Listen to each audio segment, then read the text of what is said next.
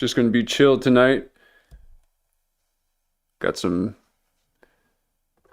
new gear that I'm setting up. Oh boy, I'm in it already. And so, no coverage tonight. Um, just trying to set up this gear. Oh my God.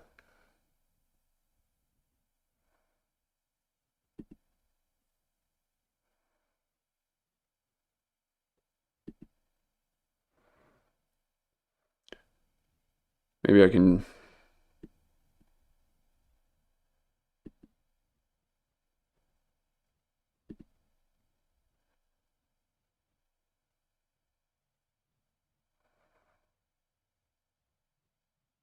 Maybe we can watch something while we do it.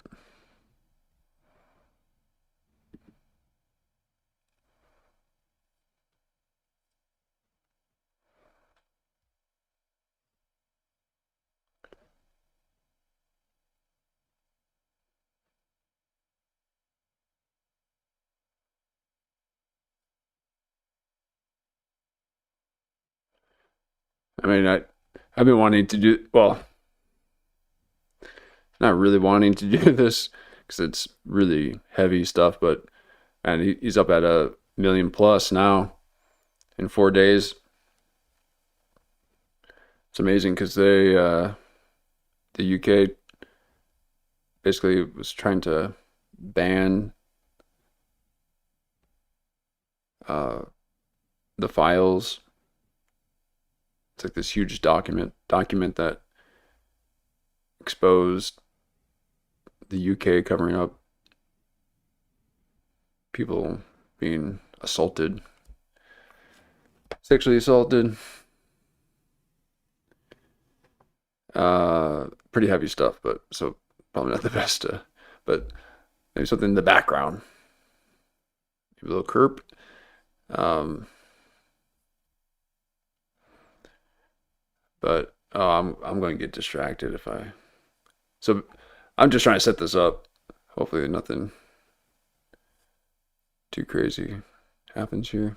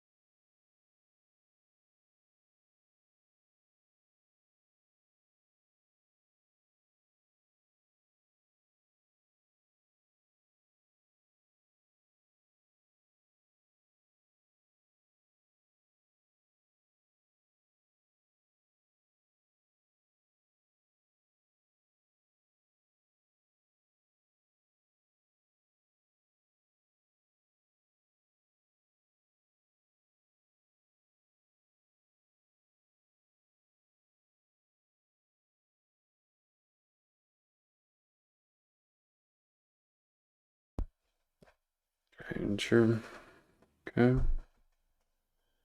Sure, okay. All right.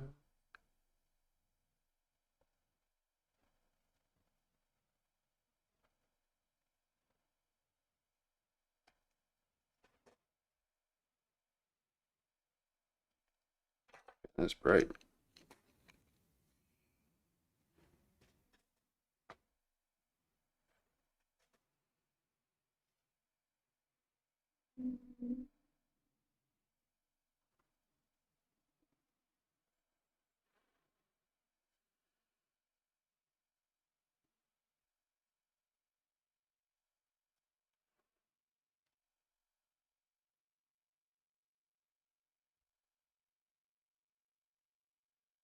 Settings, output, multi-track.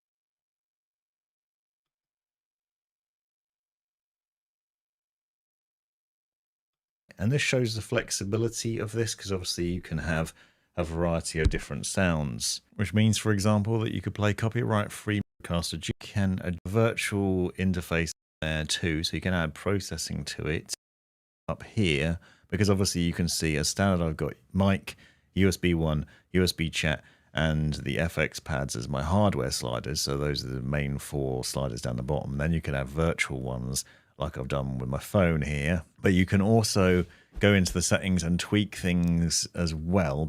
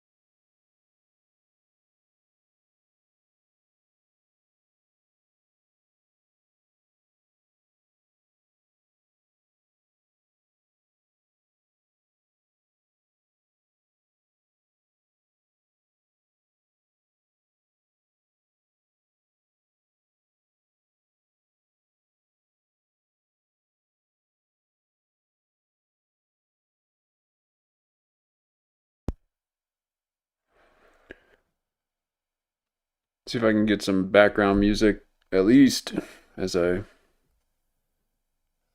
thumb through this these instructions. Yikes.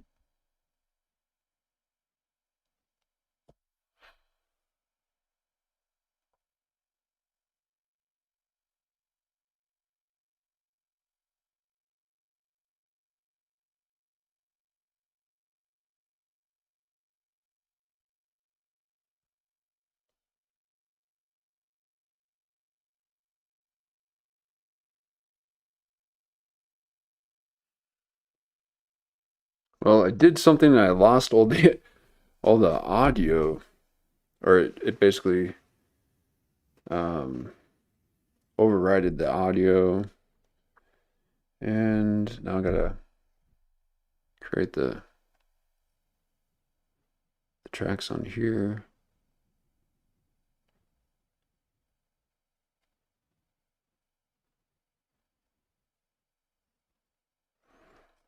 Okay.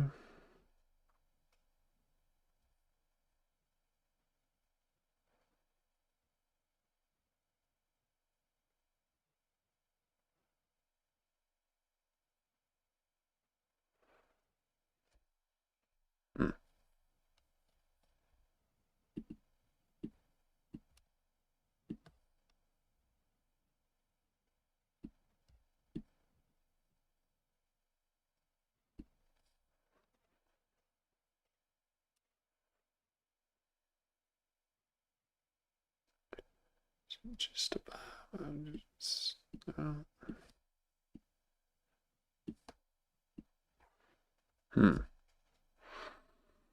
Why isn't it pulling it up?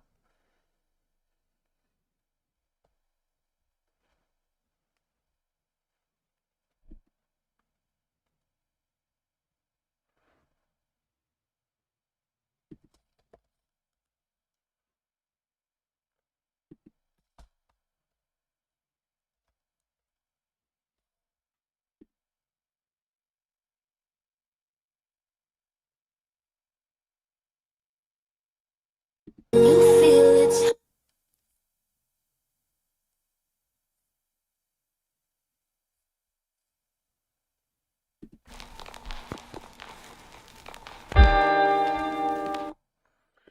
Oh, I don't know if I could do that kind of stuff.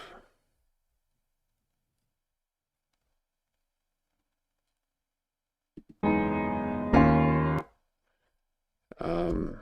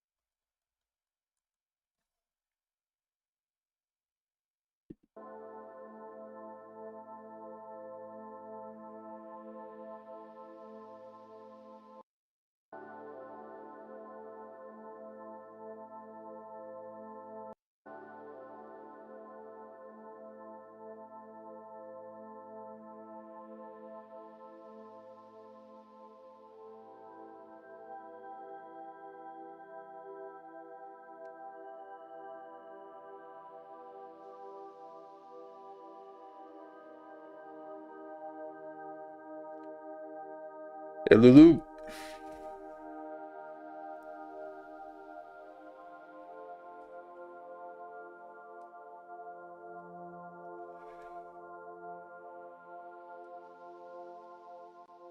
Yeah, just got some new gear, so I figured I'll might as well stream and try to figure out this new gear, and you can hang out if you guys like or whatever. But I'll at least going to try my best to figure it out. Might be more difficult than expected. Might take a little bit longer. All right.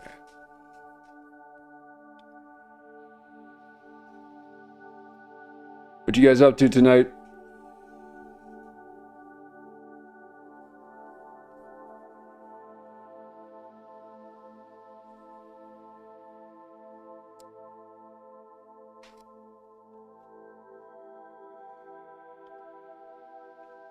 I got one of these guys.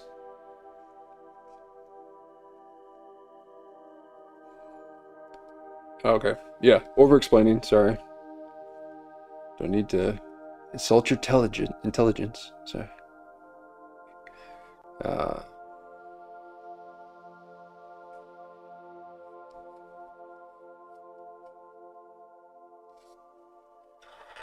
oh, yeah. Yeah, Lulu was saying, you're saying that to Clown Man. Yeah, so maybe I need to. So I did something here that then messed up my audio.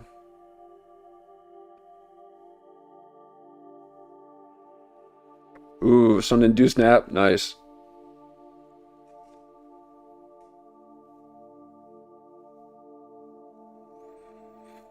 Yep, I've had. That's partly the reason why I haven't done so many streams since it's gotten to be summertime. It's just so relaxed from the sun. Um,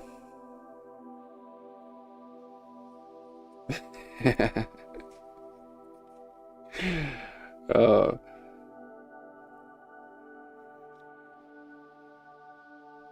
Nice beer induced.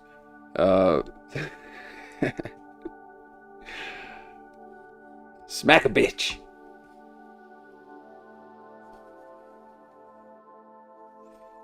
Well, I had like a bunch of stuff set up, and I kind of had it figured out, and then all of a sudden I tried to include it on the stream, and then it took everything off. So I'm like, well, yeah, I don't think I'll be able to see if I could do this live. You'll see my ADHD kick in.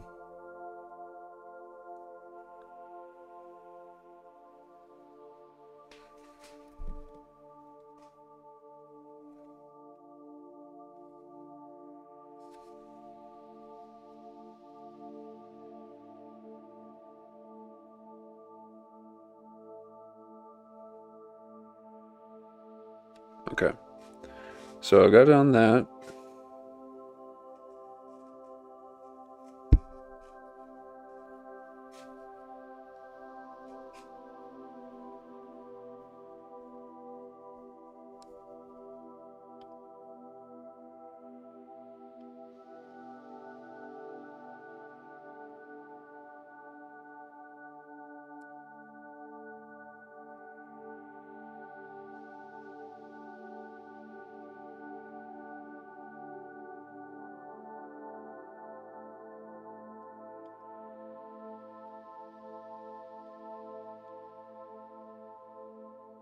So I got one of these guys here, and let's see what I've got.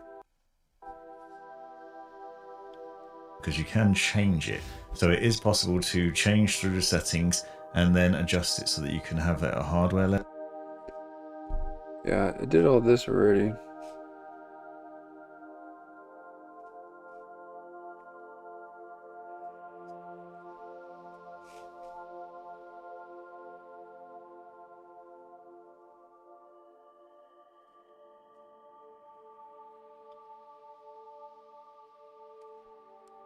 Yeah, that's probably true. We probably all got ADHD now. Hey, Shai, good to see you.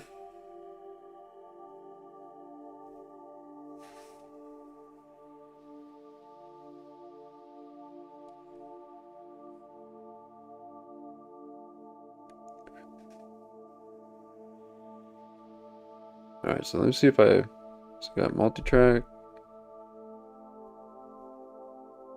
expanded.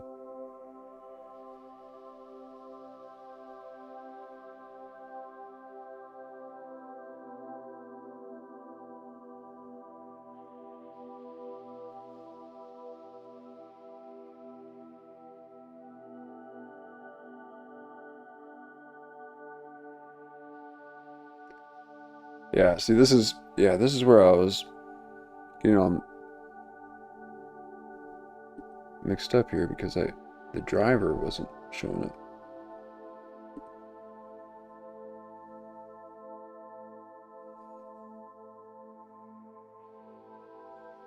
I might do this later. I don't know. Because this is all messed up. It's not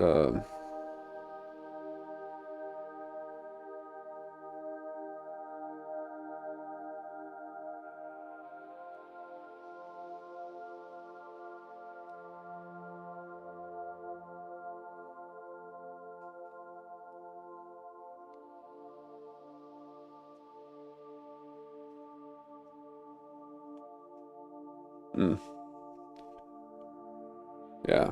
Maybe I'll just do a show. Oh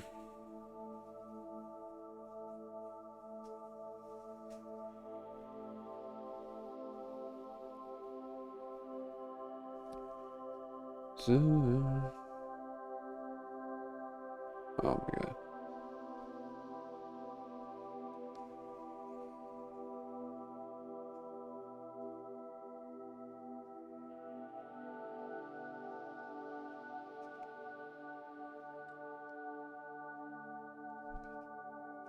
I hit this one button that to override the audio, and that's what messed everything up.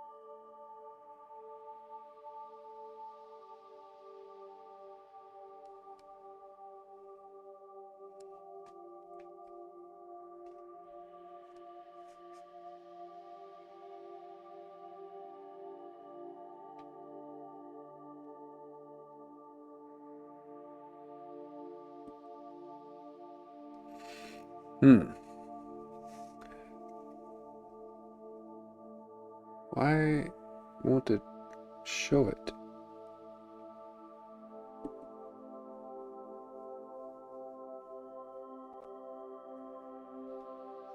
Okay, that's what I'm in right now.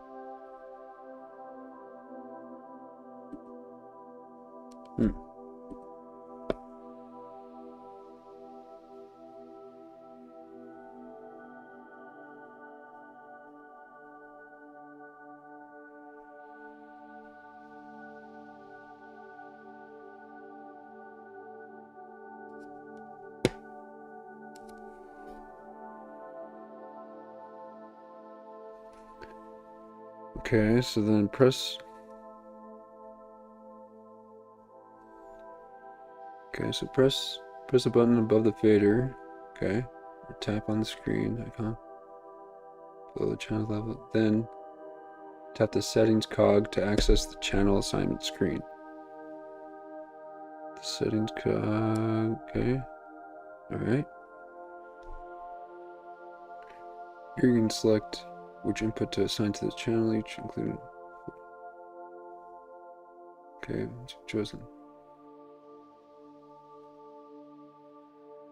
Shit.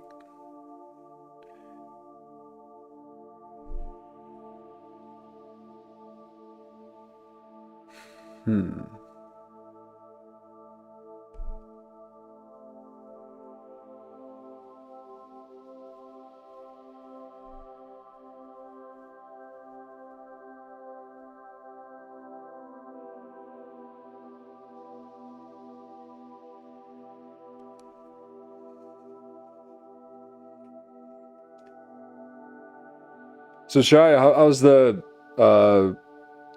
tobacco growing, or that whole thing going for you? I had heard too that I forgot what video it was, but they I think it was in Sardinia, in the blue zones, where they're saying that some of the people who have lived the longest were actually they're heavy smokers, but they were smoking organic tobacco, and that it actually, they're like nice, good tobacco is actually good for your body, helps your digestive system, and a bit of a appetite suppressor. And you had mentioned that you're growing organic tobacco.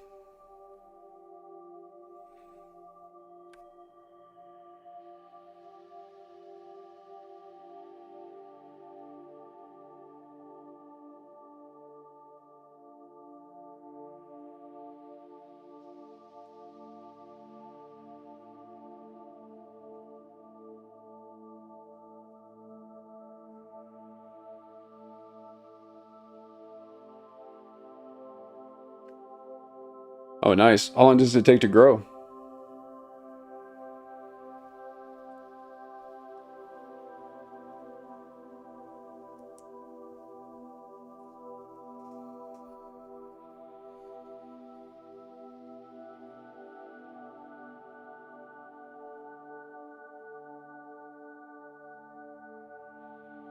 Oh, wait.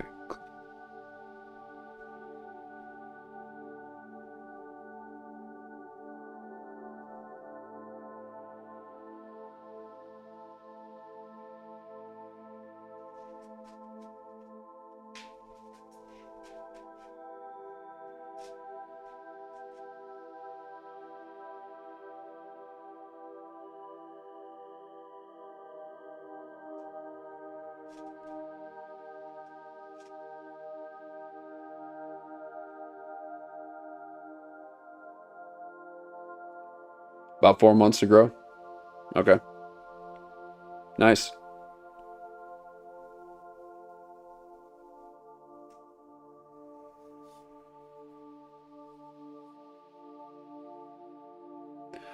All my neighbors are live in Battery Park. We're having commotion.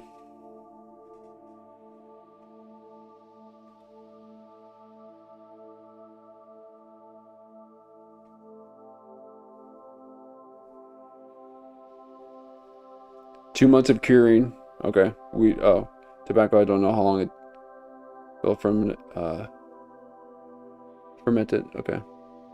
Months. Wow.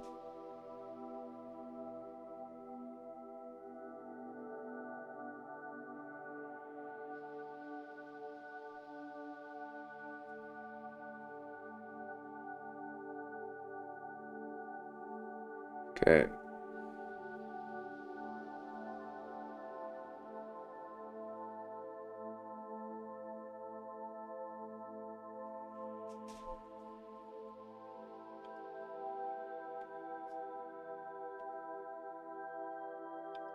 Level instead. Hit on the settings cog and then go into the faders section, and you're basically just doing the roadcast record on. You've got as an alarmed or like your hardware connected your microphone. We'll note that it is possible to use USB-C to USB-A, but you do need to make sure you're using blue or red ports on your PC. That's 5 gigabytes per second or 10 gigabytes per second. I found if you try and use others, it probably won't work for cause the issue. Now for headphone microphone is another option. Routing and then even have that problem. But basically, I want to eliminate anything that isn't my mic audio going into Audacity or whatever else you're using to record voiceovers where it's just the mic source that you want. And so that's what settings cog, go into outputs, and anything that isn't a standard headphone. Let's set up in OBS or Streamlabs. I'm going to use Streamlabs as a quick example. So you go into the settings cog, we go into audio, and then you basically just need to pick one device, which will be your microphone, Rodecaster, Duo, main stereo. All right, here we go. Sometimes I just need a video.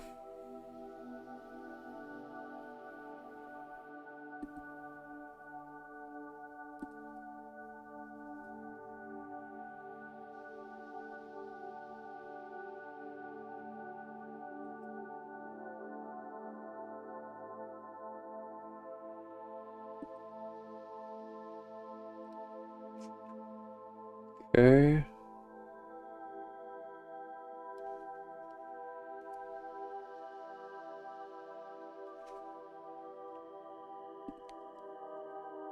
One device, which will be your microphone, Rodecaster, Duo, main stereo.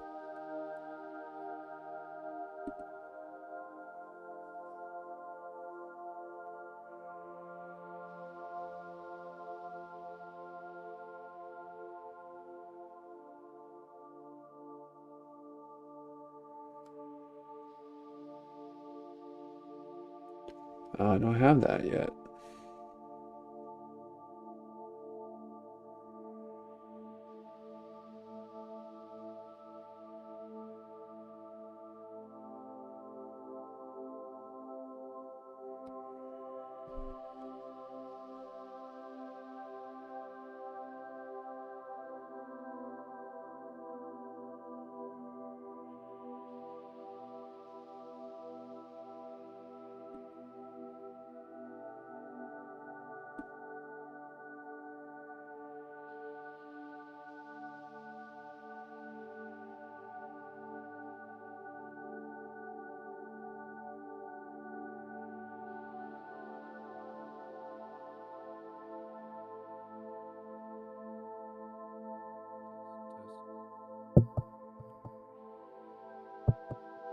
Ooh. Can you hear it? Oh.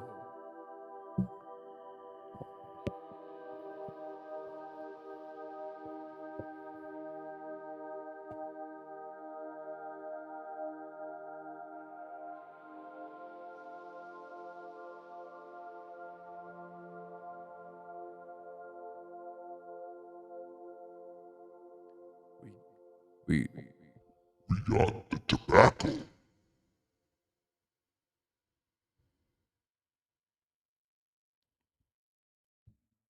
Smoking some of that weed.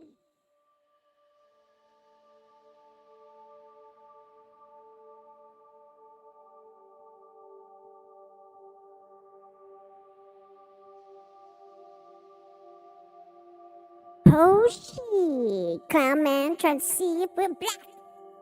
I try to tell you. Is that going through? don't worry, my streams won't be all sound effects. But maybe they'll be.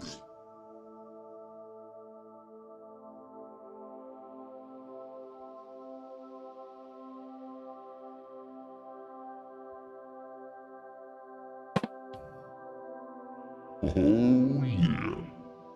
I got sound effects.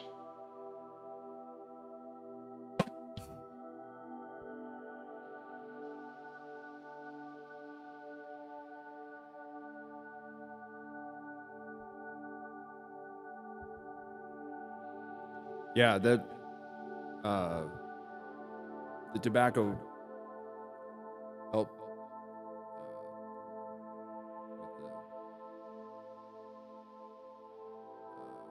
what was it, the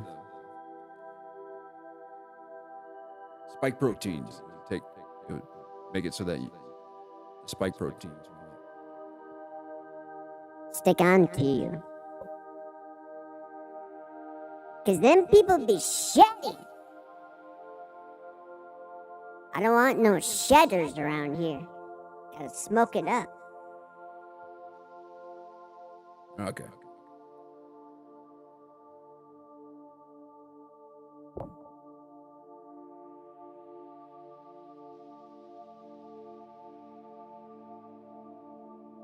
Okay, so oh jeez. Okay. Now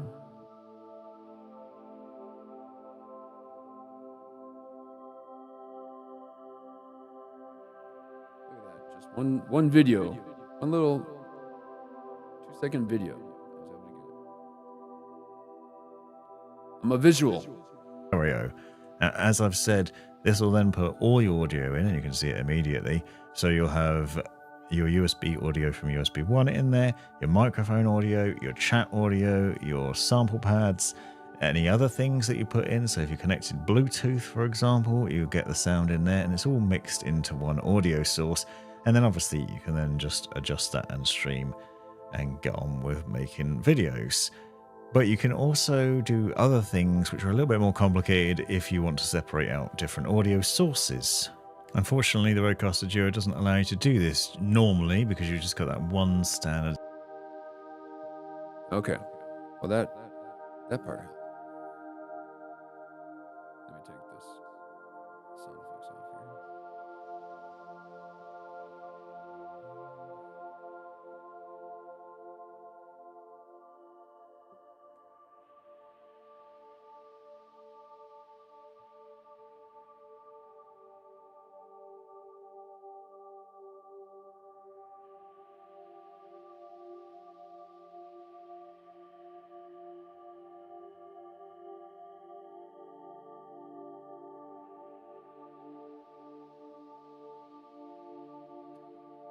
Yep, self-reliant and homesteading.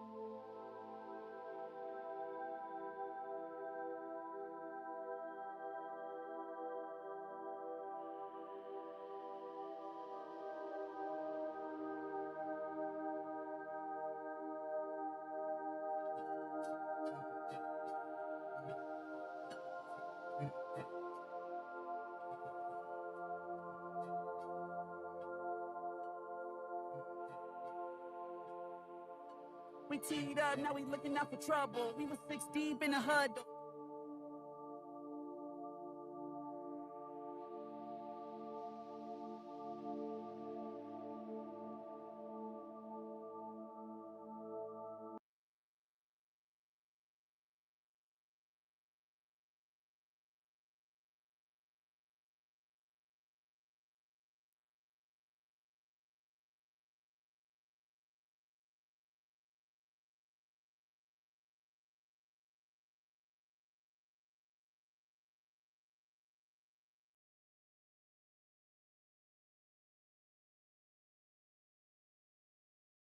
Test.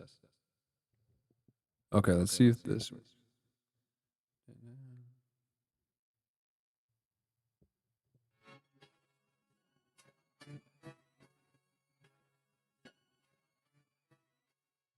Is that music going through?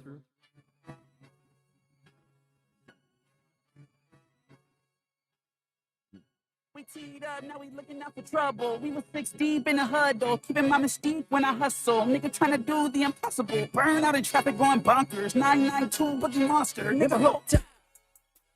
Down, nigga sus, nigga hold time. You was inside, I was outside in the mud. Nigga hold bitch line, but my niggas before I made it up. Nigga hold time, calls from my ex bitch, yeah, I never make it up. Nigga hold time. Pennies go to the side. I'm just trying to stay alive. Lines on my ear. Ain't tucking no chain. In my dream. My little brother came. Hey, I'm a genre bender and I'm coming out of a broken home. I'm in switching states for cheaper living, man, that each his own. I'm that type of rich nigga that got a broken phone. I just spent $5 million on a condo and don't be a regular baby. I need you to conjure a different emotion. Alright, let's try that again. We teed up, now we're looking out for trouble. We were 6 deep in the huddle. Keep my mom speak when I hustle. Never trying to do the impossible. Burn out type of going bonkers. 992 boogie monster, neighborhood time. We teed up, now we're looking out for trouble. We were 6 deep in the huddle. Keeping my mystique when I hustle. Nigga trying to do the impossible. Burn out in traffic going bonkers. 992 boogie monster, neighborhood time. Nigga whole time, it was us. Nigga whole time, you was inside, I was outside in the mud. Nigga whole time, seen the bitch line, but my niggas before I made it up. Nigga whole time, calls from my ex bitch, yeah, I never make it up. Nigga whole time, statues on the dive, hands go to the side. Just trying to stay alive. Bare lines on my ear, ain't tucking no chain. In my dream. Hey, I'm a genre bender and I'm coming out of a broken home. This bitch in states for cheaper living, man, that each his own. I'm that type of rich nigga that got a broken phone. I just spent $5 million on a condo and don't be a regular baby. I need you to conjure different emotions. What can I do about Bahamas right now? I'm scared of the ocean. I was gonna lose you, baby. I'm chasing my mind. It's time to be open. All of my niggas alive. They better be far for having commotion. Killing the bitches inside. They fuck up the vibe. They know they compulsion. She won't go me online. They act like she tried, like I wouldn't notice. It ain't a honey correction, you bitch. You got it. You know that you bogus. It really ain't hard depressing, you bitch. You come from the Reddits and Roku's. We was starting through the night. We had to hustle for the lights. Keep the family tight. I made a different sacrifice. You went to New York. I want to see the prototype. I'm looking for it, cause my last one went on strike. I'm having different white type, cause my last one went on strike. Baby, I'm being serious, you a 10, I need a strike. I'm trying to hide, delete that Instagram by tonight. And me, your shit don't turn me on. Gotta come with it. Niggas about to fucking die, now I gotta thrive, baby, can't ain't playing no more. Just told me to alive, all you niggas fried, can't be a fan no more. Well, she's just trying to vibe, I'll be out of the country, I don't need to plan no more. She don't wanna wear pants no more, she ain't in the stand no more. Hey! Okay. Is it worth getting striked? Now I got like a little cheapo microphone. All right. So figuring that out.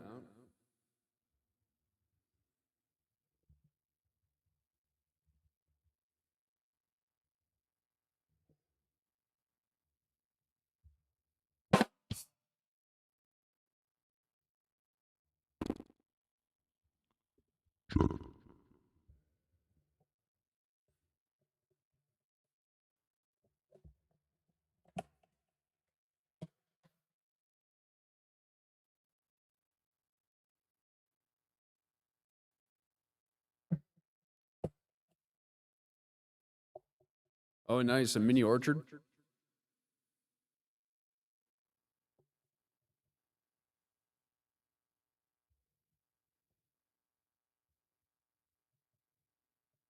Oh, Lulu, you got some land, huh?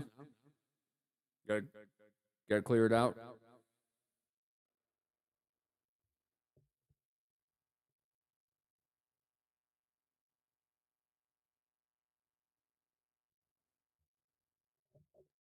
Now, how do I get back to my other microphone? Jeez.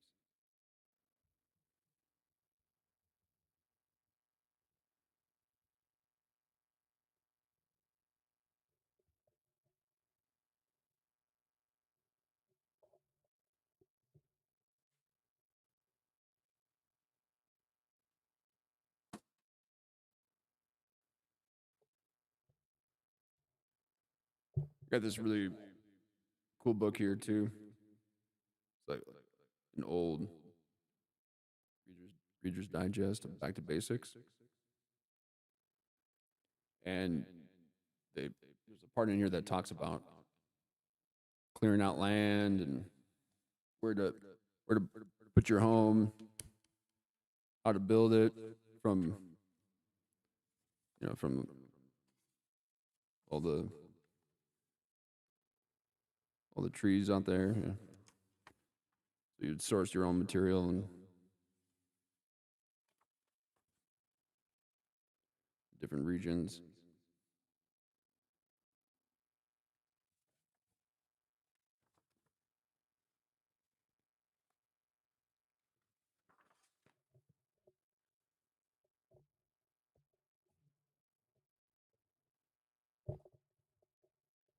Toil Maxine.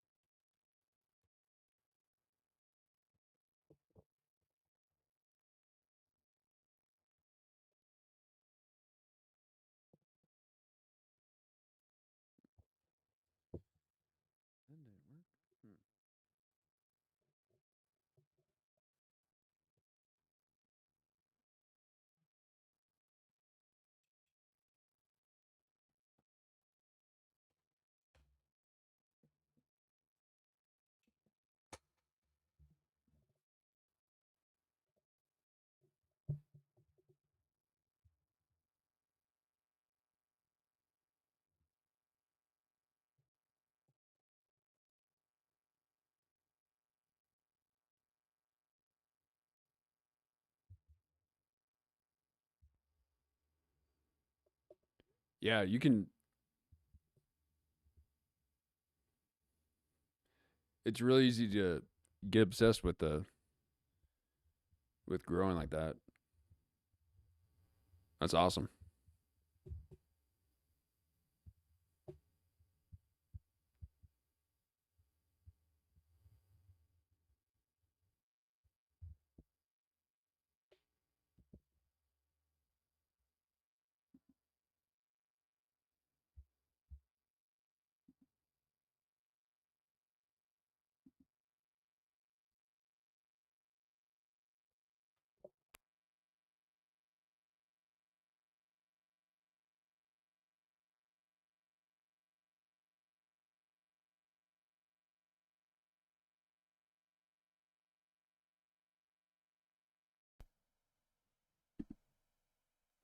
Okay, now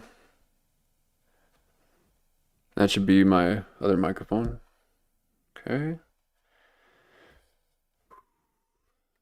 How do they do this stuff?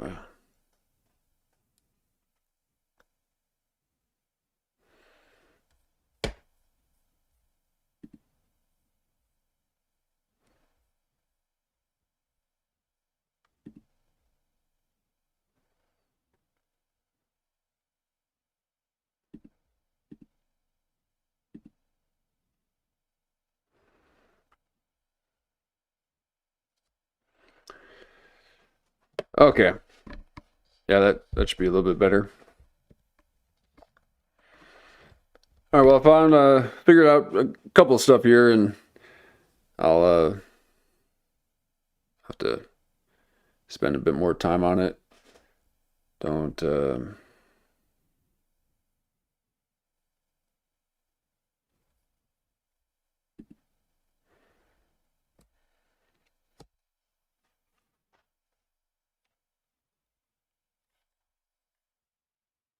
you know,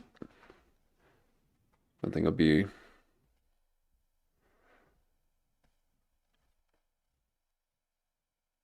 going in too much more depth than what I just did. So, but that seems like that worked.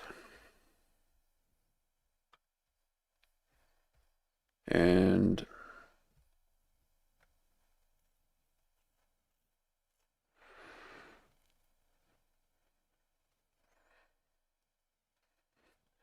try one more thing here because I think it's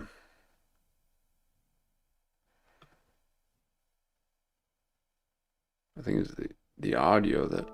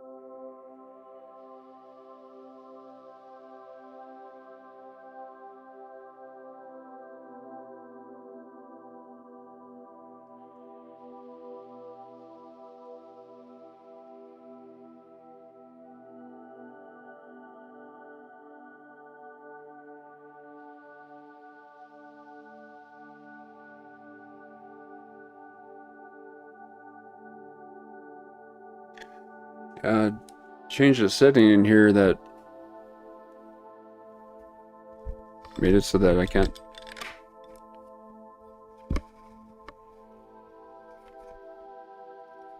use my headphones.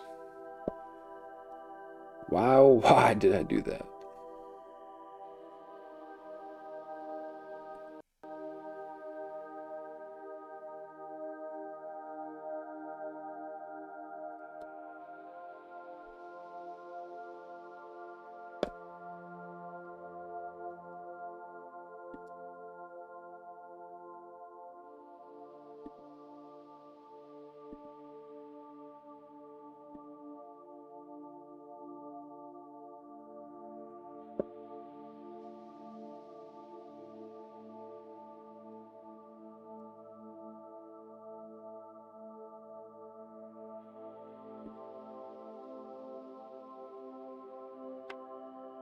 Just did it again. What the heck happened?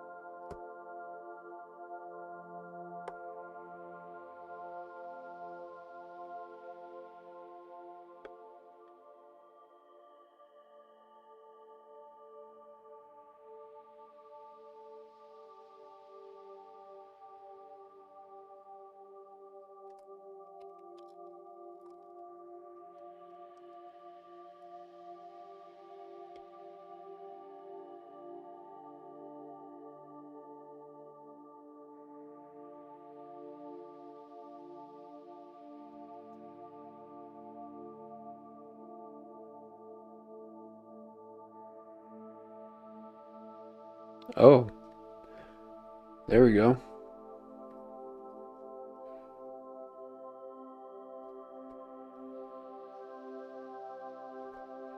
Oh, oh boy. Check, check. Oh, I think I just figured it out. Oh, hell yeah.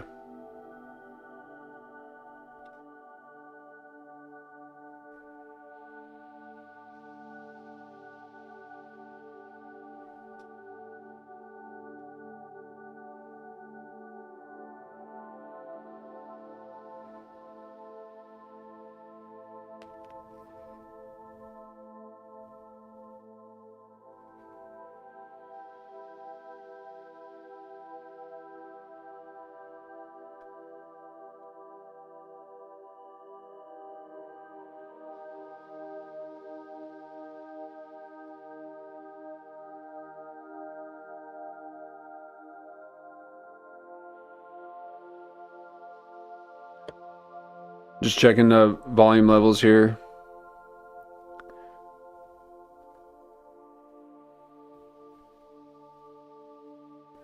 Okay, now let's try to do talking now. See what. Okay. Now.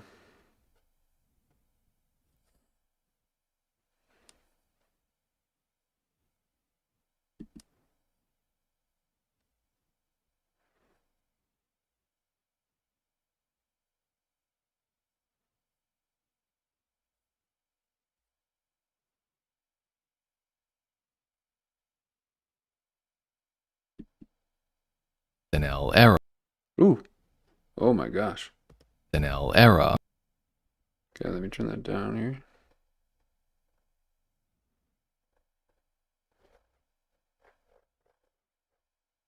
The late 70s and early 90s were by far the most viewed. In 79, 13%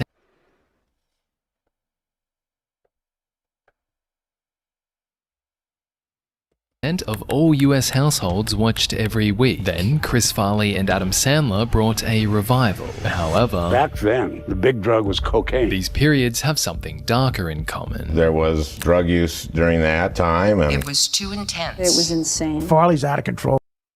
Is that really loud for you guys? Like, these people are crazy. They're going to go do a It seems like it's peaking. TV show now? Gee, I have no memory of shooting You that. had to go up on a Monday and start pitching and pitching and pitching, selling yourself and selling yourself. We write all night sometimes and just go until we drop or die. And that feeling of inevitability was the worst part of it all, because everybody loved him, but who must have gone to 11, 12 rehabs. He'd been smoking and drinking. I watched it briefly. Yeah, it was Now you're saying that Poseidon hadn't streamed. Like, how long had it been since Ice Poseidon streamed? Let's check it out.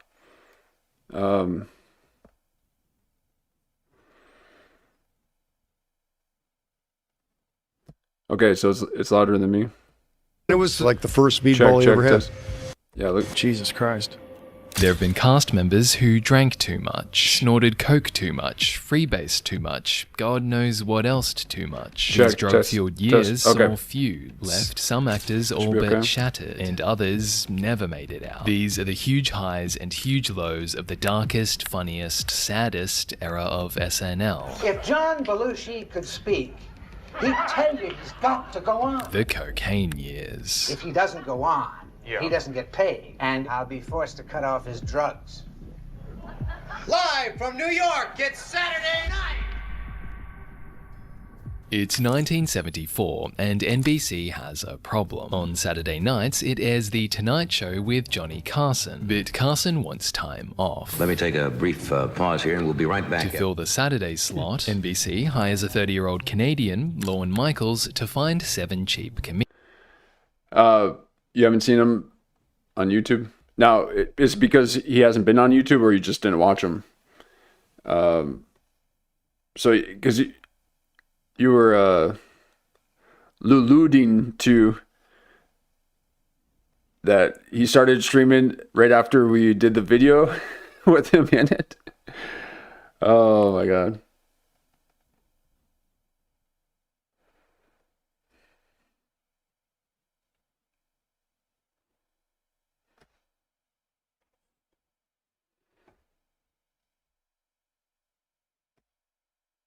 So you jumped back on YouTube?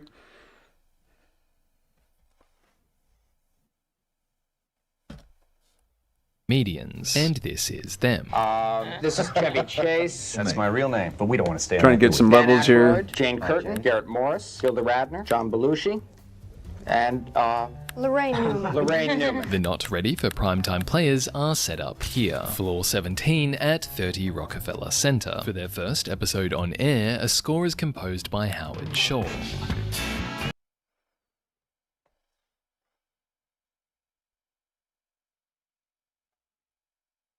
The man who would later win 3 Oscars and 4 Grammys for The Lord of the Rings. And the Oscar. Okay, yeah, so... Yeah, now I wonder if that, that IRL stream content home kind of stuff is what Jamie Kennedy is thinking about doing. And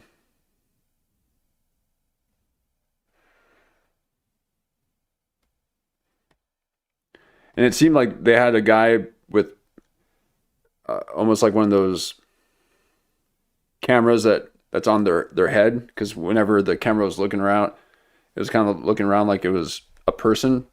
So then if you were to then get virtual goggles, it would be like you're in the room there, and because the camera guy was kind of like moving around like he was a person.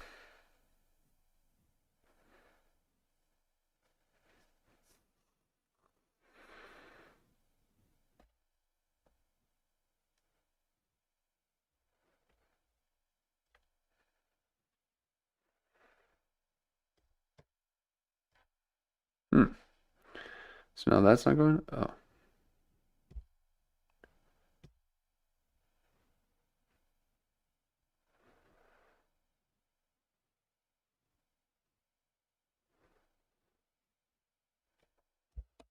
Oscar goes to Howard Shore for Lord of the Rings, The Fellowship of the To Ring. host the show,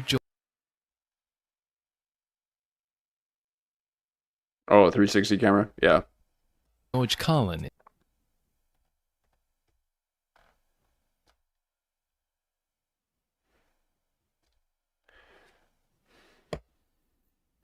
Are those sound effects coming through?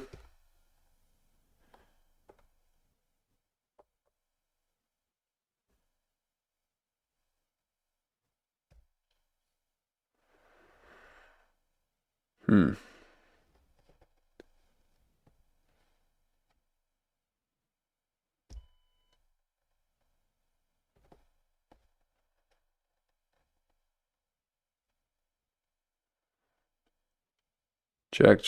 Yeah.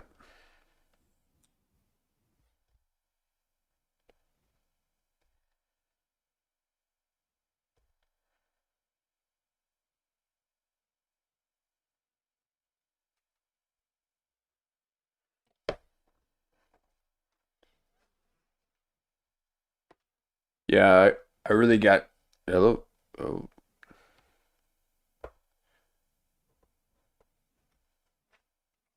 Hot mic.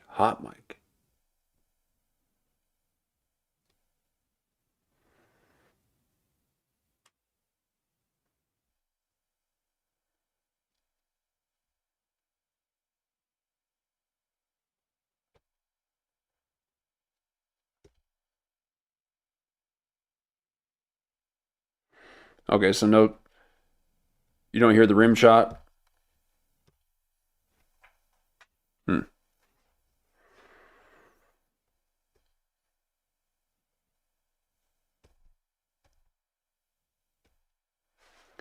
But you can hear this.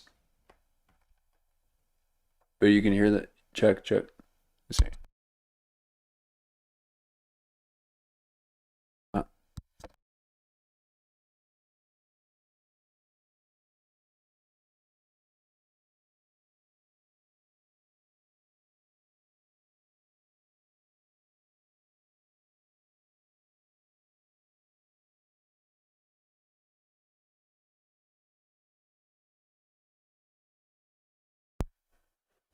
Okay. Yep. Thank you.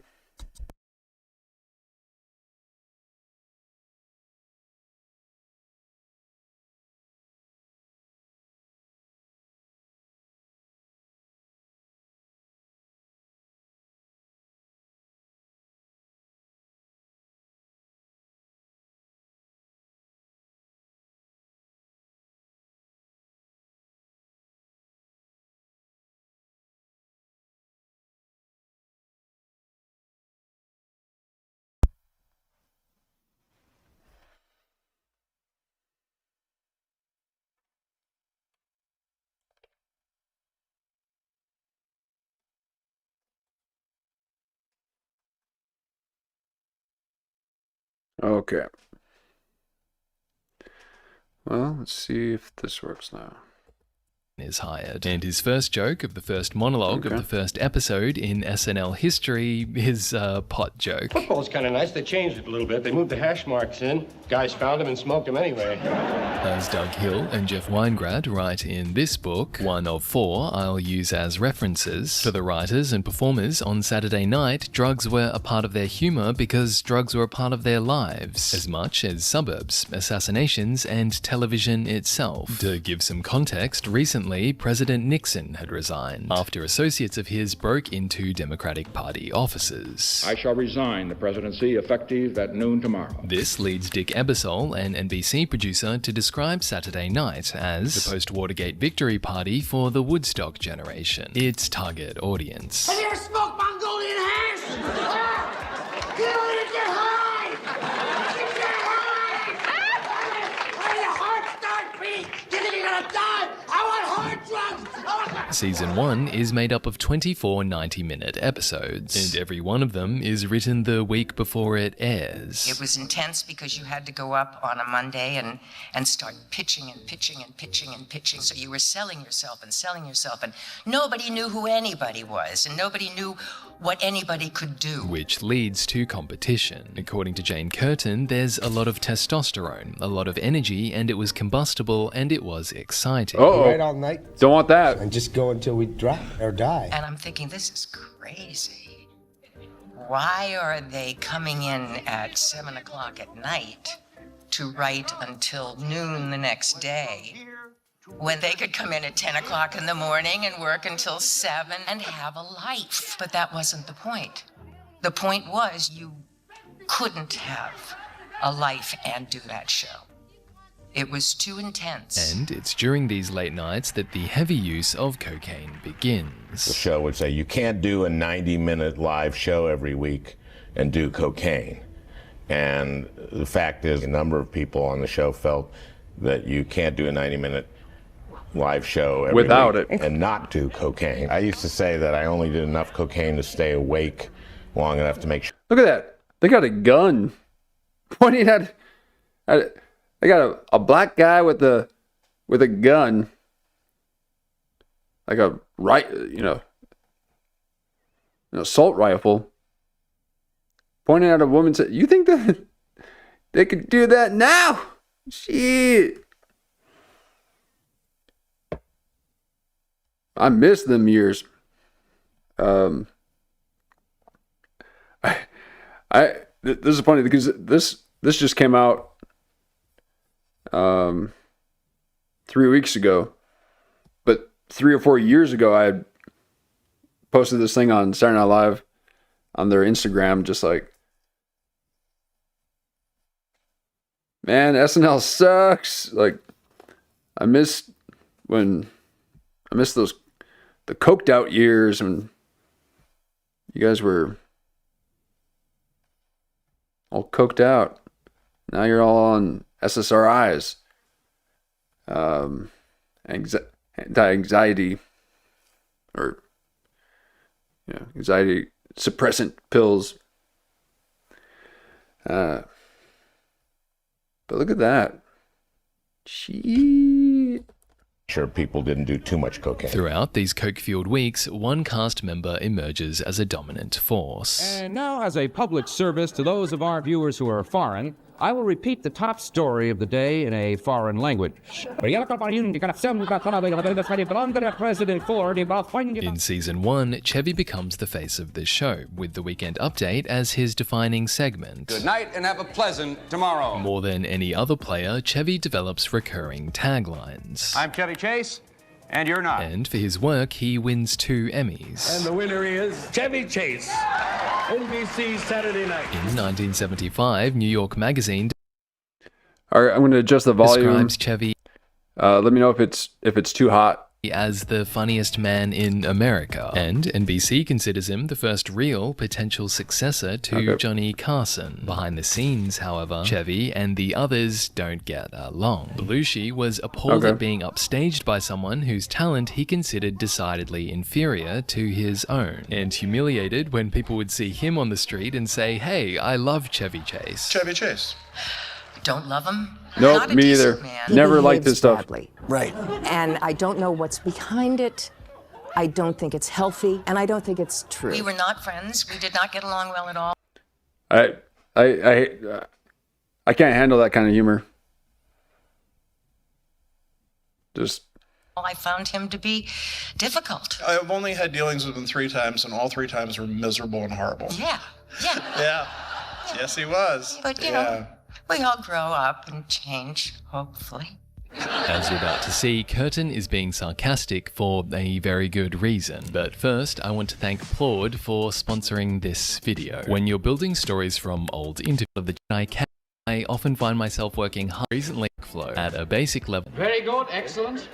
And now back to SNL, which Chevy Chase outgrows after Season 1. Leveraging his new fame, Chevy leaves to make movies, and has great success. Because of his success, many of the others resented Chevy for leaving, resented him for taking a big piece of the success and leaving and making his own career go. But there's one person who's happy to see Chevy go. That's right, lady! We're the killer bees! Without Chevy, Belushi becomes the new face of this show. He brings his own recurring characters, from the samurai to Henry Kissinger. Well, have you ever started a nuclear warhead? And high on coke Beethoven. What I say now? Similar to Chevy, Belushi develops his own Weekend Update persona, with his own catchphrases like... Unlike Chevy, Belushi, at least for now, uses his success to help others. Belushi made whole people's careers possible. During this Killer Bees sketch, Belushi and Aykroyd first perform blues music on the show. And 2 years later, this evolves into the Blues Brothers. With their suits, hats, and sunglasses, the Blues Brothers become so iconic that they'll eventually get their own movie. 106 miles to Chicago. We got a full tank of gas, half a pack of cigarettes. It's dark, and we're wearing sunglasses. That's right. And Dan Aykroyd also joins the Weekend Update. This just in from your National Drug Abuse Association. Cocaine and heroin do not mix. If you must snort, don't shoot. Given what's coming, that line feels sadly ironic, but it also reflects this era of the show, a passing of the communal joint around a circle that spanned through television the entire country. Every time you buy pot from Mexico or Colombia, you're putting an American out of work. The drug humor, however, is starting to bother NBC. Executive Herminio Traviesis refers to Saturday night as the Dopers program. I didn't think we were changing viewers' habits. Oh, far out. And Aykroyd and Lorraine play two characters who epitomize this. Jason and Sunshine are satirical, spaced-out hippies. We have a visitor. Oh, far out, another being. And Belushi appears with them as Windowpane Watson, a man who, after taking LSD every day for 10 years, is no longer in touch with reality. They call him Windowpane because every day for the last 10 years he's taken a hit of windowpane acid. While the sketch is successful, the abundant drugs, paired with all of the fighting for screen time, are starting to send Lorraine on a downward spiral. I'd had a drug habit since I was 14. It just got worse. I was pretty young, homesick, and I was frustrated about the amount of airtime I was getting. So those things made me want to escape what I was thinking and feeling a lot. Drugs were very available. That's how I... Yeah, Dan Aykroyd is very esoteric. He's into the whole, alien encounters and stuff, and he's got the skulls, the crystal skulls. He's talked to Rogan about the crystal skulls. Yeah. I coped. Watch that video. I think... No, I didn't...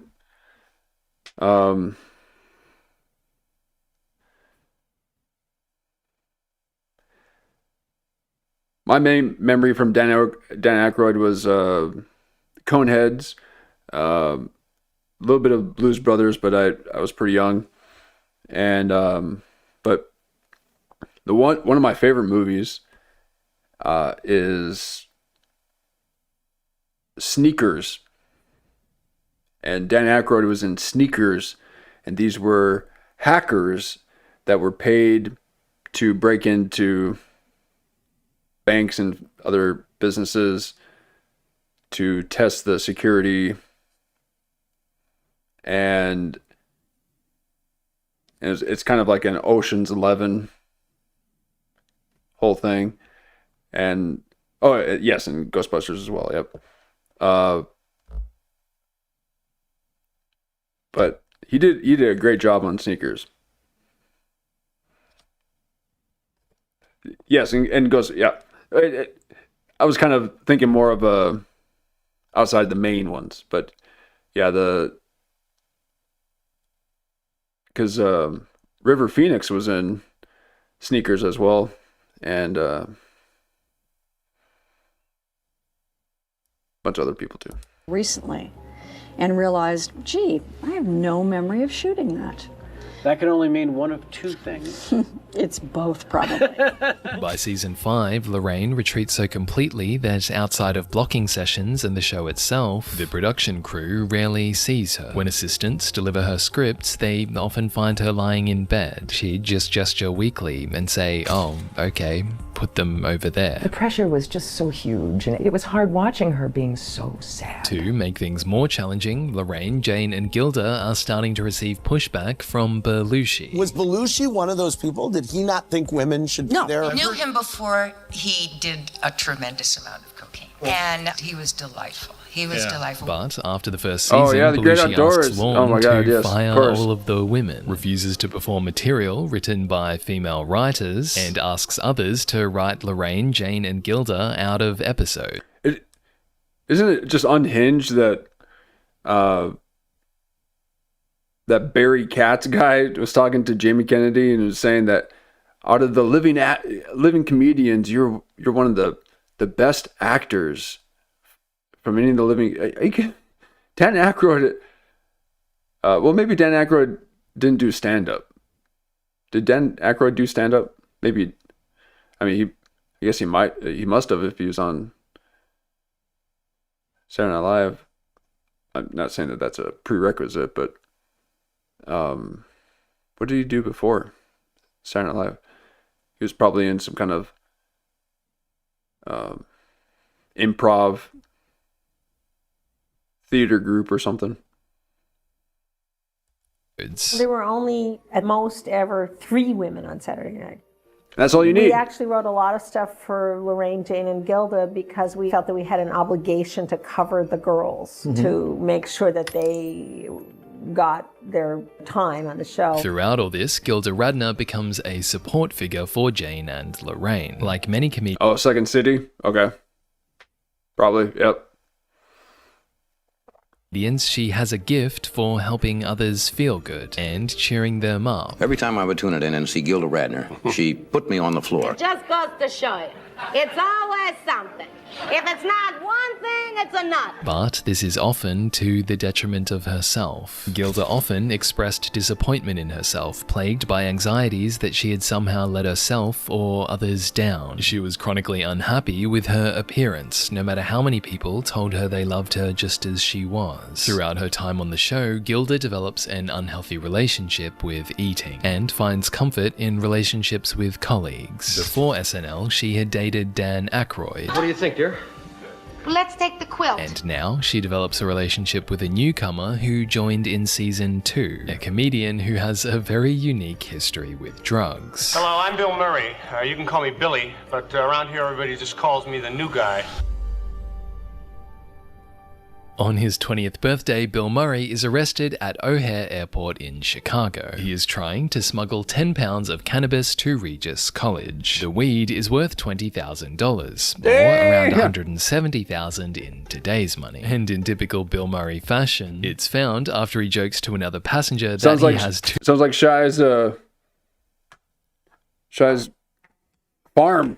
2 bombs in his suitcase. After his arrest, Murray is charged with possession of marijuana and ordered to appear in narcotics court the next day. The judge spares him jail time and instead gives him 5 years probation. However, his college career is over. Murray drops out of Regis, leaves for New York, looks for comedy gigs, and eventually joins Belushi on the National Lampoon Radio Hour. The National Lampoon Radio Hour, single star of the year. 2 years later, after Chevy leaves SNL, Murray is hired to fill the gap. He's looking like the hubcap on a 56 Chevy, huh? You're strobing, baby. Come on. And his life changes forever. How old were you? 26. It was a great experience, for sure. Your life just changed dramatically from being barely able to pay your rent, or afford a car, a telephone, to having a credit card. That was a big thing, credit card.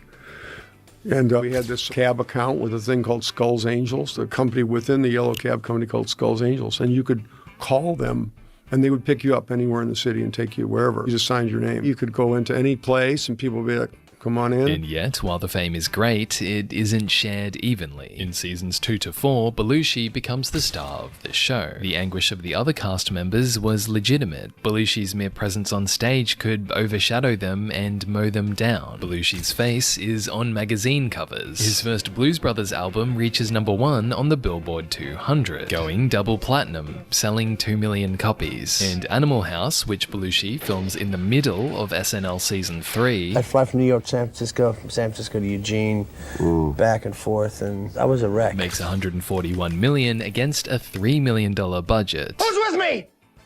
Let's go! Come on! By this time, Belushi's SNL salary had jumped to nearly... You know, it just doesn't seem like that's going to happen again for these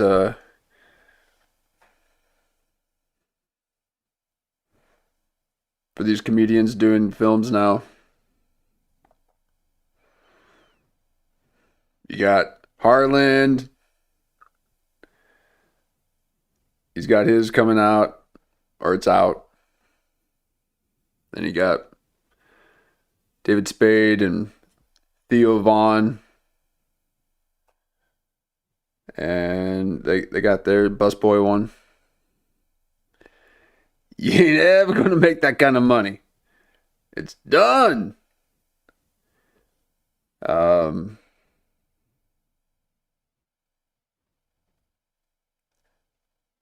Backrooms, though, they're doing pretty well, right?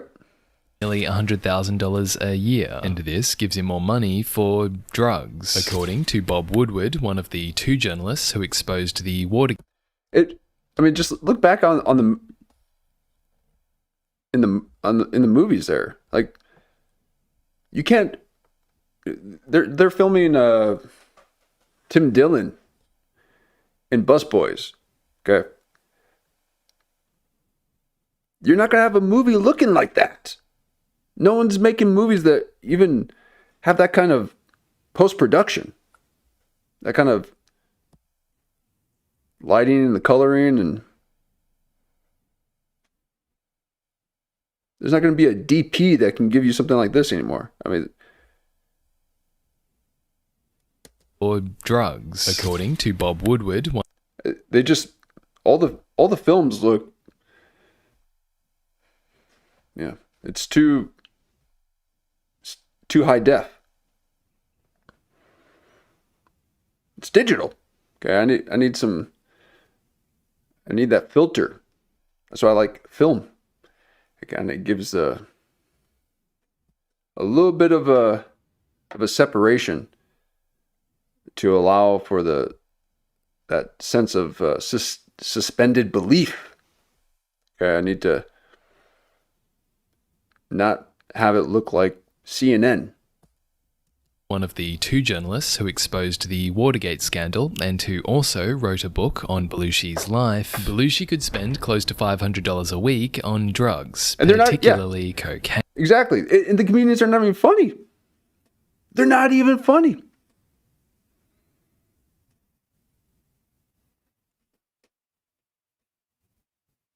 So, what kind of movies are they doing? And yeah.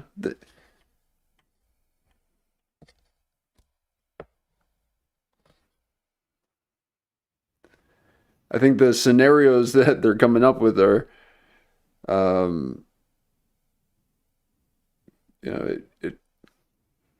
if it pushes the edge, it's not like funny. Okay. It's probably very crude, or it's more shock, or just to try to push the edge. Okay. And then they try to be funny in it. I don't know. There's just,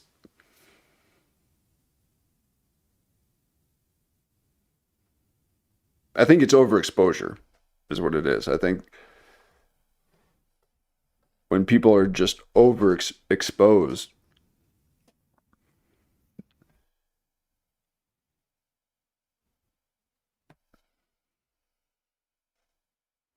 it must be that, like, because you see them on the screen, and then you're just like, nah. I mean,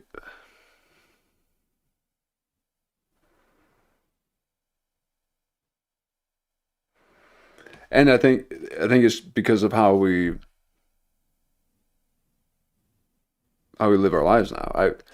I was, as a kid, I was never on a phone. Okay, so your sense of life is way more integrated with the external world, and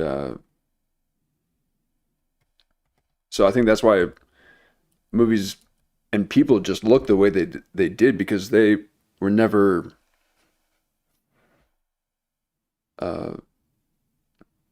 viewing so much stuff. I don't know.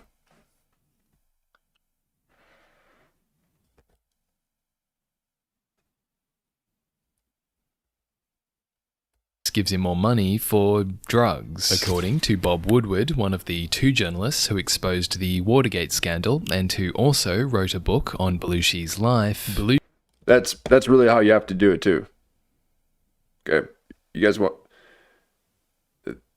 that is the reason for my attire, so that I can wear a hat. Okay, it's the only way you can really wear a hat. I gotta hang it up right there. So that's just how you got to do it. It's nice. Keeps you locked in. Exposed to the Watergate scandal and who also wrote a book on Belushi's life, Belushi could spend close to $500 a week on drugs, particularly cocaine. Sometimes he would take a hit about a half hour before the show, and occasionally during the show when off stage. He and I both were very much into cocaine. And John would come knocking on my door, and I would open up the aluminum foil and let him hook up. And John would go from one end of the aluminum foil to... And by the time he got through, I had 10% of what I really had there, right? In this short film, which airs in season 3, Belushi plays the last surviving member of the original cast. And in a sad irony, he shares this about himself. They all thought I'd be the first to go. I was one of those live fast, die young, leave a good-looking corpse types. Well, I guess they were wrong. Then, in another, he reflects on the fate of Garrett Morris. Garrett left the show, then worked in the Black Theater for years. And he died. Okay, now, I look at that. Look how nice that looks. You can't even... Shit. There's no way you could film something like that anymore.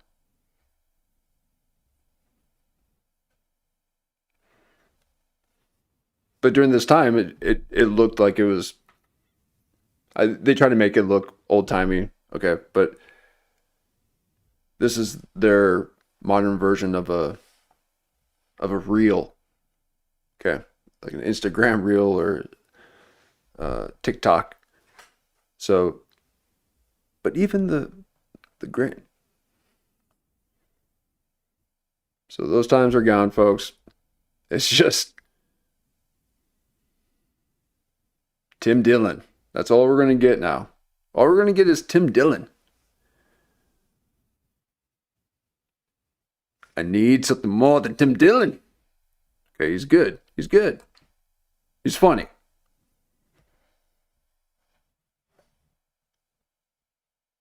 And I think he might actually be a good actor too. Okay. He's been in stuff. Okay. But he's like talking about gross stuff in this movie, you know. It's like, I'm just like, come on, Tim Dillon, what you doing? But that's their edge.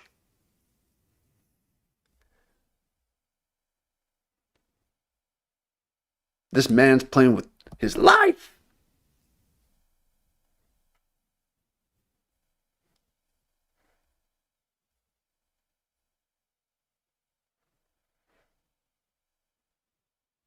We got to get off the computers. Get back to a life lived, not viewed.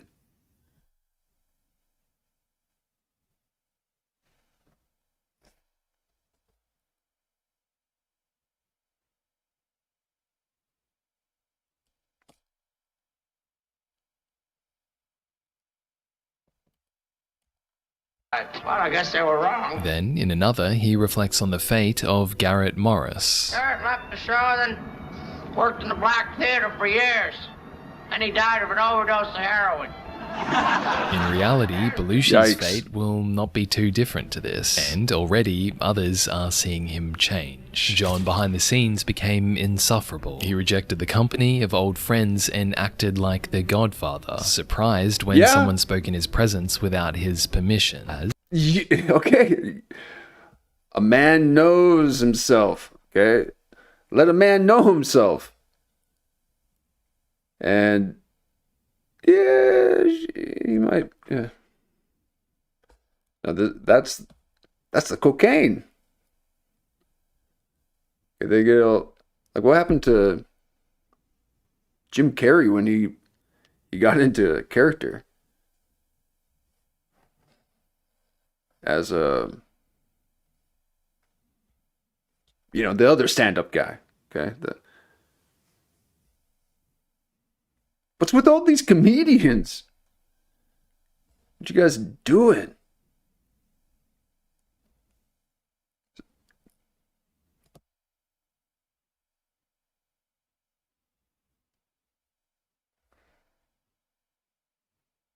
I mean, you had to be willing to really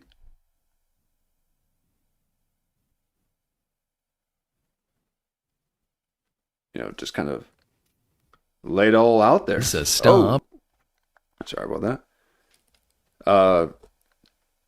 And then allow them to. I mean, that's. He's a performer, okay?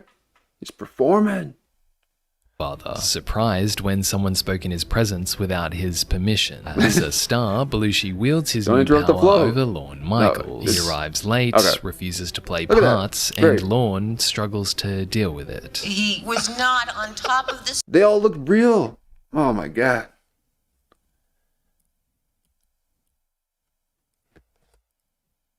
Like, these are real people. And then they dressed up to look like modern America to sell it to you guys. And then everyone thought that that's how it was. Okay, but this is how it was.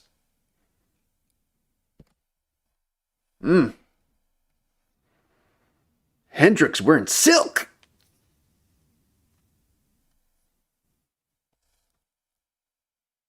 Prince making a jacket.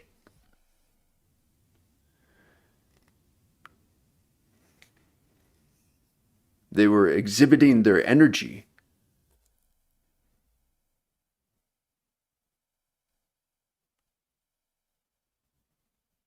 Parts, and Lorne Look at that. Look at that. over Lorne Michaels. He arrives Damn. That's it right there. Because I mean, there's been, I got some, that's what you got to do. That's legit. That's not brand new, folks. Okay. This has been used many a times. Is this a wrestler? Who's this with? Or who are they with? So that's a biker. Probably a biker there.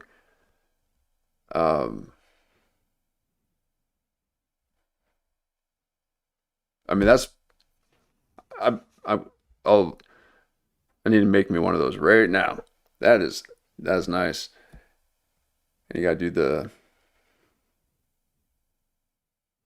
cut off leather, but with a little bit of padding to absorb the shock. But dense.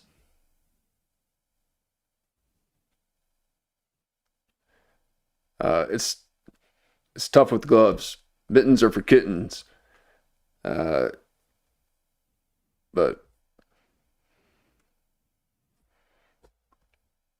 great style. People just don't get it. They get it. late, refuses to play parts, and Lorne struggles to deal with it. He was not on top of the situation when it came to John's health and what was going on in. Okay, and I want to say this too. This is what I think is happening with the entertainment industry, the film industry in particular, where this is what's going to be part of the interaction with what's left over. With people are just going to talk about it.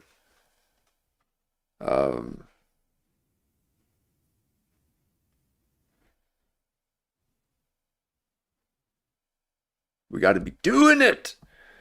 No, I like a good commentary. I was able to pick up a trilogy, a box set trilogy, Back to the Future. It's got 10 extra hours of bonus content and all this commentary.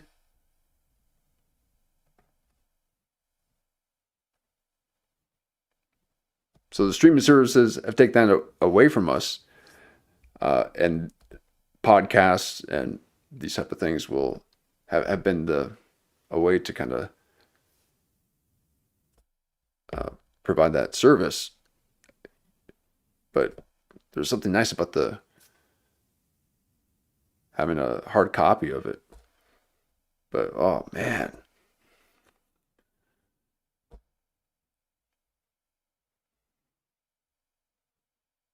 Films would just become different. You can't be watching the same kind of stuff on screens anymore.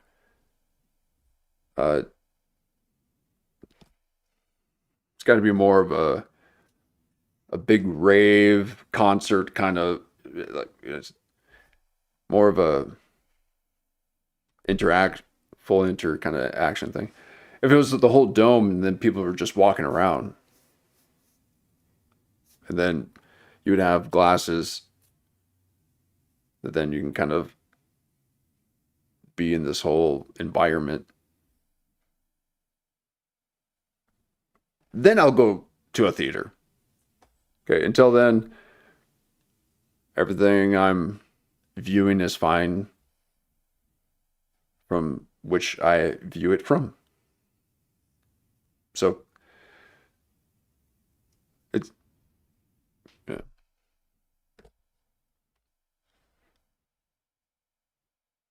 Otherwise, convert the movie theaters to comedian venues, to the please God don't. But malls should be completely repurposed for more of an indoor venue, and you can just go throughout the different stores, and they'll have,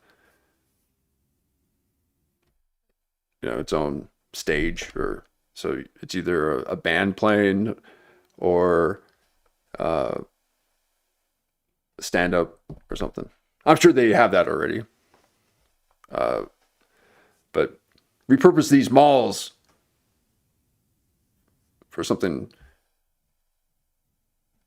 cool and communal, because you would just buy our stuff anywhere else. Okay, you don't need to be buying your stuff at a mall.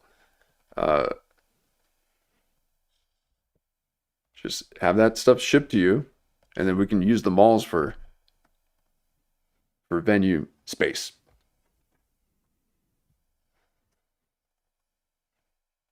And I suppose the music ones couldn't really be too close together. So the big department stores on the ends would be maybe like the music ones, and then you had all the stores in between, which would be little acoustic ones or stand up. There you go. Repurpose the malls, please. I can't stand these things. Just looking like Jim Kennedy's content house. All right, let me play this. But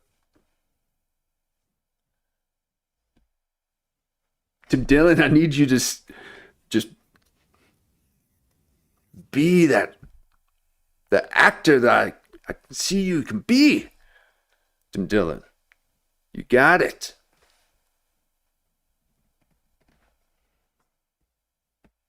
And maybe with some time, Theo Vaughn too. I don't know, because I like David Spade in his films. So David Spade's in this film with Theo Vaughn. They did this film together. Tim Dillon's in it. But unfortunately, we all just look at it as like, yeah. It seemed back then you could kind of do a few and get into get used to it, okay? But now it just, you can't just do a random theater release, because it will be advertised globally, no matter what. So they have to you know, kind of prove themselves on the first try. That's intense.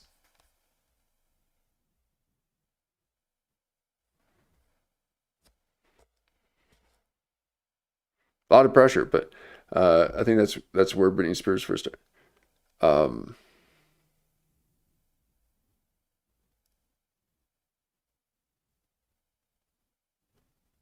Britney Spears started like at a mall, probably, yeah.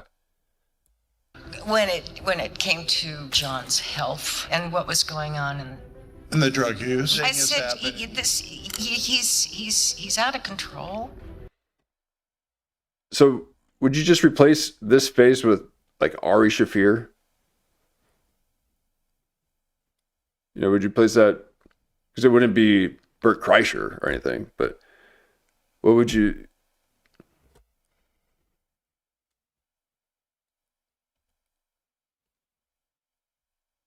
Not Tim Dillon. Hopefully not Theo Vaughn. The drug use. I said, he's out of control. And Yeah, who's like out of control now? Everyone plays it safe. But Ari Shaffir, I guess, is leaving the country. So what happens when you grow your beard out? You just start like, oh, wait.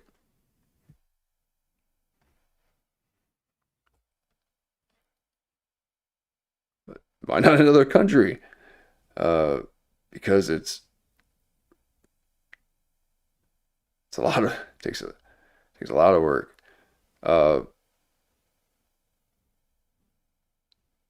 No, it's really important. Like, take a look at those countries are going crazy right now. They got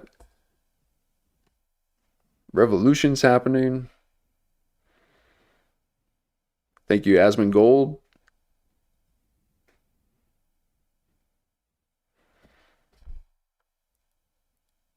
And he's been in my dressing room. He's gone through my purse. Whoa. He's taken things.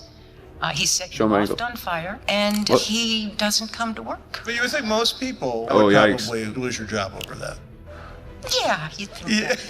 Belushi also Yeah, there is that type right there, and that type that it's like, no matter, just I don't care. Just do whatever you want. I'm not, that would be tough to work with. Why are you so difficult? Man. You lose your job over that. Yeah, you think that. Must be the drugs. Belushi also terrorized the production Oh, assistants. she's a complainer though? Yeah. Thank God she didn't have Twitter back then. I bet she would put everyone in blast. Like, you got to remember, you got to live within this community. That's why you got to play nice. But I'm sure it's so competitive and so. I mean, I would hope that Saturday Night Live isn't too cutthroat. I know things did happen with a few people, or I mean, at least with Shane Gillis, if that's even a thing. But yeah, I don't.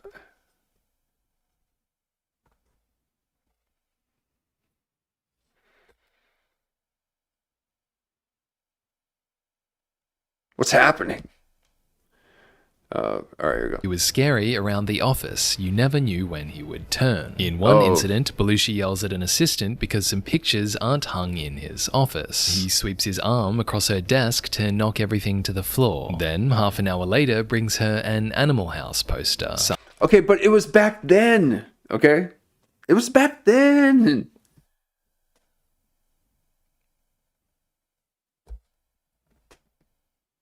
A lot of things back then sounds so crazy now. I mean, just look at it. It's a completely different world. So, yes, this stuff happened. And yes, it's, drug-induced behavior. I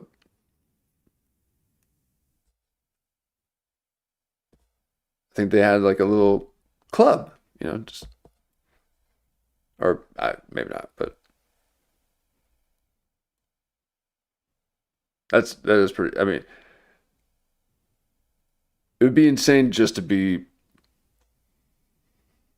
doing that. I mean, I can't believe you. What's wrong with you? Oh man.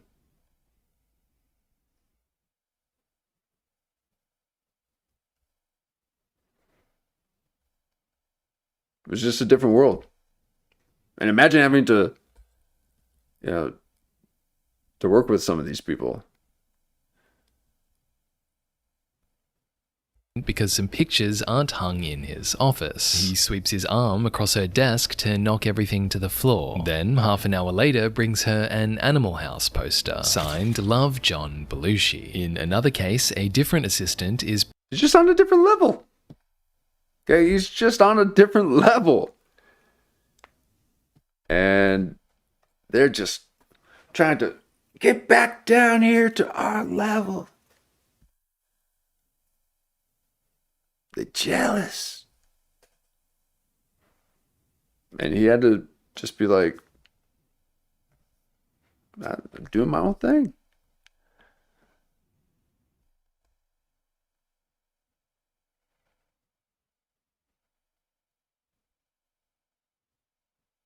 I don't know much about it. It's not one of those stories that I kind of caught up on. I know it's the Mount Rushmore story of comedy to know Saturday Night Live stuff, but it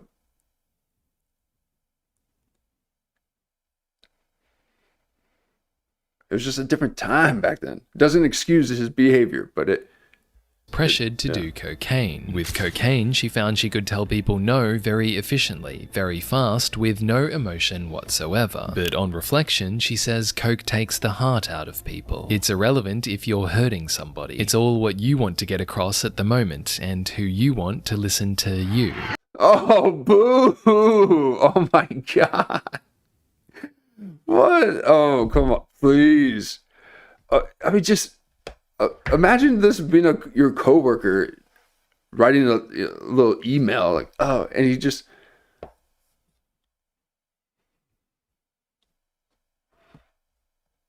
it's all about what you want to get across at the moment, what you want to listen to. But I wanted to listen to just a different channel. So they got a little upset because the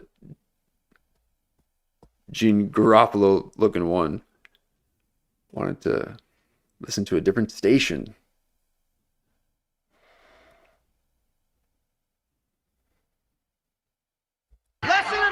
Everybody stay behind In season 4, Garrett Morris's problems with cocaine also worsen. Unlike his colleagues, Garrett's fame never really took off. Instead, he has become SNL's resident drag queen. You asked for me, Mr. Crandall. I just finished it with your office. He appears multiple times as a man. Yeah, exactly. This is how everyone acts now. Like, what? I don't understand. That's what I'm saying. I don't understand what the problem. Like, have you seen the live streams? Have you seen what people are normal now is. That's why Belushi was, he's a little pup. Okay, that's. I mean, the shows now that apparently they're doing these rituals. Oh my God. Please stop charging your performing arts, okay?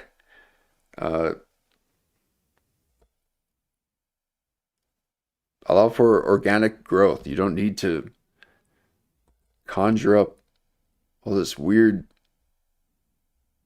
energy to then sell your album.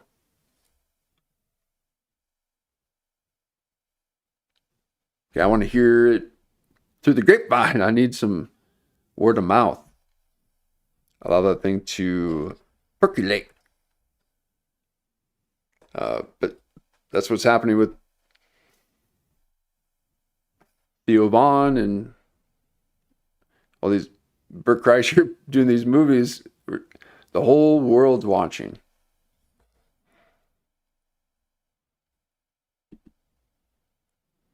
It's too much pressure for a man. Okay, you can't. It's basically a humiliation ritual. You have to accept it. These people are not going to be the most amazing actor the first couple films, okay? So, but everyone's viewing their stuff like it's, make it or break it.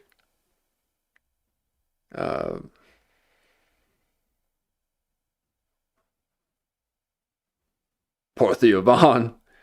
It's going to be okay. This movie's coming out pretty quick. Jamie Kennedy's got his coming out. It might be out on Tubi. To be continued.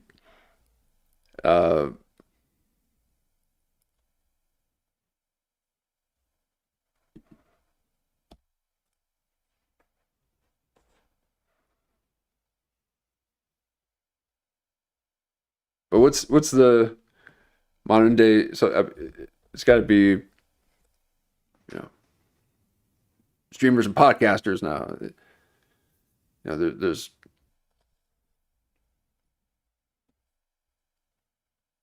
real life happenings and drama. It's better than The Bachelor. I mean, it's real life. But here we are. Maid, a nurse, Diana Ross, and Ella Fitzgerald.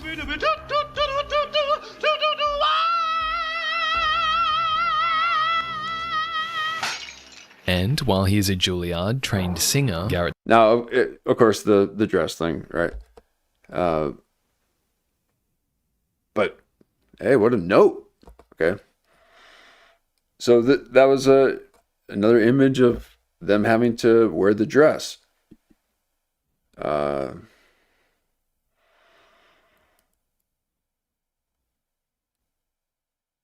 Very sad.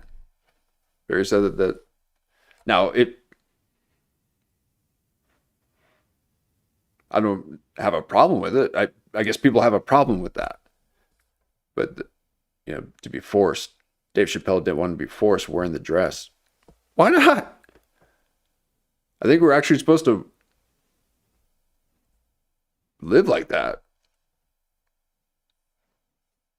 I'm sure someone who hated humanity closed up the dress for the man and sewed it up. He gave us pants. Okay, we gotta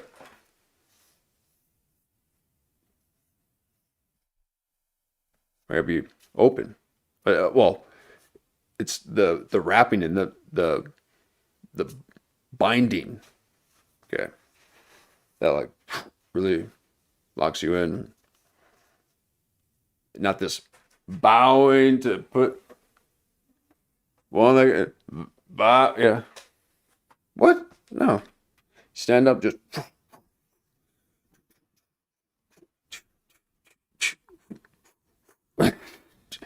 You're like, yeah.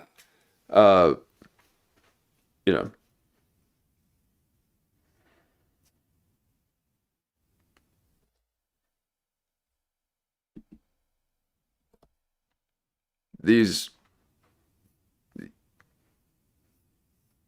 pillars of fashion are actually quite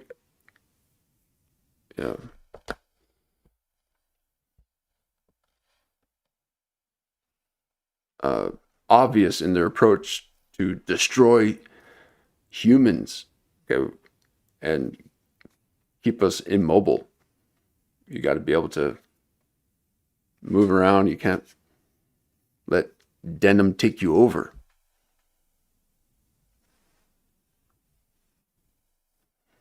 You got to be able to be flexible. Okay, that Japanese denim. Well, lock up your knees.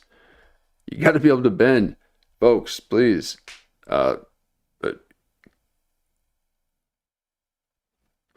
let the man wear a dress, and you get to be on a show.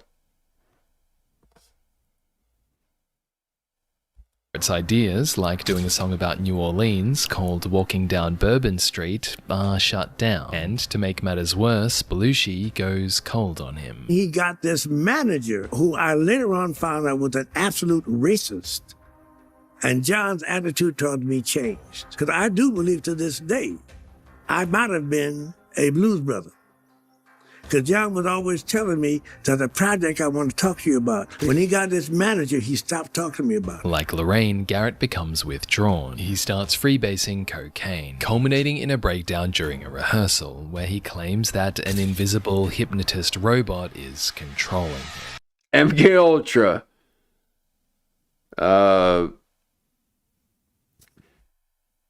They got him. Okay, they got him apparently. So they had a phrase and a code word.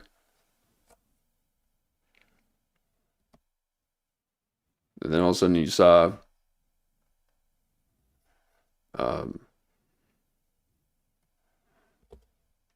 what's her name? Cobain's ex walk in and what's her name? Love or something. She ain't no love. That's not. But he got MK'd.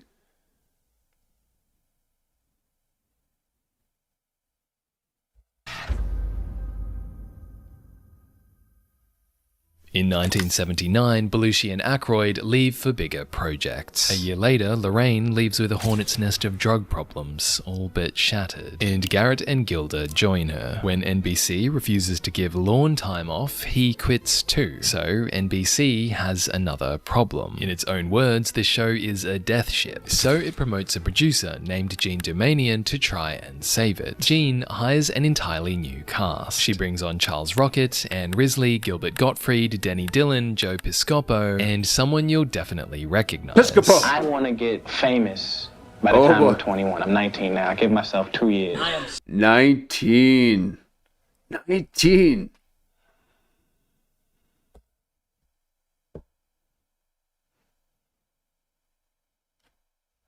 Wow. That's like 30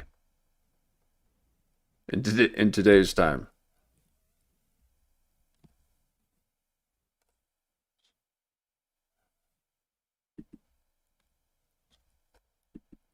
Sick and tired of you junkies coming up and giving Harlem a bad name.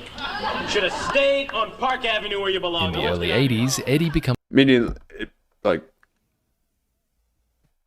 people ain't doing that until they're in their 30s, but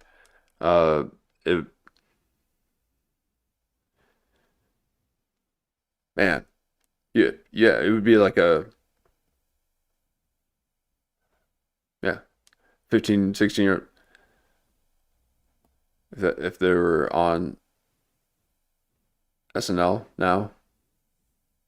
Woo, man, that'd be insane.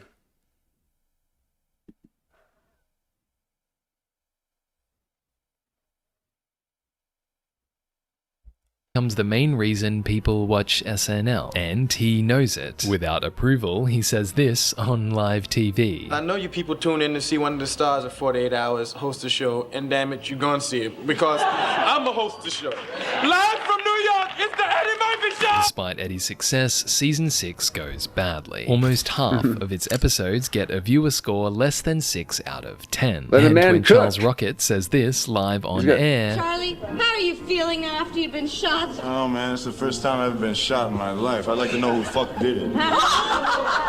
He is fired, and so is Gene Dumania. It seems Belushi led the others in a wise career move, but Belushi's life away from SNL is not going well. While shooting the Blues Brothers film, cocaine is found in his trailer. The production then hires a whole person, Smokey Wendell, just to keep Belushi off drugs, and he fails. Belushi continued to ingest massive amounts of cocaine and to be desperately unstable. Then, when Belushi's next film comes out, Continental Divide, this is the final straw. Critics write that the movie was a massive disappointment to all of John's fans, and it was only a day later that John fell back into everything else. He shows up out of control at Lorne's wedding, and after his last appearance for SNL, this Halloween cameo, Belushi spirals. On Sunday, February 28, 1982, Belushi checks into Bungalow 3 at the Chateau Marmont. Over the next 4 days, he goes clubbing on the Sunset Strip and Santa Monica Boulevard, receiving money from his manager, Bernie Brillstein, which he uses to buy drugs. After a long night of partying on Thursday the 4th of March, Belushi is visited by Robin Williams and Robert De Niro, and then later by Kathy Smith. Kathy is a Canadian backup singer and rock groupie, nicknamed Silverbag for her reputation as a dealer. At around 8 AM, following hours of drug use, Smith sees Belushi to sleep. At 9:30 AM, however, she's concerned about Belushi's breathing and wakes him to drink a glass of water. He says what will be his final 5 words: "Just don't leave me alone." But 30 minutes later, Smith leaves. At 12 PM, Belushi's fitness trainer Bill Wallace arrives and finds Belushi dead, aged just 33. He died in an unfortunate way. It was a speedball. I believe, to my knowledge, it was like the first speedball he ever had. Jesus Christ. After Belushi's death, Kathy Smith returns to Canada, but is extradited and charged with second-degree murder. At a preliminary hearing, pathologists confirm the cause of Belushi's death was the speedball, a combination of cocaine and heroin. Smith pleads no contest to 1 count of involuntary manslaughter and 3 counts of furnishing and administering controlled substances to Belushi in the hours before he died. After serving 15 months in prison, Smith is deported back to Canada. Today, Bill Murray reflects that Belushi made people's careers possible. Mine would be one of them. And he dragged all of us from the Second City to New York. And there are musicians that will thank Belushi for the revivification of the blues.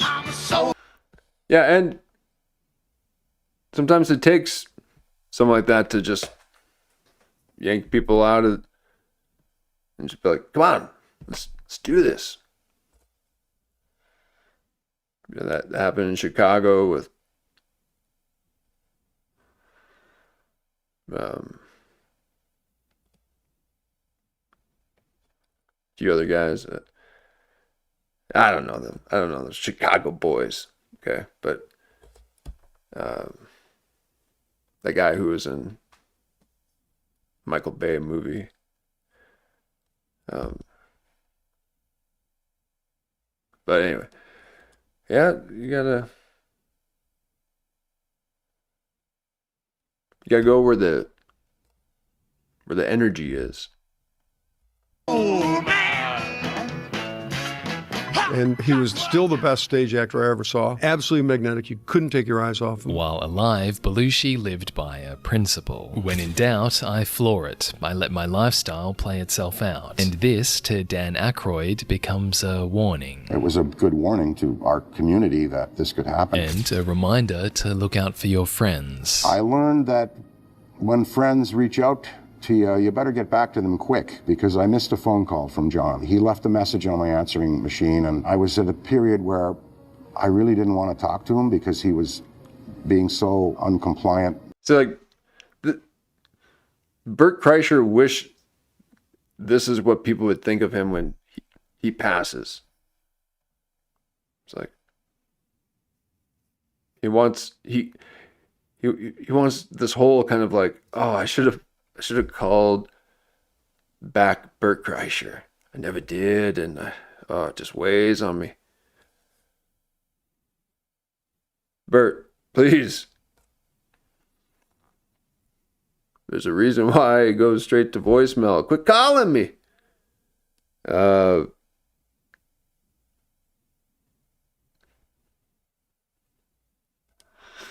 So, yeah. We're in different times, folks. We're at different times. People used to have they came from a normal world. They were messed up, but they were in a normal world. Now the world's messed up and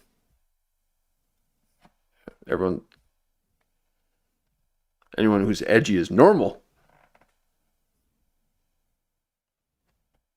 I can't believe it. All right. With what his wife wanted and with what we wanted. So I let a day go by, and that day may have cost him his life, and it was too late by the time I'd heard the message. When your friends reach out to you, get back to them quick. That's the lesson right there. And I live with that all the time. Lorne Michaels also admits that he hadn't done as much as he... Bert Kreischer, no one was going to say that to you, okay? Just so you know. No, please. Yeah. You gotta weep for the debt, the debt, but then move on with your life. Might have to help John curb his appetite for drugs. Part of the problem of my generation was a morality that said you don't tell people how to live. And yet, despite these lessons, the exact same thing will happen again. In 1985, Lorne returns to SNL. He oversees a period in which the segments become less edgy and less drug-focused. Welcome to Wayne's World. All right, here's your excellent host, Wayne Campbell. Party! Party hardy! And in some, NBC even addresses the show's reputation. I, Michael Hall, swear to remain drug-free as long as I'm associated with this network. During this period, household viewership falls almost half to between 7.1 and 8.4%. Sounds like my summertime numbers. Whew, man. It's the reason why TV shows would take the summers off. Okay, everyone knew that people were out doing things. It's not you'd come back in the fall. And those are the times when people kind of settle in and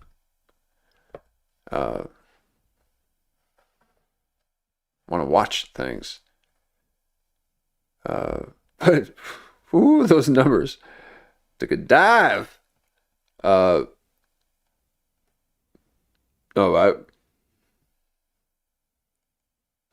been chopping these things up. Folks, they,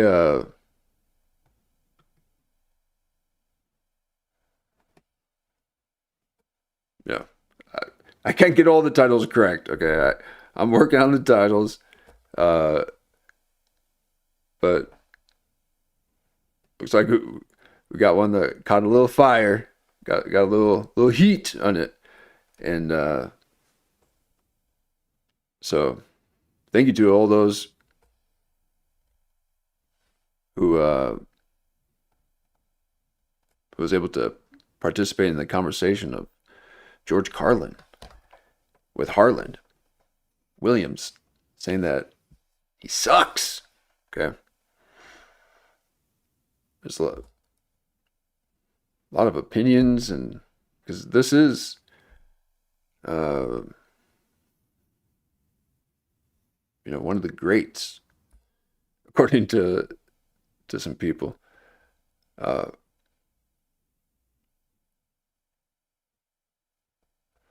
But here we are watching some other greats, okay? But these are just people, okay? Just one man. Move on with your life. Hey,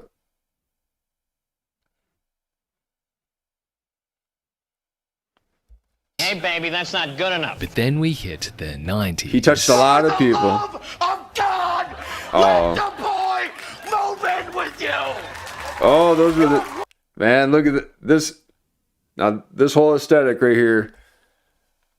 Now, I watched some of the older Saturday Night Lives a few times, yeah.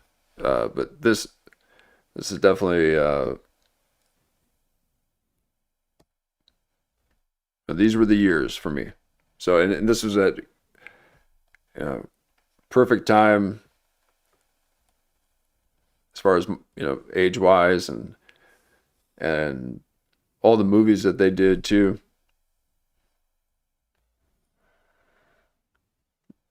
Just kind of goofy humor. By 1990, Lorne makes 5 iconic hires. He brings on Adam Sandler, Rob Schneider, David Spade, and Chris Rock. But also another unknown whose personal hero is John Belushi. This horrible man beast who lives in the studio. Sure you're not talking about the ghost of John Belushi? Chris, You're the beast man? yeah. Of everyone who saw Belushi as a cautionary tale, Chris Farley was the exception. Belushi was his hero, his obsession, and he tried to pattern his personal and professional life after the wild Albanians. Farley wears Belushi's pants from wardrobe, and copies him so much that David Spade actually chides him about it. He was funnier than Belushi. I would say, was Belushi trying to be like anybody? No. He just did whatever the funniest thing that he could think of was. Don't try to be like him. Don't even look up to him. You're fine on your own. But Farley is self-conscious. Because can I ask you something? And he says, Jimmy, am I funny? To make his colleagues laugh at the office, Farley does backflips off furniture and eats absurd amounts of food just to perform his digestion as a sketch. His comedy is hilarious. That's all. Yeah. But that's real. Okay, he really did that to himself. And he is really like, yikes, dude.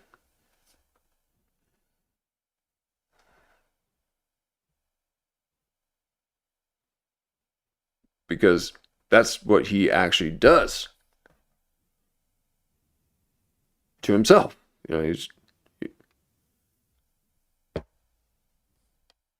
So now he can see that. He's like, oh shit.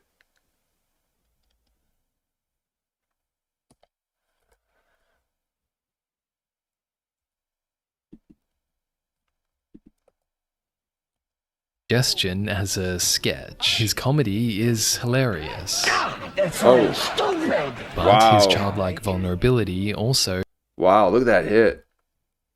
Just to perform his digestion as a sketch. His comedy is hilarious.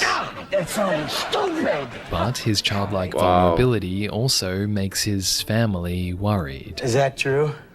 Saturday Night Live seemed mean and cutthroat, his brother says. Chris could barely flush the toilet. How was he going to handle fame and television and New York City? Farley's fame arrives after this Chippendales sketch, in which he and Patrick Swayze audition for the same male dancing troupe. Chris didn't feel like he was on sure footing at SNL yet. That was the first big present moment for him.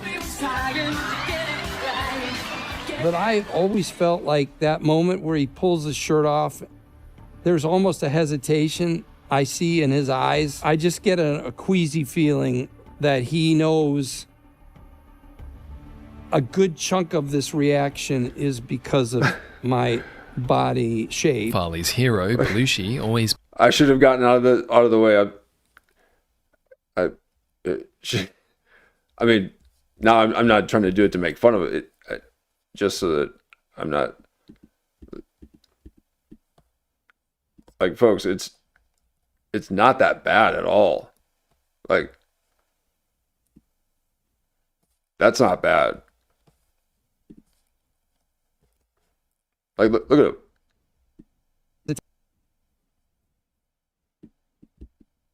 Let me get my screen out of the way here real quick. Okay, that's not bad. Okay, I mean, it's not in shape, but Joey Diaz and Bert Kreischer, they all look way worse. I see in his eyes, I just get a queasy feeling. Okay. Now, of course, even Tim Dillon is bigger than that too.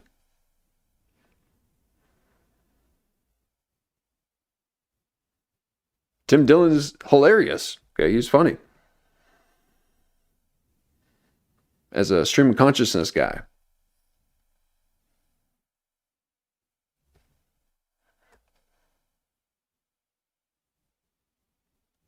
And I think he's got some acting chops.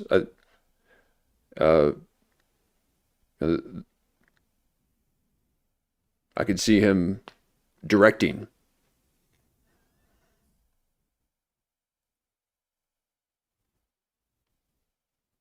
But what's wrong?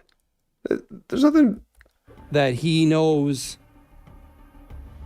a good chunk of this reaction is because of my body shape. Farley's hero no, please don't let another man tell you or tell the documentary about your own self. Okay, he doesn't know what he's talking about.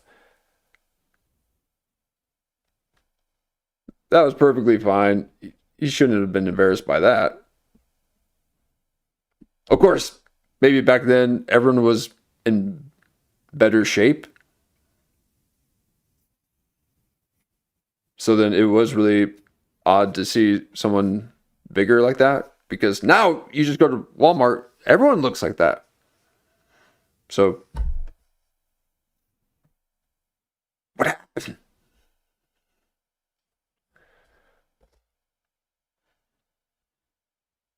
Belushi always pushed his body to the limit, so Farley, in his own way, does the same. Here's you, here's Matt, there's you, there. So good. Farley becomes known for characters like Matt Foley, the motivational speaker who lives in a van down by the river. He plays a Gap girl on her lunch break. Good. I thought you were trying to lose weight. Lay off me, I'm starving. And the lunch lady. Lunch lady land. Behind the scenes, however, the pressure gets to him. Farley's rise had been marred by a constant struggle with alcohol and drug addiction. High school and college drinking had given way, eventually, to cocaine and heroin use. After Farley's first season, Lorne warns him we don't want another Belushi, and Farley enters the Hazelden clinic to receive treatment for alcoholism. He spends 28 days there but hated every minute of it. Complied and kissed ass until the counselors went home and then screwed around and tried to make everybody else on the unit laugh. Out of rehab, Farley returns to New York. While he doesn't go to meetings or get a sponsor, as suggested, he manages to remain sober for a time until... This looks like Jonah Hill. Look at it. Oh my god. Look at that. Or get a sponsor, as suggested, he manages to... Oh my god. Remain sober for a time until an SNL That's Jonah Hill right When there. the writers didn't write me into the show, I did 5 bags of heroin. And again, Farley is sent to detox for a couple of days. A cycle of treatment, sobriety, then relapse, which would continue for the remainder of his life. Farley must have gone to 11, 12 rehabs. But throughout all this of his life. How the hell has he not aged? Are you kidding me? Farley must have gone to 11, 12 rehabs. But throughout all this, Farley's commercial success helps him book movies. He stars in Tommy Boy, That guy in a little coat. That guy in a little coat. then Shrek, for which he's hired to play Shrek. People see me and they go, ah! Help! A big, stupid, stinky, smelly, ugly ogre! I'm so scared! They judge me before they even know me. Farley completes 80 to 90% of Shrek's dialogue lines, but sadly, the performance is never finished. By the end of 1997, the physical toll of his lifestyle is visible. Chris Farley was sweating so much that his hair was back, and he was just rolling up in 50s and 20s and getting a lap dance and just throwing them at him. And I remember looking at him, everything in my heart wanted to go up and give that guy a hug. And similar to Belushi, Farley is spending time with people who aren't helping. I'm watching Chris disappear into a bathroom with Andy Dick. They come out 5 minutes later. Like, Oh no. Norm comes over to me and goes, "What's going on with Chris?" I go, "Bad news, bro. He went into a bathroom with Andy Dick." There's only 2 reasons a man goes into a bathroom with Andy Dick. and neither one of them's good. In October of 97, Farley returns to host SNL. Because there are doubts he'll make it through, Chris Rock waits on standby to replace him if needed. But Farley pulls through. He does the show, and while his timing is great... Okay. Now, follow the timeline. Let's just take this back here.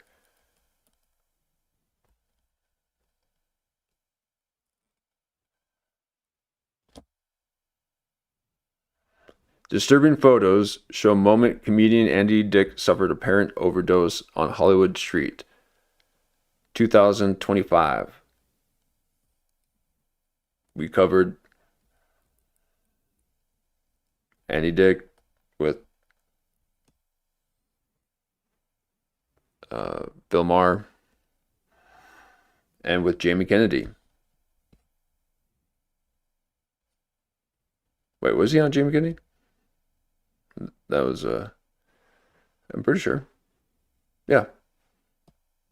Yep, new studio. First one.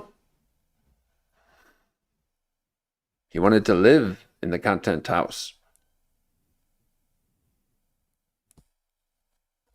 But we're going to hear about how Chris Farley had an encounter with Andy Dick. And then a little bit later, he passed away. I'm watching Chris disappear into a bathroom with Andy Dick. They come out 5 minutes later, like giggling. Norm comes over to me and goes, "What's going on with Chris?" I go, "Bad news, bro. He went into a bathroom with Andy Dick." There's only two reasons a man goes into a bathroom with Andy Dick, and neither one of them's good. In October of 97, Farley returns to host SNL. Because there are doubts he'll make it through, Chris Rock waits on standby to replace him if needed. But Farley pulls through. Wait, sorry, let me take that back. I missed that. So when, how long ago was it? How long after? And neither one of them's good. In October of 97, Farley returns to host SNL. Because there are doubts he'll make it through, Chris Rock waits on standby to replace him if needed. But Farley pulls through. He does the show, and while his timing is great... El Nino is Spanish for the Nino. He doesn't sound too good, with audible breathing between the lines. I think it's time to quit goofing around. I think it's time to grow up, fellas. 2 months later, Farley is found dead in his apartment in Chicago. He had been with Heidi Hauser, a dancer and companion. Like Kathy Smith, Heidi left him in the morning. And like Belushi's, Farley's last words to her reportedly were, "Don't leave me." Like Belushi, the cause of death is a speedball. And that feeling of inevitability was the worst part of it all. That horrible feeling of like, this goddamn story is just going to play out. And even Chris could have told Put the mic this is what away I'm from, do. I'm gonna die. your face. And I'm going to be 30, by the way, 33 when Belushi died, same age. Like, what the fuck? You know, because you love this guy, and everybody loved him, and everybody who saw him perform got a little piece of his soul. Everybody got a piece of his soul, like, right away, like within 20 seconds of seeing him. You just saw this guy's heart held out for you. At least there's one person left. Why didn't you leave like everybody else? Because I like you. I really, really like you. As Miller and Shales write, great comedians are often troubled because talent may itself be a form of neurosis. It usually comes with troubles attached. And yet, for every tragedy, there are others who made it out. After 21 years using, Lorraine got sober in 1987. But you ain't funny anymore. We ain't laughing. So go on and get it.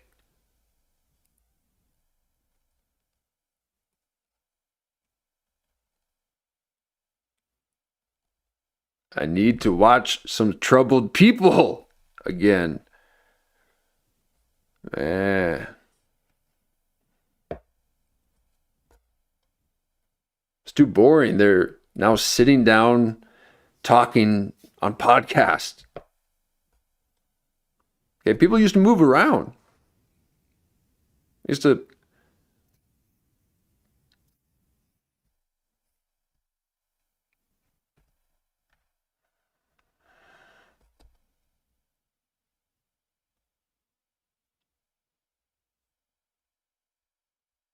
then. Chevy got off coke in 86. After a drug-related robbery, Garrett Morris got clean, and Dan Aykroyd has taken to warning the next generation. You've got to be very, very careful. In our time, cocaine Especially was big, now. and it killed a lot of people. I Especially lost 3 friends to it. Miraculously, Jane Curtin never had a drug problem. Of the original SNL cast, Jane was always just kind of centered, and ironically, she's the one that had the biggest career, besides one other. Saturday Night Live. You helped to make Saturday Night Live. Well, I think one of the first things is Lorne Michaels. His drive, his understanding of humor and talent, and his tenaciousness and hanging on and fighting the network. That's the primary reason. And then he picks just great talent. Drop the bass. That's the whole bass into the Super Bassomatic 76. So everyone talks about Lorne Michaels. Yeah.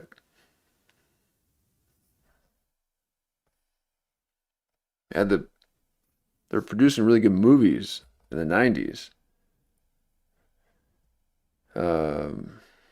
It's just not into it anymore, I guess.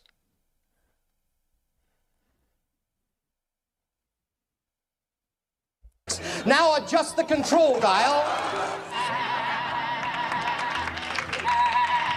Here's you, here's Matt, there's you, there. Despite everything it did to people, I wasn't really a big fan of Coneheads. Did you guys? I never. There's you. Oh, this is amazing. Oh yeah. Despite everything it did to people, SNL continues. For 20 weeks of the year, on Saturday night, the band will begin, the lights will come up, and a player will say the same 7 words that started everything. Live from New York. Live from New York. Live from New York. Live from New York. Live from New York. It's Saturday night. Yeah. I don't know.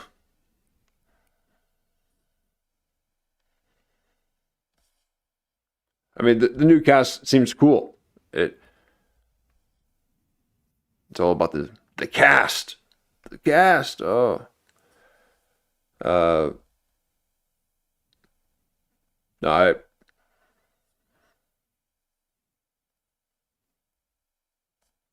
anyone that can make me laugh, I'm a fan of. That's it. But all right, well, there you go. A little bit of that. Oh, that's right. There was a follow up one on this.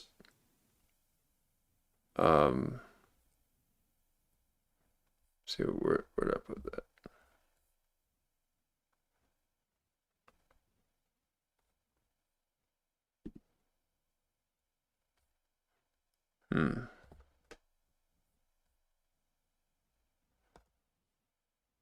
The Rodecaster Pro 2 is probably one of the most powerful.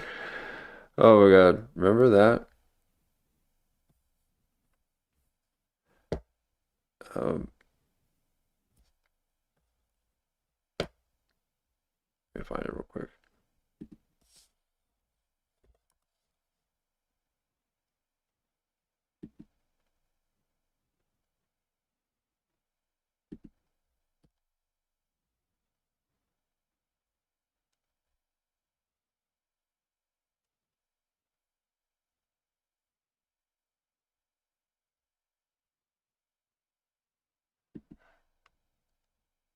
Oh, okay. There it is.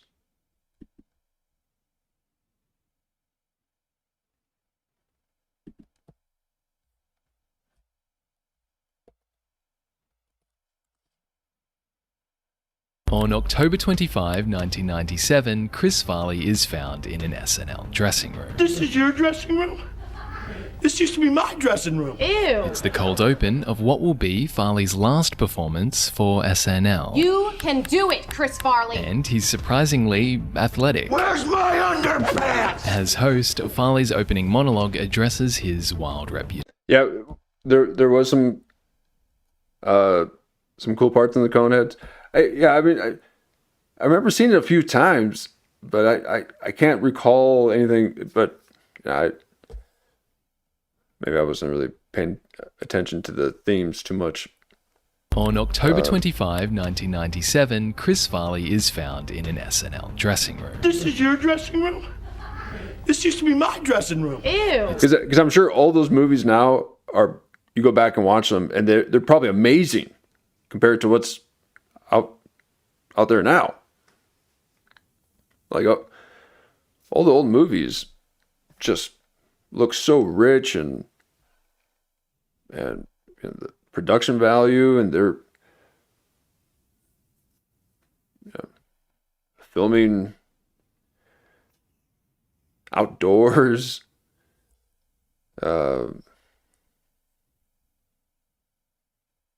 It's the cold open of what will be Farley's last performance for SNL. You can do it, Chris Farley. And he's surprisingly athletic. Where's my underpants? As host, Farley's opening monologue addresses his wild reputation. I think it's time to grow up, fellas. I'm the new Chris, okay, fellas? Then ends with one of his classic frat bro bits. Now, Steve, we got a great show tonight. Mighty, mighty Bosstones are here. To viewers, however, something is obviously wrong. In Farley's monologue, he only speaks for 28 seconds. He sweats, has trouble breathing. God. And when he slurs this next line, I've learned lessons about responsibility. you can actually see Chris Rock check for his cue to take over the monologue. Lorne Michaels, who authorized Rock to step in if Farley couldn't finish, admits there was no question that he was in trouble. Yet the show is allowed to run. Watching it live, you knew he was going to die. And the viewers are right. Over the next 54 days, Chris Farley will enter a downward spiral. Sweating so much that his hair was back. He'll receive multiple warnings from friends. Chris looked worse than I'd ever seen him. You gotta stop. You gotta stop, Chris. You got to stop. But instead... Okay, now, along the Harlan William thread, I immediately want to put Chris Farley on a pedestal. Okay, it's like, oh, Chris Farley's so funny.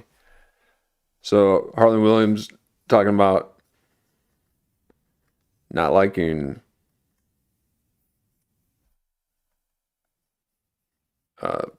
George Carlin,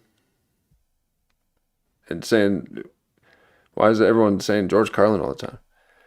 So maybe,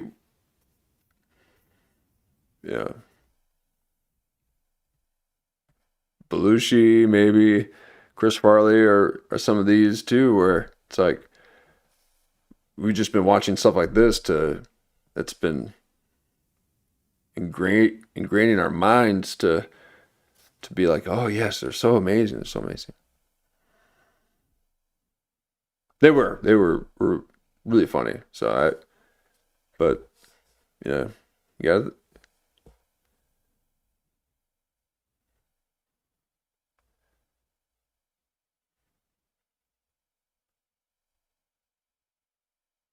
as a kid, we knew all the Chris Farley lines. That was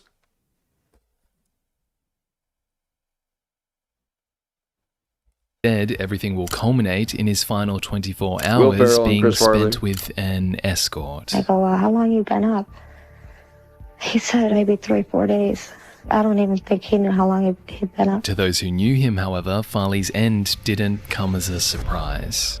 By his last SNL show, Farley must have gone to 11, 12 rehabs. 17 rehabs by other counts. And yet despite this, at the time, Lorne Michaels states, it is enormously important to Chris that he hosts this show. Farley wants to prove that he can be a professional, and not someone who disappoints people. Or, in the words of Anna Gasteyer, his co-star in the cold open, Chris Farley, this big fat Gilligan who's always screwing things up, letting you down when you need it. From when he was a little kid, Farley always wanted to please people. According to Father Tom Gannon, a Catholic priest and friend of Farley's, Chris's dad is the dominant force in his life, and Chris was constantly trying to please him. Your dad a big guy? Oh, my dad's a big man. Yeah. God love him. I love him so much, you know. He's got a big heart, too.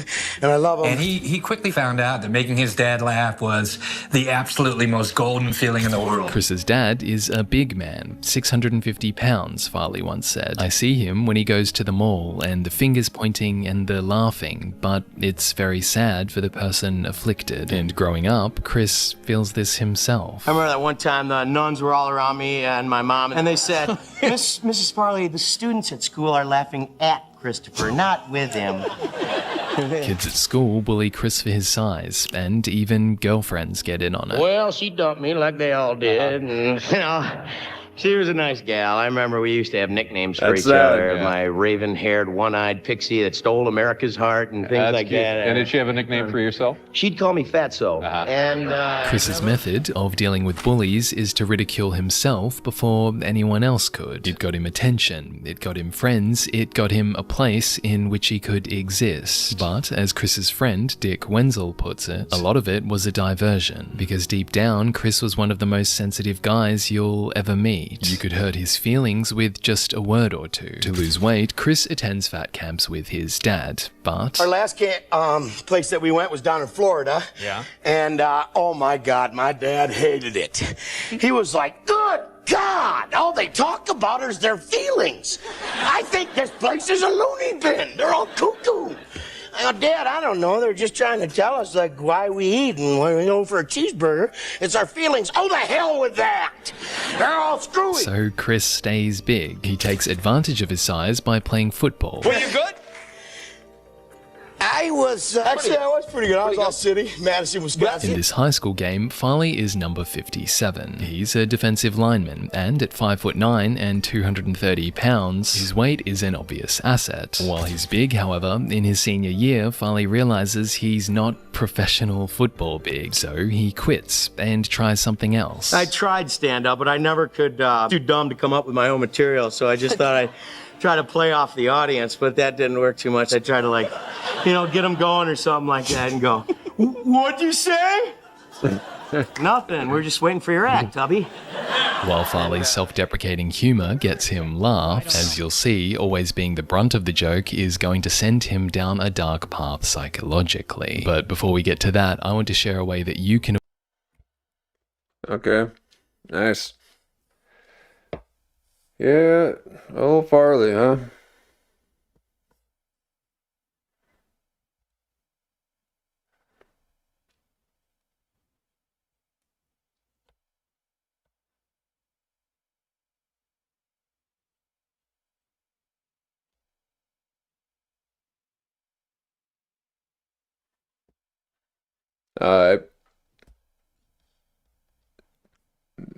You're saying that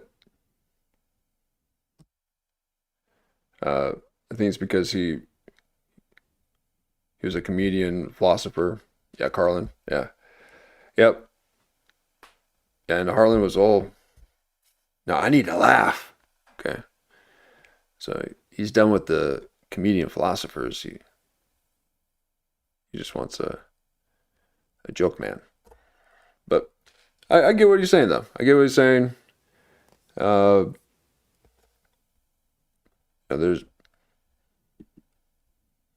We have other forms to receive that information now.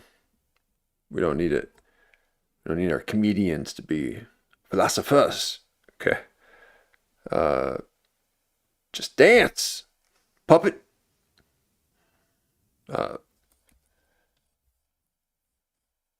No, they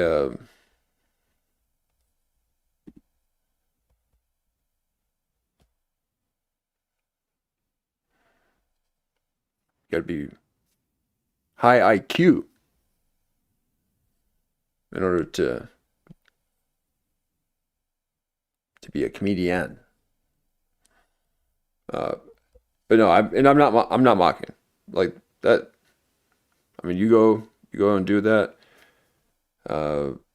That's public speaking, and I'm sure that helps. It's an exercise. I never talk in public. I can't believe people speak in public. A public speaker. You have to talk differently. You know, you're just like, today we are here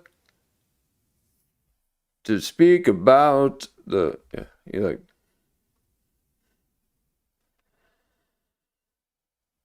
Wow.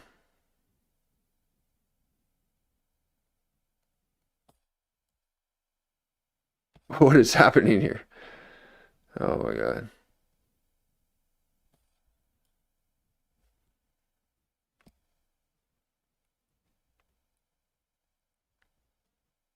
Apparently there's a lot of this stuff happening Saturday Night Live.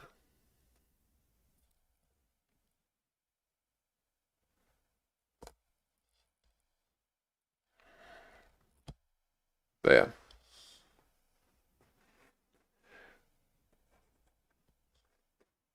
Well, wasn't expecting to watch something. No, I wasn't really in the watch zone. And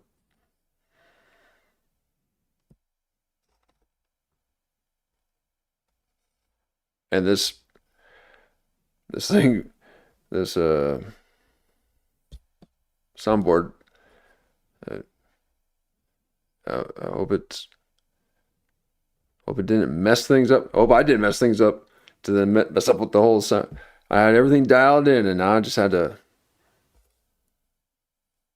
try to improve upon it, and then it undoes everything I did. I might just go back to. I need to go back to basics, folks. I don't get all high quality. But I did find it was kind of proven that here I thought I could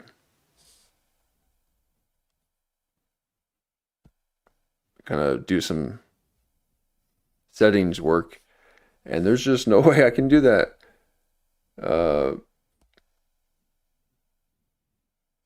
While broadcasting.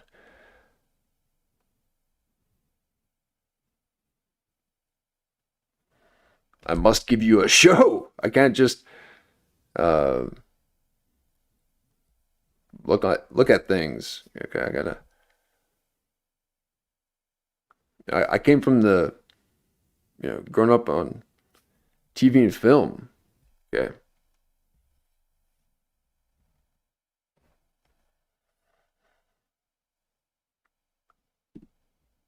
The young generation, they've already, reality TV was a new thing to me. So they don't know what it is to actually really flow, to be in that thread.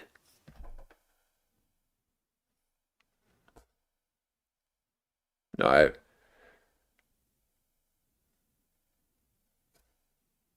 really shouldn't perform. Okay. People want to see the real. And it's got to be. It's got to be. Because it's HD. You can see it. Yeah. Just miss the texture.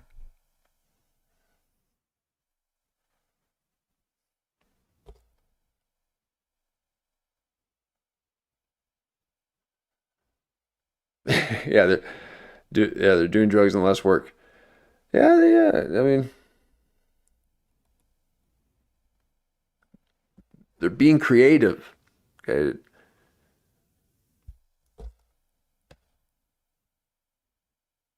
Then they're nice and primed for spontaneity because they got to perform live. Okay, these people perform live.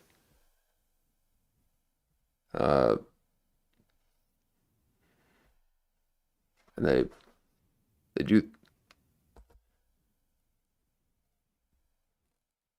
sketches that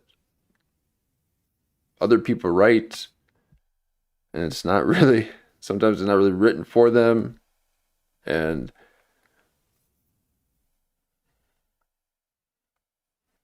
I think that's why people just write your own stuff.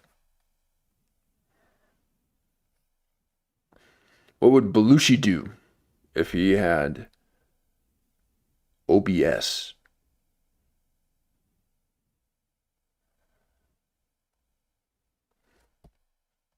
Okay, stream yard or labs or whatever. See, I don't know what the other ones are. What if you could create his own show? YouTube keeps changing things up, so I can't even make a show. Okay, they just want you just to hit live and start. Basically what I did today, just setting things up. I kind of have like this, intro, a song, although 2 minutes is long. I gotta, that just happened to go with the song, but, yeah, Kurt Metzger got demonetized because of his intros. Because of his AI intros. So we can't even create our own show. But whatever YouTube is calling this now, Belushi, Chris Farley, what would you be doing? Would you be sitting on a couch like Shane Gillis and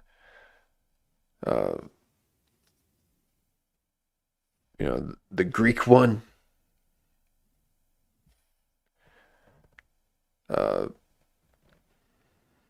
talking about stand-up and comedy?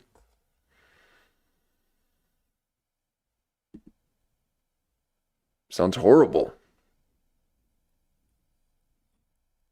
Humor gets him laughs, as you'll see, always being the brunt of the joke is going to send him down a dark path psychologically.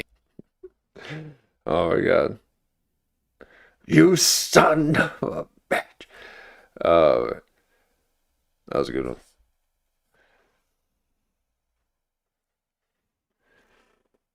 But yep, I'm gonna wrap things up here.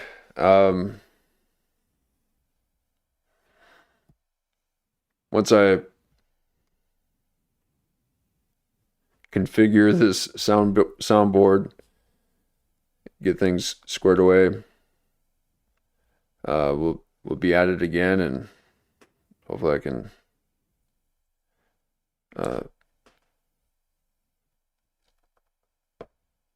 test the waters with this edit. Wow. You really only use that just a couple of times, then but I'll be getting my sound, my little samples. So all beginner stuff. They trying to complicate everything. These computers, oh my God, just.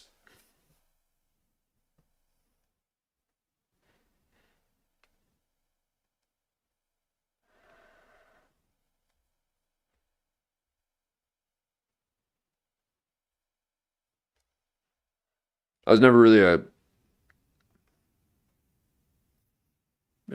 computer guy, but I enjoyed the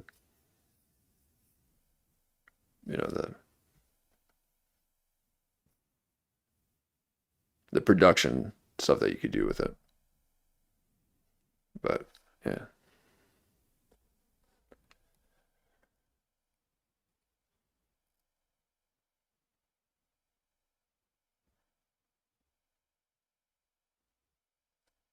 Yeah. I'm going to try, hopefully within the next couple of streams, we're going to try to work on the quality a little bit, and see if we can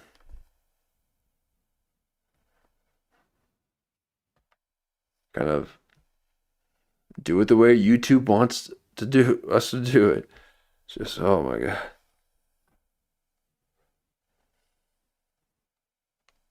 Trying to make me be a streamer. Okay, I thought that was a show.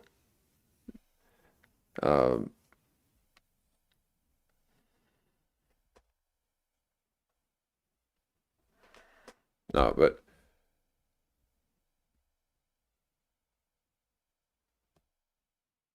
gotta figure out some kind of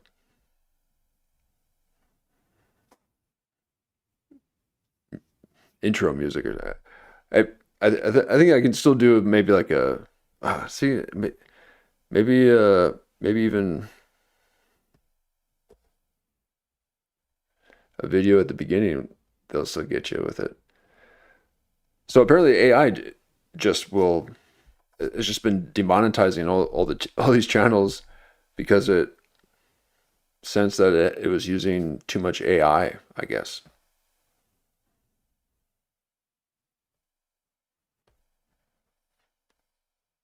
And there's other reasons too, like this whole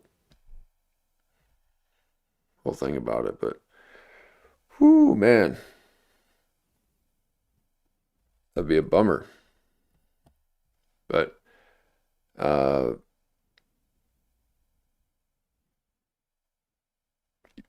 you've been seeing tons of special numbers lately?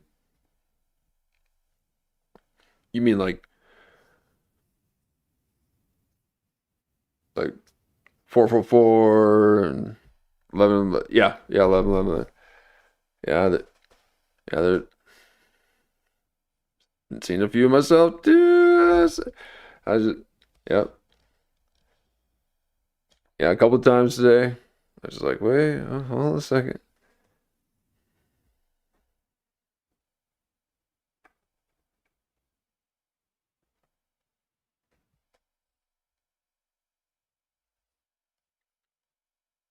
Bit of a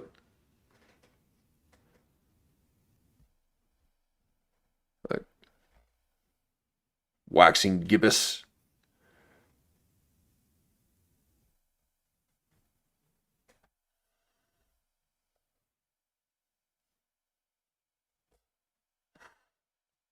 A lot of people talking about somebody making a prediction that people are going to get beamed up by a spaceship during the soccer game or something. I mean, folks, please get beamed up. I need something else in my algorithm, okay? Because seeing all these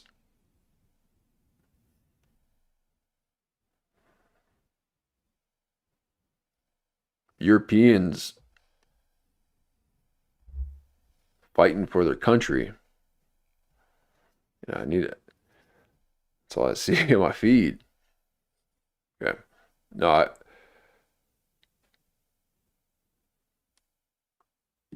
imagine spaceships. Now, what would be kind of cool is that, like, I would be halfway okay with, these companies and these people spraying things in the sky, trying to make it rain. If we then got to fly because of all the pixie dust that they're spraying everywhere. If you're going to potentially cause us, immense harm devastate our crops, destroy our trees, or contaminate our water, give us respiratory issues, allow us to be able to fly, somehow let us harmonize with the ionosphere, and allow us to float. Okay, imagine just being outside and just being like, and just like, whew. You can like push against it, just like, just kind of glide.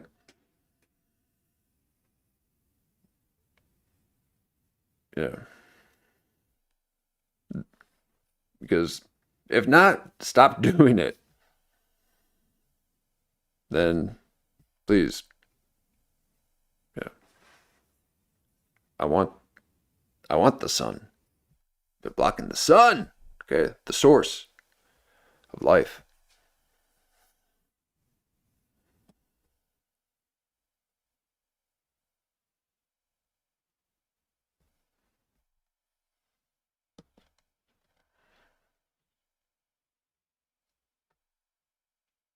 And RFK Jr. said it.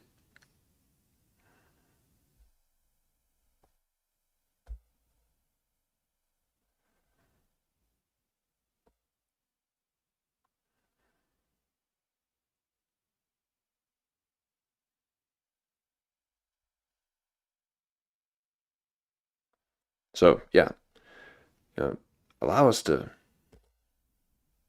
get beamed up.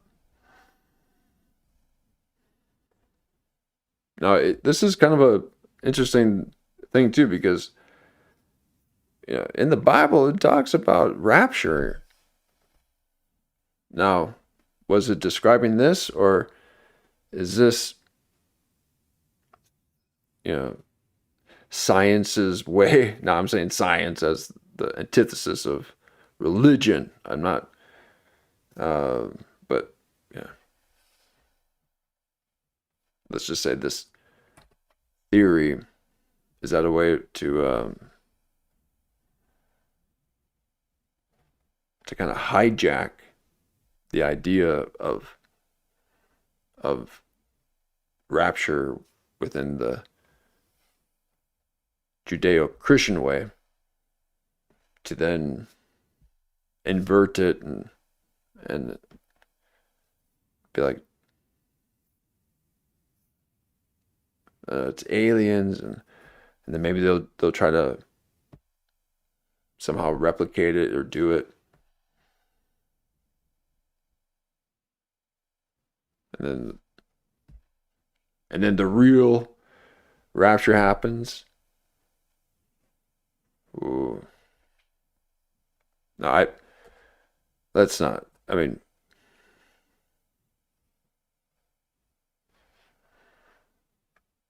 you talk to people who talk about rapture. Oh my God. Okay. You gotta.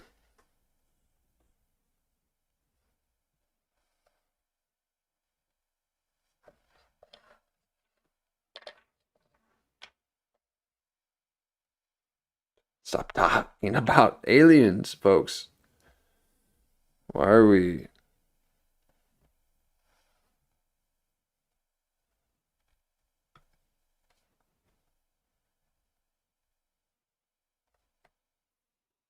Where does the technology come? If the technology doesn't come from people having blackouts, and then coming to with this ancient knowledge from the old Veda texts, where are they getting it from? Okay, how are they coming up with this stuff? Because I can pause this and zoom in. There was a time that this was not possible. And I lived in that time where I couldn't zoom in and pinch my screen, and now I can. And because of this, I get to stand next to Chris Farley. Ooh, I get to stand right next to Chris Farley. Wow. Never in my life would I ever think that I'd be able to stand next to Chris Farley. But through this ancient Egyptian and alien technology,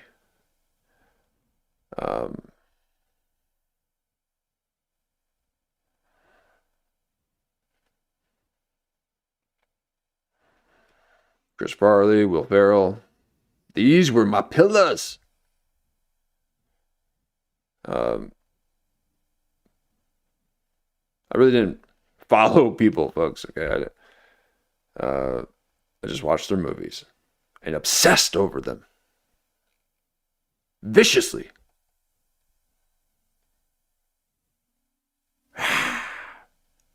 Okay.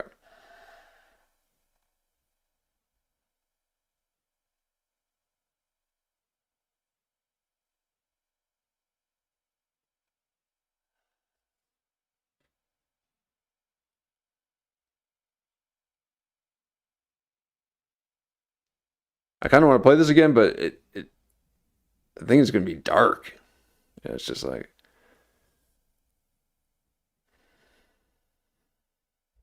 But before we get to that, I want to share a way that you can avoid being ex-people at your consent, but art history. And this can be employers, sick. Now, I thought I had no way of knowledge.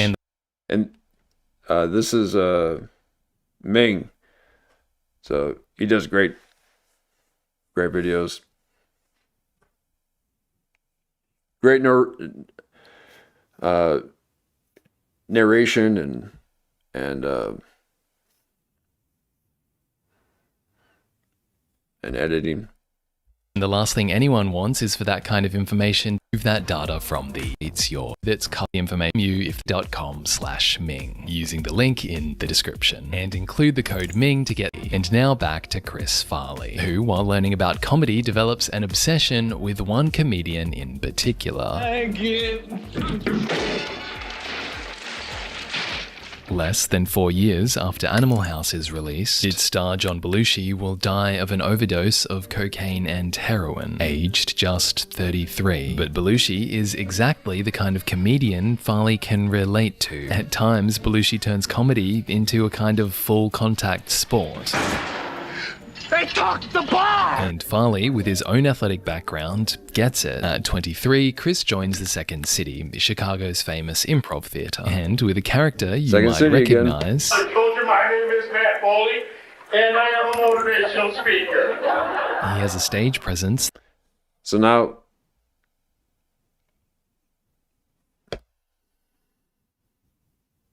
where are the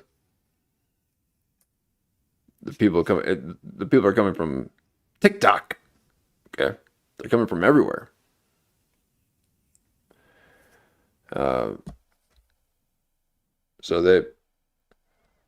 I don't think there's kind of like this system in place anymore where you go to Growlings or Second City and make your way on the show. No, I'm sure there is a little bit of that, but now, they're hiring people off of the internet. The audience loves. Let me give you a little bit of a scenario of what my life is all about. And they're funny. First off, I am 35 years old. I am divorced, and I live in a van down by the river. Well, I'm here to tell you that you're probably going to find out as you go out there that you are not going to amount to jack squat. Wow. Wow. So, I mean, he had already perfected that character, which makes sense. I mean, you can't just show up to SNL and then pull a character out of your ass like that.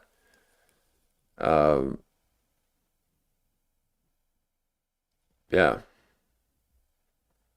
So I wonder if these improv places are still prominent as they were, because this was a great place for people to really workshop at, you know, their characters. And Second City was about character development, and but short form. I believe it's short form, and then there's like long form.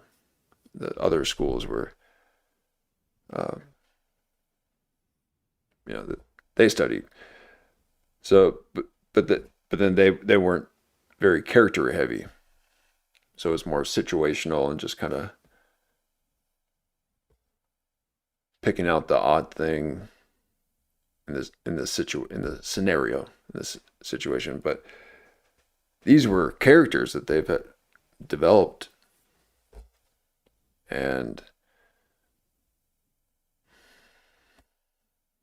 do comedians have time to develop characters when they got to put in 53 episode podcasts a year? I mean, if you haven't noticed, Eric Andre is promoting his movie, and he's on 5 podcasts. He's on, heavy promotion.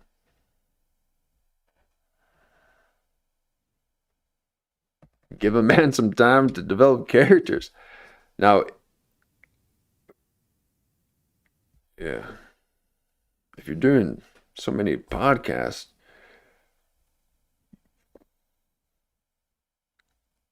it seems like it's more work for the artists now.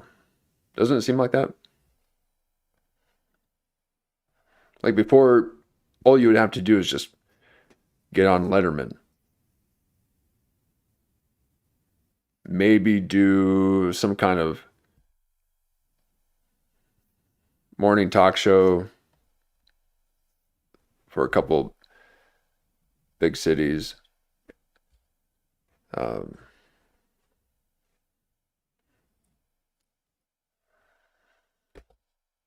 But now they gotta speak, and it'd only be like Letterman. You're only talking for 20 minutes.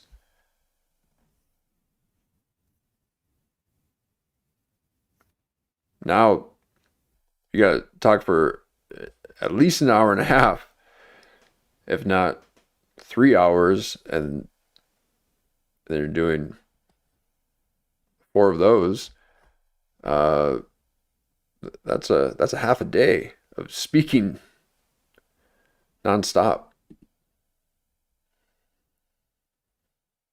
So that's why you see these actors and these press junkets just look so over it, because they just have to keep doing this same thing over and over and over, and be asked the same questions. And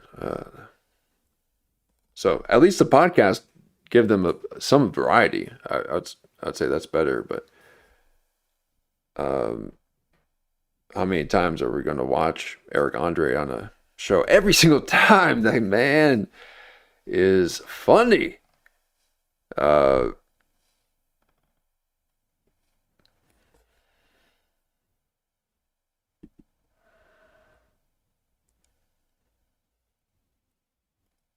But a lot of hours. At Second City, Farley catches the eye of Lorne Michaels, who finds him genuinely, overwhelmingly stop you in your tracks funny. So, in 1990, Lorne hires Chris for SNL. Man, your daughter sure does take her time. What? In front of the producers, Chris is nervous. In full altar boy mode, lots of yes sirs and bright-eyed alertness. Farley desperately wants to please people and, above all, be funny. He goes, "Can I ask you something?" And he says, "Jimmy, am I funny?" Yo, I'm chilling like Bob Dylan and I'm killing like penicillin. Because Farley joins a dream team of Adam Sandler, Chris Rock, and David Spade. To set himself apart, he copies what John Belushi did when he was at SNL. At this point, it's only 8 years since John Belushi died, and Chris mimics not just his comedy, but also his vices. Farley's rise at SNL is marred by a constant struggle with alcohol and drug addiction, with Chris, like Belushi, increasingly relying on cocaine and heroin just to get by. Lorne Michaels, noticing that something might be wrong, warns Chris we don't want another Belushi, but in the beginning, he doesn't know that Chris has a serious problem. Now they take Joe Rogan vitamins and the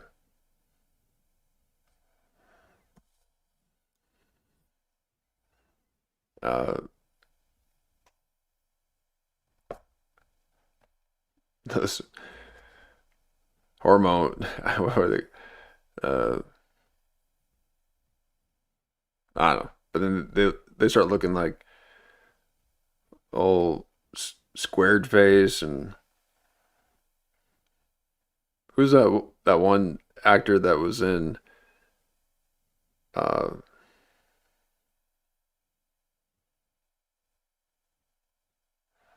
School Musical?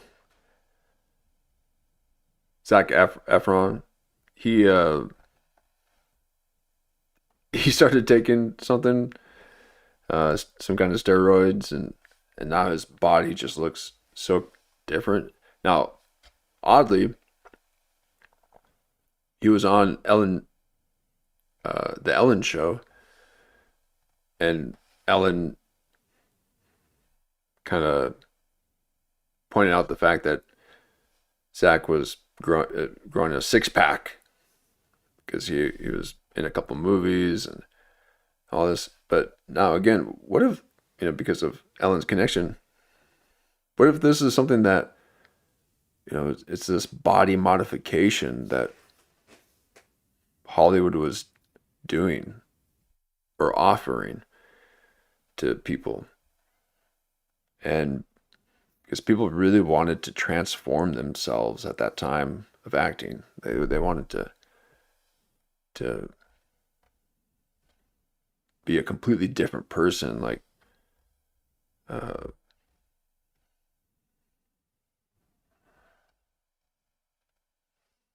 was like Daniel Day-Lewis, okay, like Christian Bale and The Machinist. Just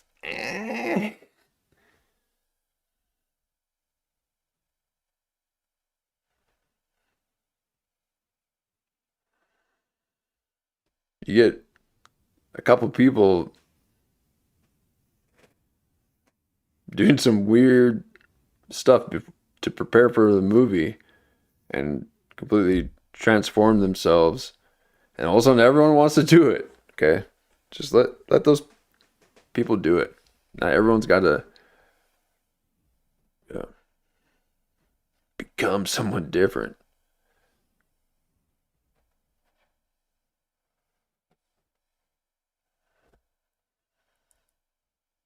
Just that he was still a little young and liked to party too much. Is that true? For now, Chris is invaluable to SNL. He plays his Matt Foley character from Second City. My name is Matt Foley, and I am a motivational speaker. And when Chris speaks, you can see David Spade trying not to crack up. It's a little bit of my dad. He used to start out slow and then build to a rage. You're probably gonna find out as you go out there that you're not going to amount to jack squat.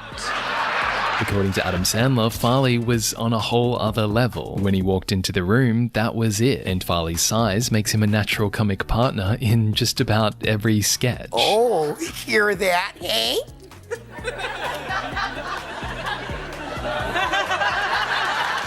With the other comics, Farley's openness to embarrassing himself helps him make friends. He said, "Would you like to see my impression of a salad?"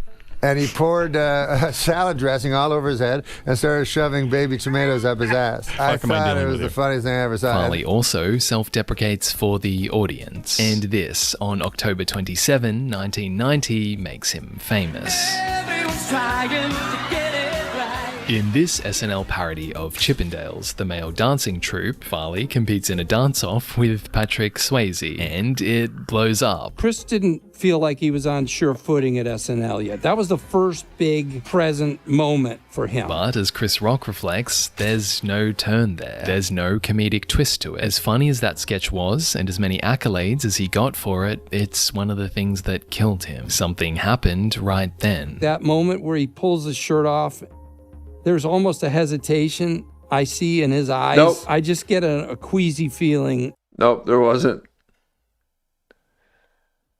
Quit speaking on his behalf. He's fine.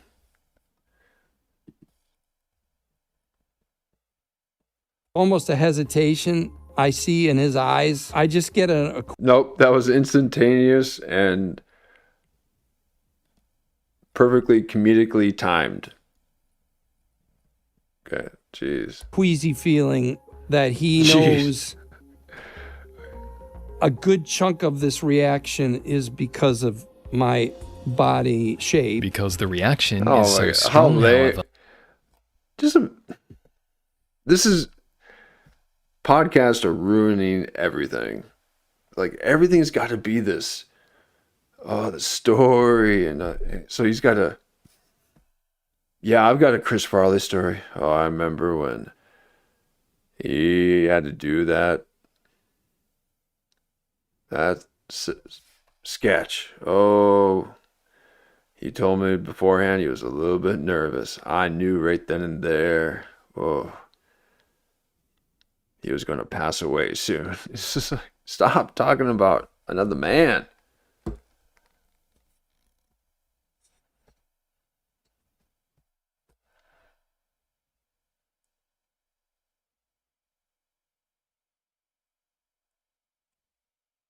Just there's other people to talk about.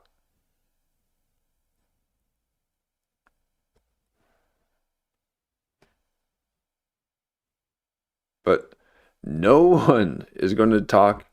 Chris doubles down about this guy. What I forgot. Is this O'Neill? Who? No. Who's this one again? And he's doing. Although I do kind of like the. I kind of like that trail where you walk on the trail with him and try to do an interview. It's really weird though. Nealon, yeah. Is it Kevin Nealon? Is it? Okay. Yeah.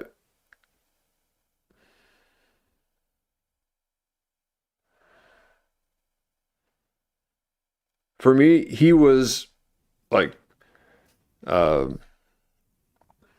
who's the other guy that people didn't like back in the Chevy Chase. He's kind of a Chevy Chase to me, but not but with a little bit of the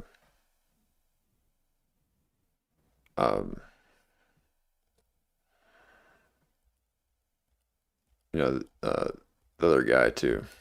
Sorry, I don't know these people. I just commentate. Norm. So he's kind of like a Kevin Nealon in my head is like a Norm Macdonald and Chevy Chase kind of mix. Like he kind of has that.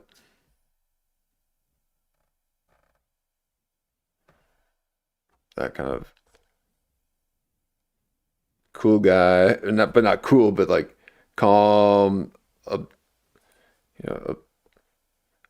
observing kind of thing. But I don't know. Sorry, Kevin, just wasn't really much into you. But Mike Myers, that's a different story. But then what happened with Mike Myers? Did he get co-opted by CIA? I feel like this was something that people are saying, allegedly. There's something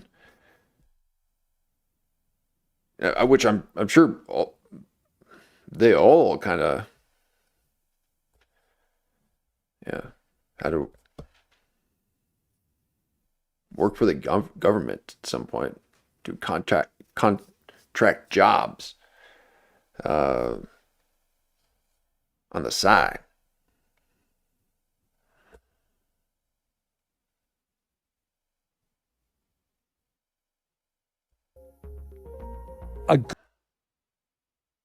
But he's wearing like World War II uniforms or something. Is that his? Is that what he wears now?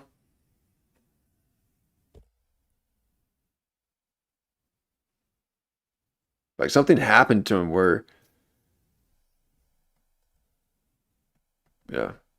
he's just was not focused on film anymore. He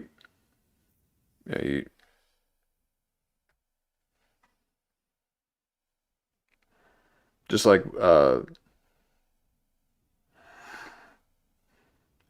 who's that actor that turned into a big time photographer? He's like taking pictures.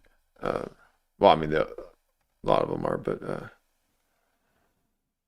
he played Milk, like that. He seems like he's always like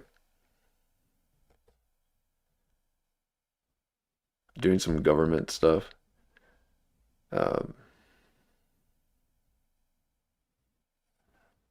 And he is. I mean, he has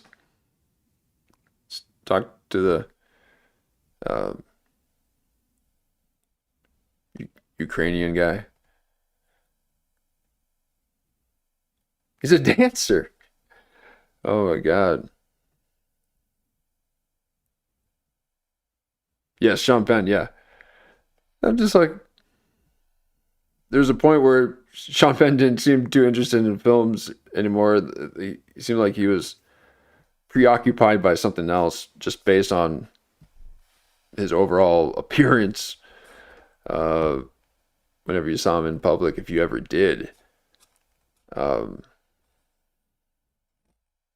he's too like, he moonlights as a homeless man on Sunset Strip, just to get connected to the source. But something happened with Mike Myers too, where it just, it's a little bit more than just focusing on life. I mean, he seemed like he had to dip out for a while.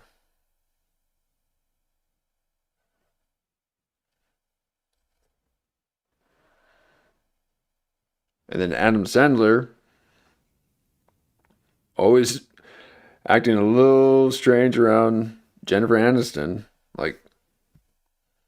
And Jennifer Aniston always walking around like she's got a lot of, leverage with people.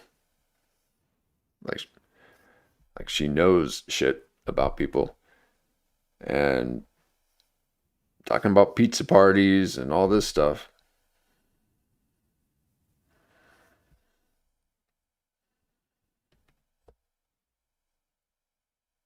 Good chunk of this reaction is because of my... We can barely hear you because your mic is up to your nose. You're not some kind of sports announcer. Okay, you're not on the sidelines with the Raiders. Okay, you're doing a radio show. You're supposed to lower that so we can hear you. Yeah, they're all into pizza.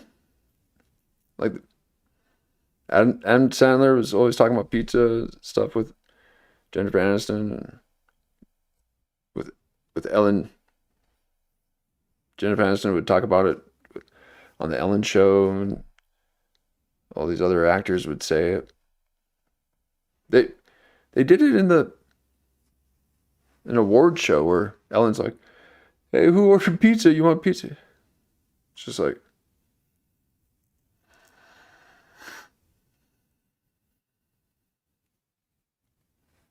they're signaling.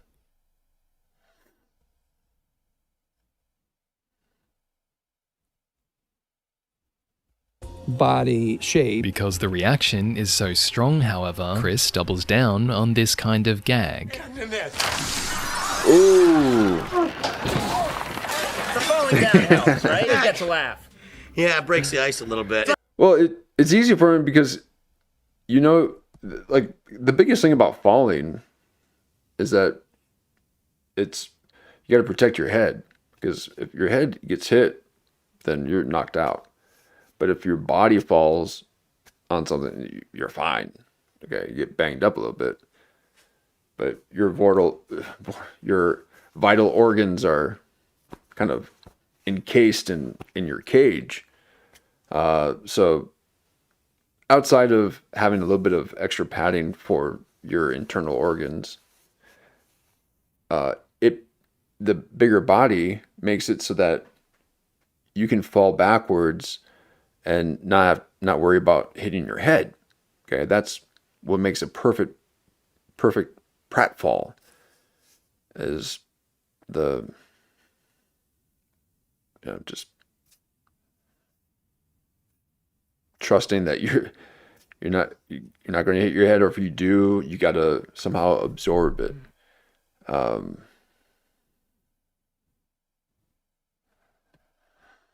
So you had an unfair advantage. Okay, you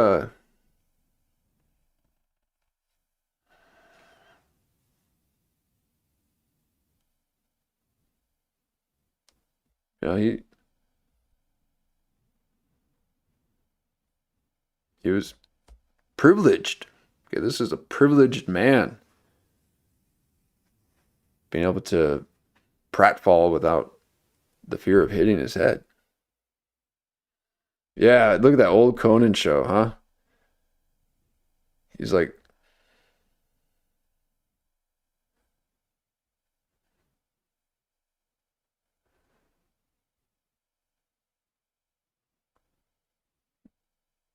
man, I'm pretty sure, if I remember correctly, I remember watching the first episode of Conan, and I was just like, okay.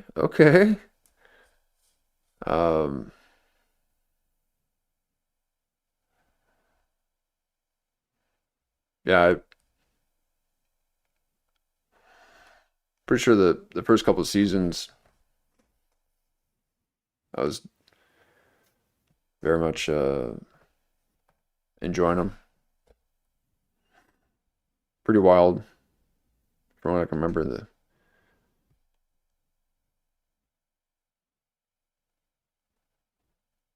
I can't remember much of it, but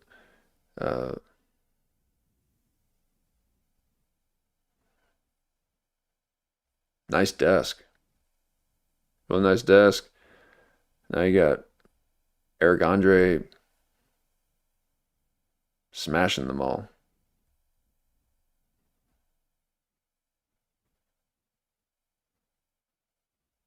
No, now you got Matthew McCustard putting his feet up on the couch, hanging out with an Xbox controller next to his knee. You got Dan Soder within inches of your knee when you have to sit down and be an interviewee with Dan Soder. Okay, because the couch is so small. Please get at least a normal sized couch. You got a like a love seat, and it's not good quality.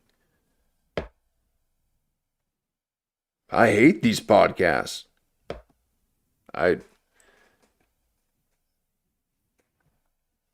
Yeah, at least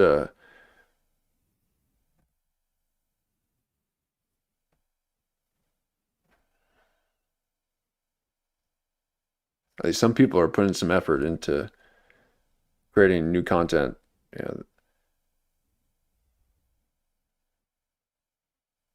the bad friends are doing the game show, some kind of game show thing. I was going to watch that, but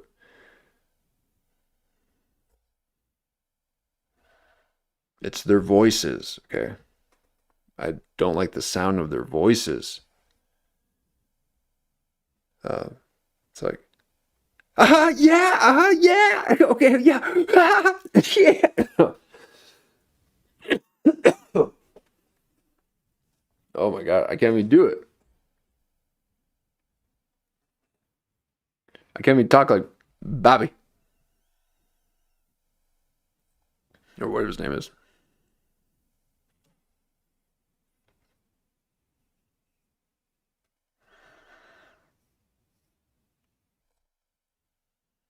Like a first hit in football. It takes the butterflies away.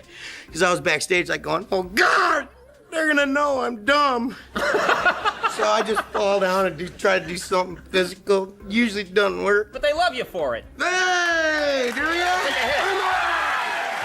Off screen, Farley also uses his self-deprecating humor and his problems with food to cheer up others, like when he meets 10-year-old Olivia Wilde. I was chunky. There were no corners on my body. Right. And I was standing by the cookie brownie table, and I was a little insecure about it. And Chris Farley came up to me, and he took a brownie and shoved it in his mouth, and then without breaking eye contact, took a total of 10 brownies, and then started pounding his mouth, pounding, and like, "Whoa!" And I was in hysterics. And he did that because he recognized I was a little insecure, and he was like, Okay. You were? Have you seen yourself lately? We were a little concerned about Olivia. Okay, she blamed her recent scare that she had on the culture due to focal lensing of the camera. Made it look like she was skin and bones. But at least she can get the microphone at the right level. You can hear her. Thank you. Notice the difference? It's low there, and we can hear her the whole time. and then started pounding his mouth, pounding, and like, "Whoa!" And I was in hysterics. And he did that because he recognized I was a little insecure, and he was like, hey, another little fat kid. Proves how lovely he was. But it also highlights the way Farley takes his overweight guy persona on as a burden, kind of like a sad burden. Like, this is what people expect of me. I have. Yeah, we're going to be doing this kind of like, I mean, we already are doing this with Ozempic in Hollywood. Exactly. It's like there's already the mini docu-series of like, have you seen these people? So like people went too far the other way.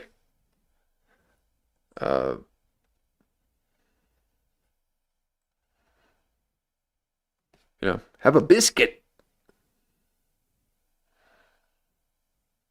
You got to eat something. Okay. But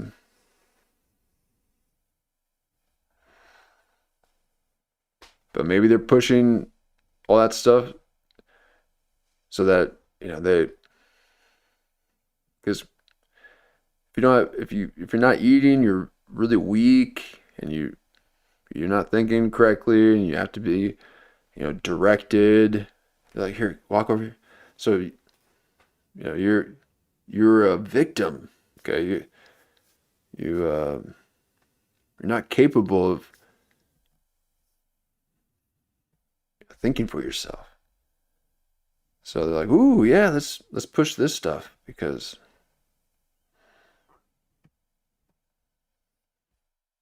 they're thinking too much. No, I have been thinking lately. I need to probably think less. Okay, I need to stop thinking.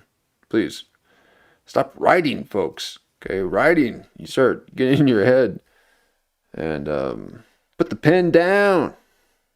Okay, quit trying to think you're tapping into Phoebe. Oh, sorry.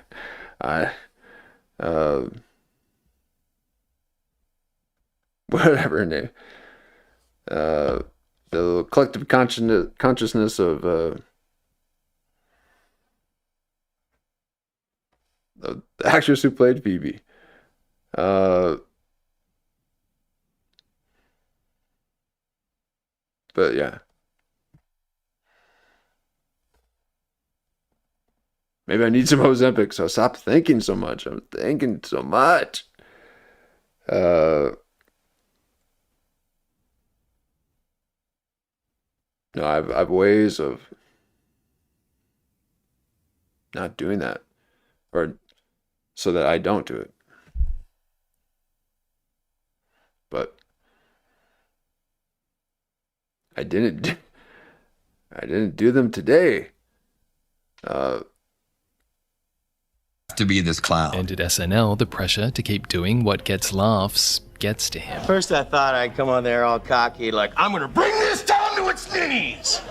And then by about a month, I was like, I go home. After a while, Farley John reflects, Candy, I stuck out like a sore thumb, taking my clothes off at parties and making a fool of myself, which I'd learned to do pretty good because I thought people would like me after. Yeah, exactly. That's why they want us off meat. Yep. Nice and feeble. Yeah.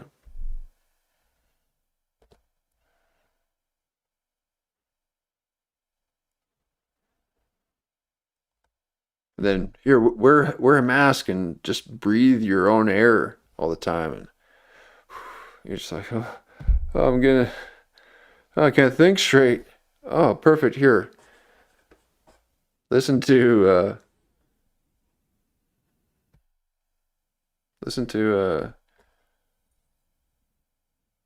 Tim Pool.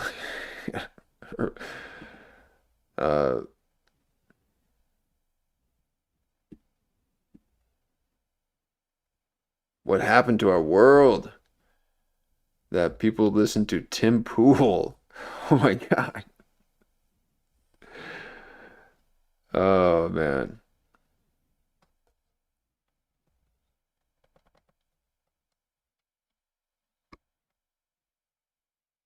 Beanie Boy. He's got away with his words. But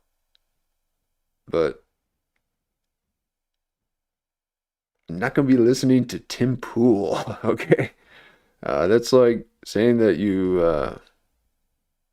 read Patrick Bet-David's books, okay? You don't got to tell people that, okay?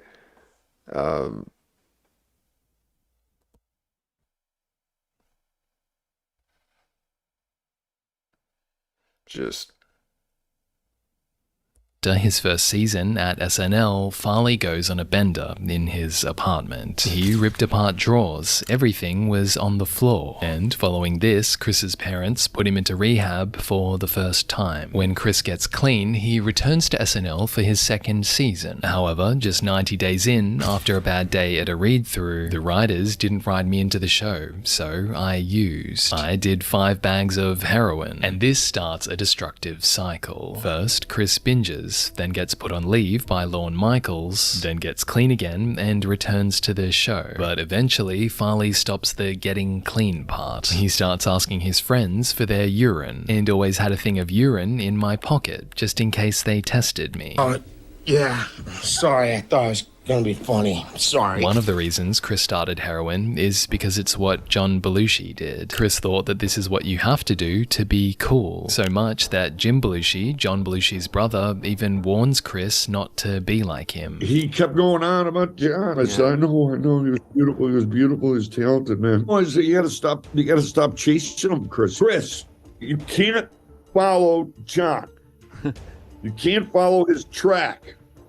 The guy did drugs. He's dead. But instead of stopping, Chris goes to confession in between binges. Having grown up Catholic, he views confession as a kind of reset mechanism. Father Matt Foley, who Chris named his inspirational speaker after, shares that Chris would ask me about God. His biggest questions always related to his struggles with evil, with his addictions. Drugs were Satan to Chris. I had suggested maybe he needed to speak to somebody, and he said, no, I'm Catholic. I have a priest priest that I see twice a week, so I don't need to do anything like that. After 5 seasons at SNL in 1995, Farley leaves the show. Instead, he makes a new name for himself in movies like Tommy Boy. That guy in a little coat. That guy in a little coat. For which he does actually manage to stay clean. Tommy Boy, he was clean. He always went to his priest at night, and that was his AA. Because Tommy Boy is successful, Farley books Beverly Hills Ninja. No one messes with my brother! And even learns some martial arts. I studied with this guy, his name was Master Guo in Chicago. God, he was a great guy. He's right from China, and he's an expert on Chinese martial arts. But he was just frustrated with my fat butt. Farley is also hired as the original actor to play Shrek, and records the vast majority. Beverly Hills, what was it? Beverly Hills Ninja, or that was a good one. I mean, I'm sure you go back and listen or watch it now. It's like, again, like great sets, and the production quality of even these ones that were not so popular. I mean, it was popular. Kind of, but the production quality was so good. I mean, everything was just made better.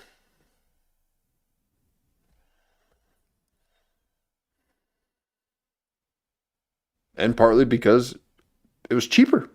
Okay, you could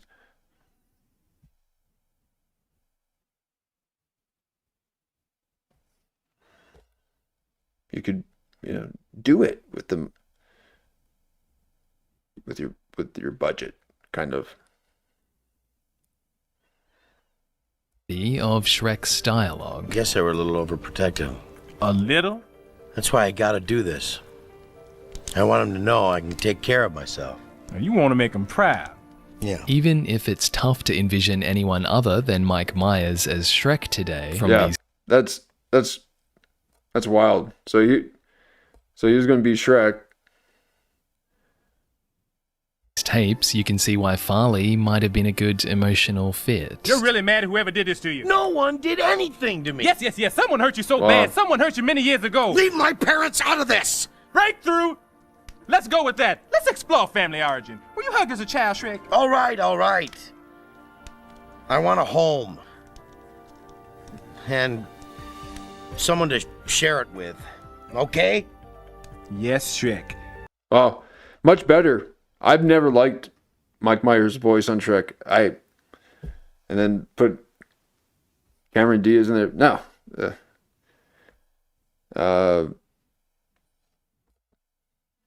I actually didn't like Shrek because of Mike Myers.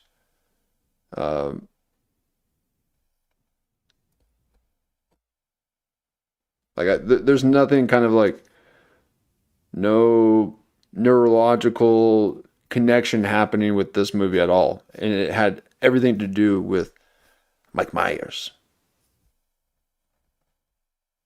The other characters were great. But it ain't no Lion King. Okay? Okay? Ain't no Lion King. Mufasa. You got I'm on the way, I'm on the way. The circle of life. You know what I mean? And it moves us all. It's like, whoa. Let us see. Yeah.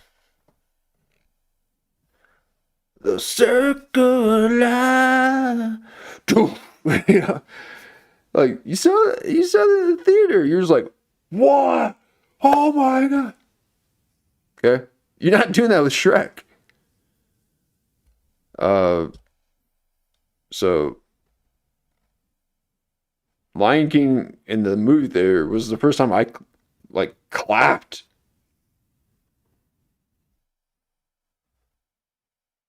The whole place was like, whoa! And it was because it was a production, you know?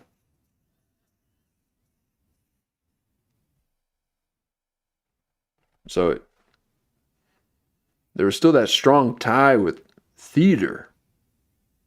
And then they, you know, created the medium of film, and but now we're so disconnected from theater that movies are losing its essence.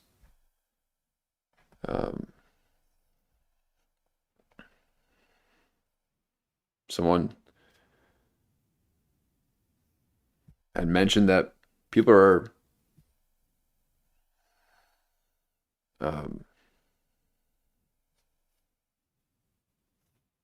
moving to do theater more, because they're it's kind of pushing against a bit of the technology rush that's happening, and the streaming services. It's like people are kind of like these. We want something real, or at least in person, or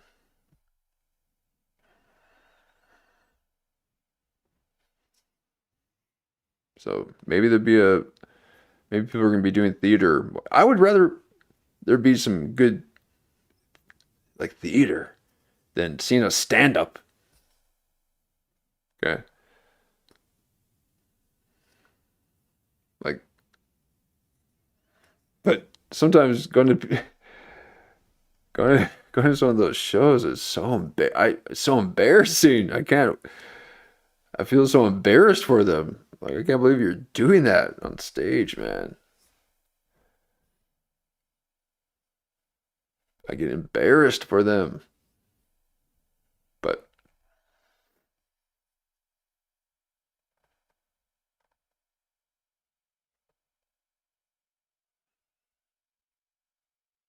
for you as for Pokemon? For you as that it had that like wow. I never seen it. That was that whole thing, man. That captured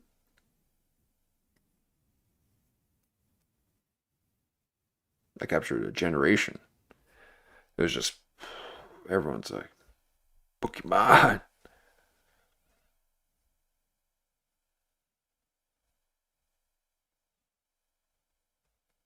Now, Pokemon was basically like Dragon Ball Z, in my opinion. It's just like, you mean Dragon Ball Z?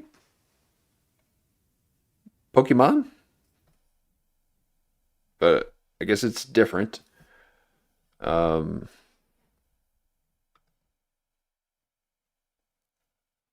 But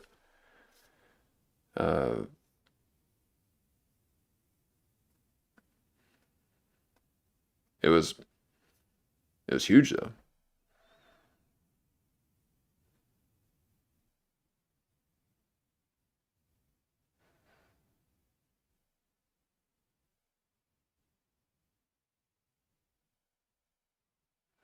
When I first saw Lion King, it just traumatized me, but it's amazingly made. Yeah. I mean, all those Disney movies were putting you through a MK Ultra, brainwashing technique to split your personality. It's like, oh.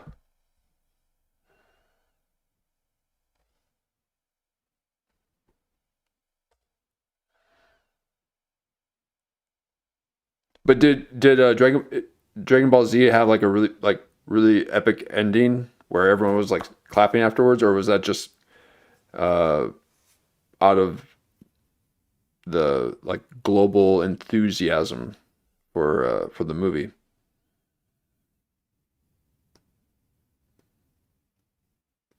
because I know for sure Lion King was it was a surprise. I didn't know what to expect.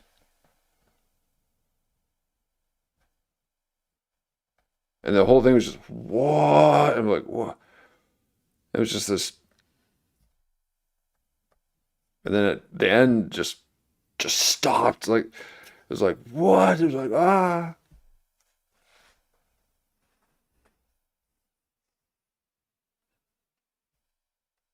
I mean, they don't make movies like that anymore. You know, the people that were creating these movies were, you know, embedded into very ancient ways of participating in life. Okay, they had to do things one step at a time, and they were, you know, these were people that were in theater productions, making their own sets.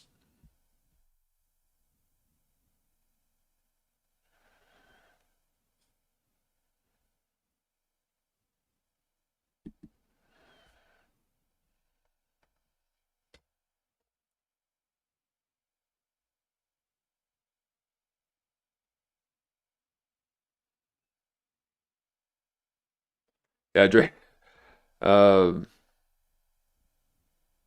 Yeah, you had some Dragon Ball Z's. Mexico treats Dragon Ball Z with like with holiday with tribute. Mexico has a Dragon Ball Z holiday. Wow. It's I thought it was, isn't it from Japan?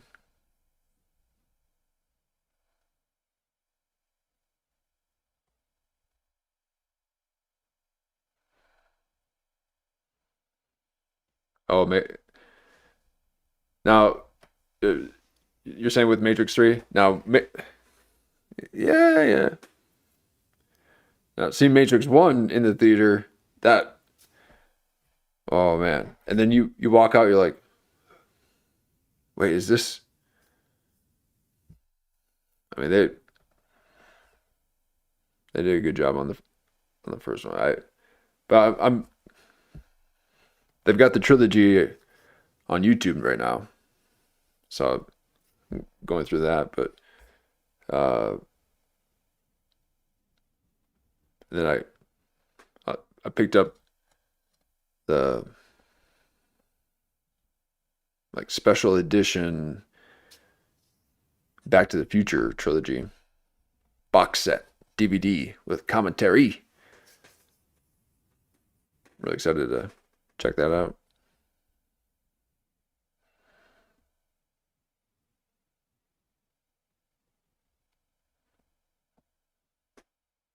Oh, the final boss, yeah. Yeah, you see, that's what it was too. Is like, with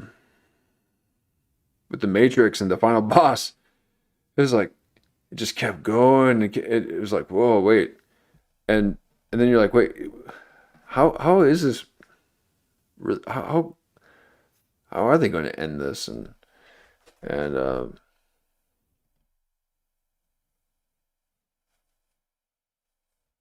don't know. Some of the fight scenes with the CGI kind of I wasn't really into. It really took me out of it. But I remember seeing the second one. Like I saw all three of them in the theaters. And the second one, I'm like, okay, it was kind of cool because it was the first time that they were really able to put a face on a moving object or something while he was fighting and floating around on the stick. And they're like, wow, look it's CGI and we have face capturing technique, and then we can capture the face and put it on the animation. And I was like, wow, yeah. And then Spider-Man came out, and Spider-Man started doing that too, and it was like live action computer animation stuff. And then once the third one came around. It's just like, but I mean, still great. So great. But back then we were so spoiled, so because that's what I'm saying. You go back now and watch those movies, they're all amazing. They're all great. None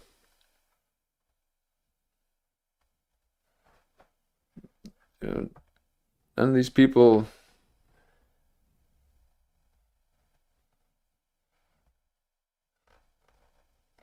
No one's making them like that anymore. It's got to be technology. Is technology ruining everything? Even Tim Dillon said that. He had a little rant today just saying how it seems like I thought things were supposed to get better with technology, and it actually seems that life is getting worse as technology is advancing.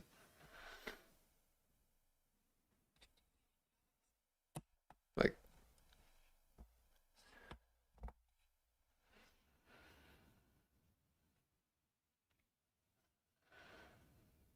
yeah.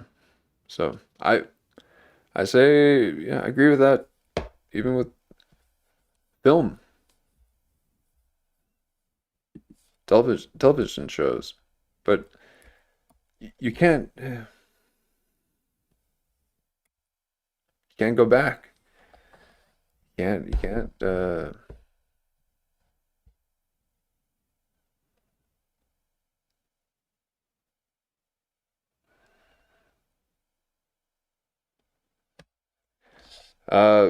Google if Dragon Ball Z is popular in Mexico. Okay.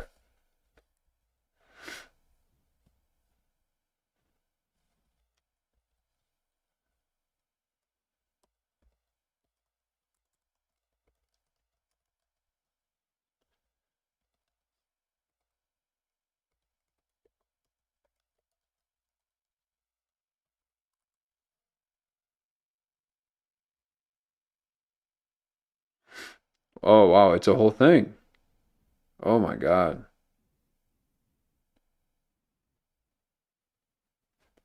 Dragon Ball Z is extremely popular in Mexico due to its early introduction on television in 1990s, which created a culture phenomenon. Why was it the first time that they had television? Why? You never seen animation before? Japanime? The show's themes of perseverance and friendship resonate deeply with Mexicans. That's why. They love hanging out with everyone. They're so friendly with everyone. They're all about community. Shit. No, I love it.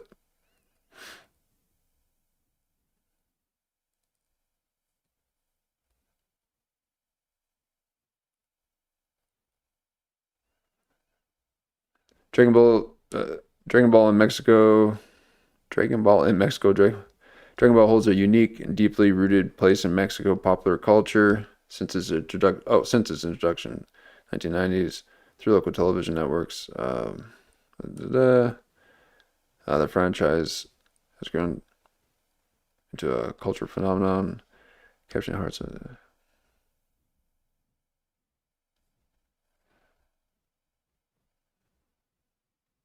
Are they really saying why though? Because of the culture? The themes? Okay.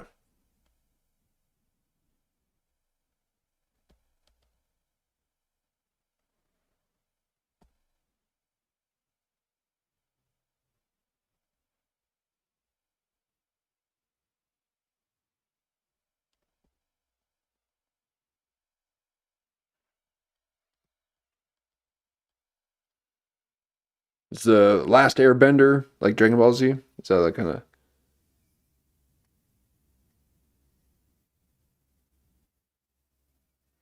Oh, Sailor Moon. Yeah. Remember a little bit of that too. Yeah. Seen a few of those. There's another one too. It might have been that one. Might have been that one. Is that the cowboy sailor one?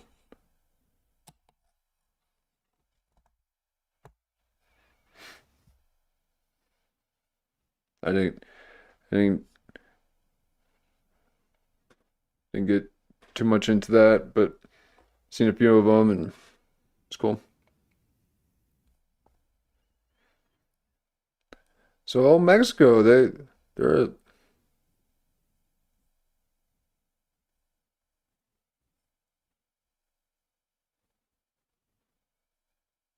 I'm seeing if there's did you say a holiday? I'm trying to look for the holiday.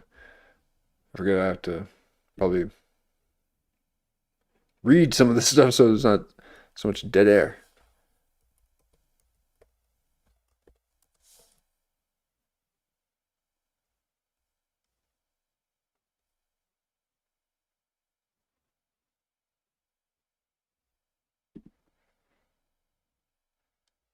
Oh my God, it does have one. Okay. So, public screen. Okay. Celebrating the series, especially around Goku Day, which is officially recognized on May 9th.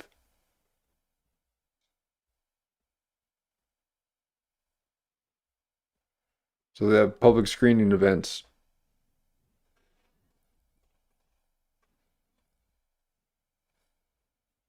Oh, that's Cowboy Bebop. Yeah, that's probably. Yeah. But I do remember the Sailor one too. But yeah, that was another one that kind of correlate those two together.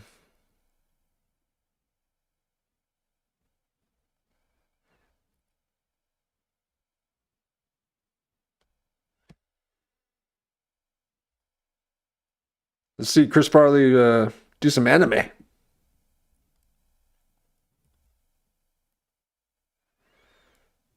It's okay. Were you a single man?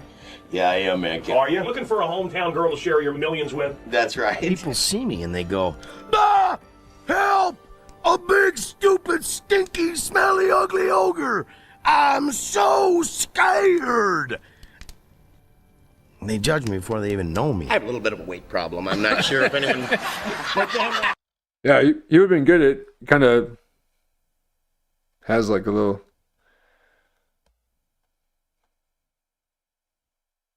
Well, it really connects home with all Farley here, huh? Yeah, probably would have been really good at it.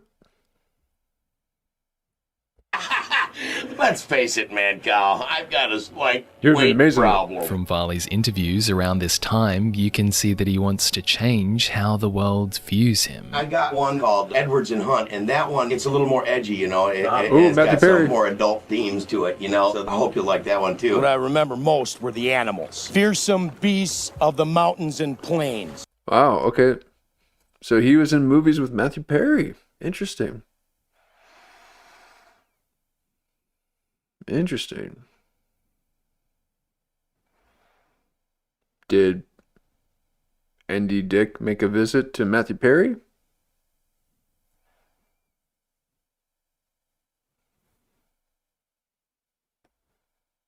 I mean, I'm assuming that was their, you know, their drug hookup.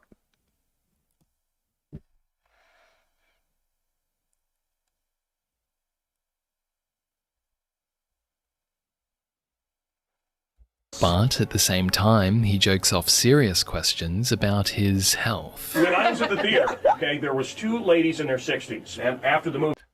Really, how? What are you referring to, Lulu?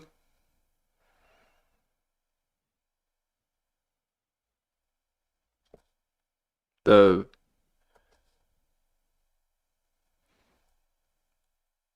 Matthew Perry thing? movie they sang.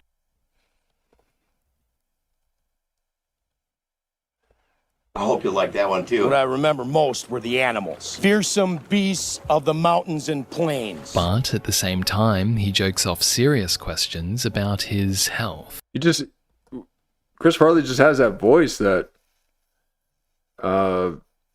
everyone would then try to mimic later on if they're trying to be funny. Okay. They're like, yes, I will do that immediately. As soon as I figure out what did I do with the, where is, that.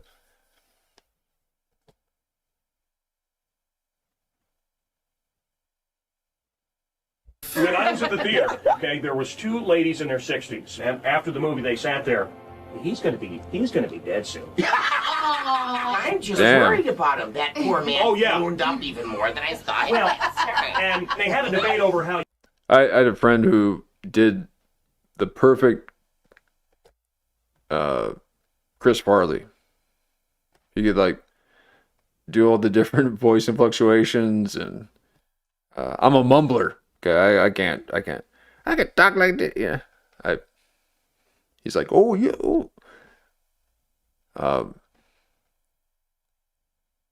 sounded just like him, and Chris Farley. But it's just, again, we're like, these people, George Carlin, Chris Farley. Why are we idolizing these people? Quit making documentaries about people, folks. Jeez. We don't need to know about people's lives, okay? These podcasts, Eric Andre's on 5 podcasts right now promoting this movie. You don't need you just do one podcast. Everyone can see it. We don't need to hear about all the times that you left Juilliard and how you came up with your ideas with your show.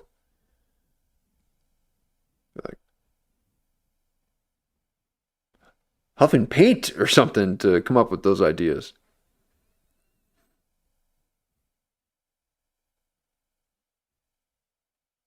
You're not just overweight, you're unhealthy overweight. He's unhealthy overweight. I like bakery goods as much as the next person, but he used to make me a little damp, but now he's... In other interviews of Chris in his final year, like this one with Jay Leno, he even stops mid-sentence because he can't breathe. Back in Wisconsin, and then I always ask him, I can't breathe. Take it easy. Take it easy. Put your face right in there. Oh, that's yours. Sorry. That's all right. It's not mine anymore. It's yours now. No, it's not mine. When Farley returns to host SNL, he has just left another rehab clinic. So he's just coked out of his mind. When Farley returns to host SNL, he has just left another rehab clinic. He is supposed to bring a sober companion with him to the show. However, he arrives alone and already drinking when filming starts on Saturday night. They had oxygen tanks right outside of camera view because he was huffing and puffing so much that they weren't sure that he was going to make it through the show. He was in really bad shape. What are they doing? And it broke my heart. During this performance, Farley has coronary artery disease. With blockages of up to 90% in his coronary arteries, he could have a heart attack at any moment. Thank God. Thank you, Chris. Managers, nobody's stepping in to stop this.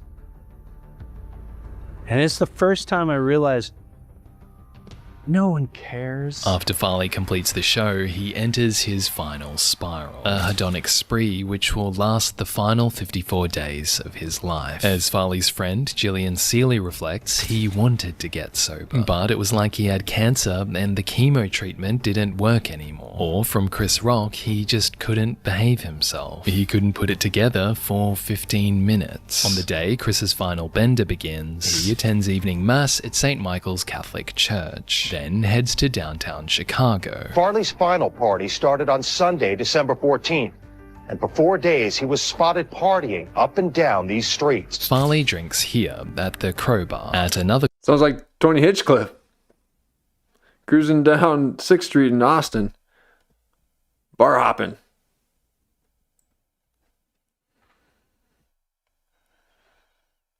That's what everyone does now. The club called Karma, at the Cheesecake Factory, at the Berghoff Cafe, and at the Hunt Club, where he does a Wolfman Jack impression for strippers. Mostly, Farley parties with strippers, escorts, and randoms, like these people Club who were random. captured with him in his final week. On Monday, December 15, however, a friend does visit. Jeez, you see Jeremy Piven there. Wow.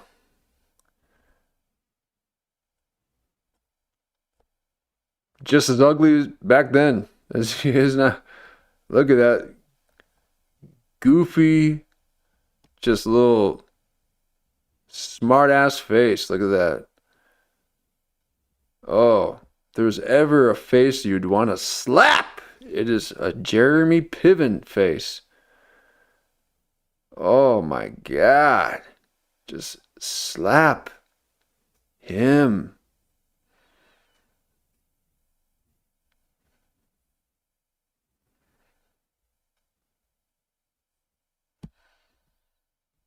The man's been in many, many fights. Verbal. Okay. He is all verbal and he turkey necks out like this. And I mean,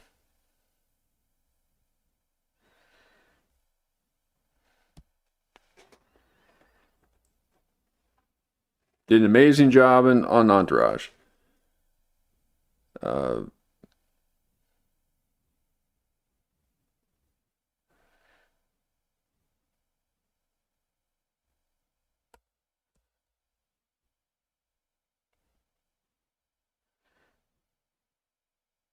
Look at that. What were you up to? That's evil right there, man. That's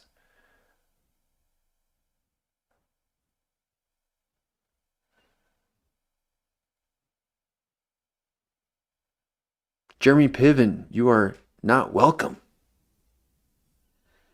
He always wanted to kind of be part of it. They're just like, okay, Piven, just chill, okay? Yeah, it's cool. It's like, huh? Okay, we're gonna go. We guys, yeah, right? Yeah, where you guys gonna go next? It's like we're just gonna kind of hang out here for a little bit, and then maybe we'll. Nice, yeah, we'll go, yeah. Oh yeah, you know what? Maybe we should go over to. It's like Piven, we're just chill, dude.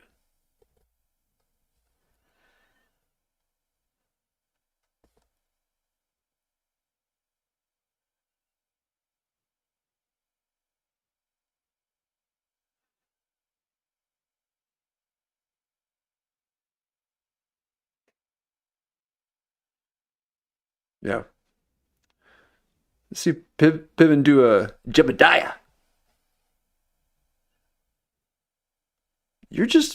He has two characters. He does gay and he does the lawyer. You know, the agent guy. Actually, his gay character is pretty good. What was that?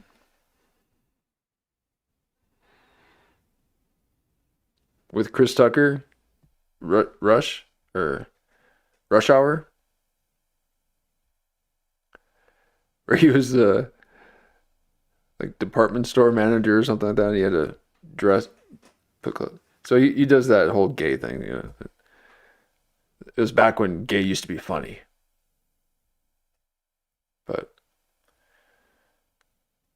now they're just mean. Okay, jeez, gays, I thought you were happy. Okay.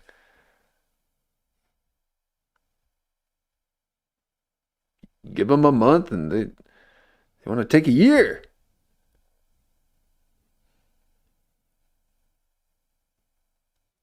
him in his final week. On Monday, December 15, however, a friend does visit, Tim O'Malley, with whom Farley has some good news to share. He's received an offer for a dramatic role that will finally humanize him, exploring the troubled comedian Fatty Arbuckle. He's crying, but he said, there's this movie that David Mamet wrote about Fatty Arbuckle, and he wants me to play the lead. It's very important that I do it. I won't be the clown anymore. I get to play a Oh, and they all want to do this. They all want the serious role, you know.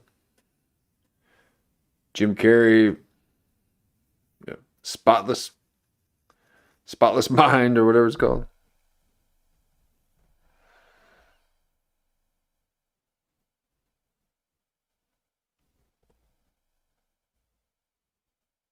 Want to be serious now? No, just be funny. Just do your thing. Okay. Now, we mentioned before that impression doesn't last as long on culture anymore. So you can play multiple characters now and it be just fine with the audience, because the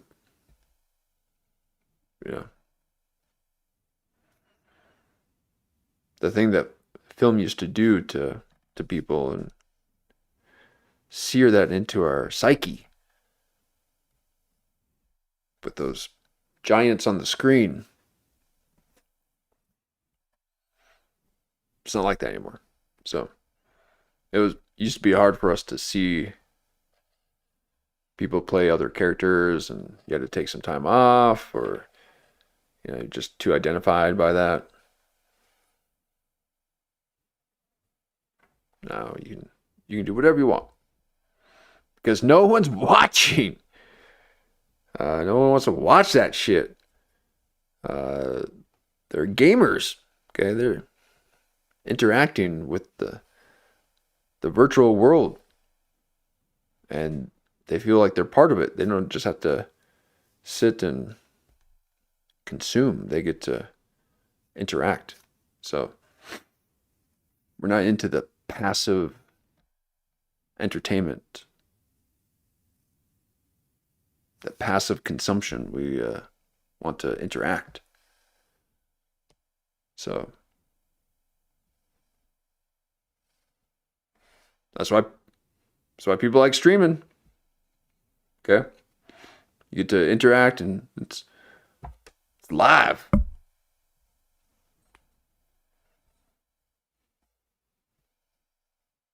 I'm doing stand-up, folks. Okay, don't you get it? I'm standing. But man, thank God I don't got to be in those clubs, sharing a microphone with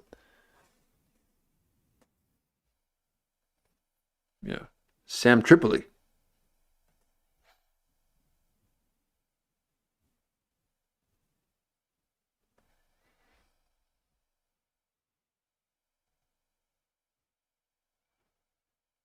Can't tell if there's an ad trying to come on, but it's weird. It doesn't. No, I'm not trying to promote anything. And I won't be getting ads for a while. Okay, jeez. I thought my Godfather goals for 1,000 by summer slowly slipping. Might need to bump that up to winter. So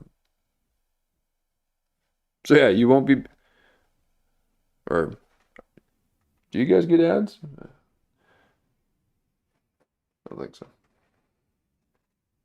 Dramatic role. This offer, however, is contingent on Chris staying sober in the 2 years before its production, and that was his big fear. He was like, I can't do it. I can't stay sober for 2 years. So the next day, Tuesday, Chris starts his morning with vodka and weed at 8:25 a.m. He enlists the services of a call girl. Then, 19 hours later, around 3:30 a.m. on Wednesday, he calls another escort, Heidi Hauser, and asks her to join him clubbing. asking, how long you been up? He said maybe 3-4 days. I don't even think he knew how long he'd been up. When Heidi asks him about how much coke... Sounds like the early days of Clip Virgin. Okay. We did 15 hours, 9 hours, 8 hours.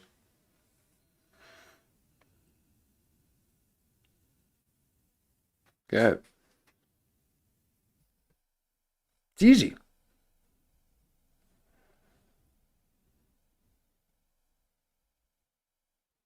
coke he's been doing, Chris... He would say, I love this stuff, you know? He wanted to just go all out, and he said it was his last night partying. He's got a movie coming up. I told him you're not supposed to do that much, and he's like, just ignoring it.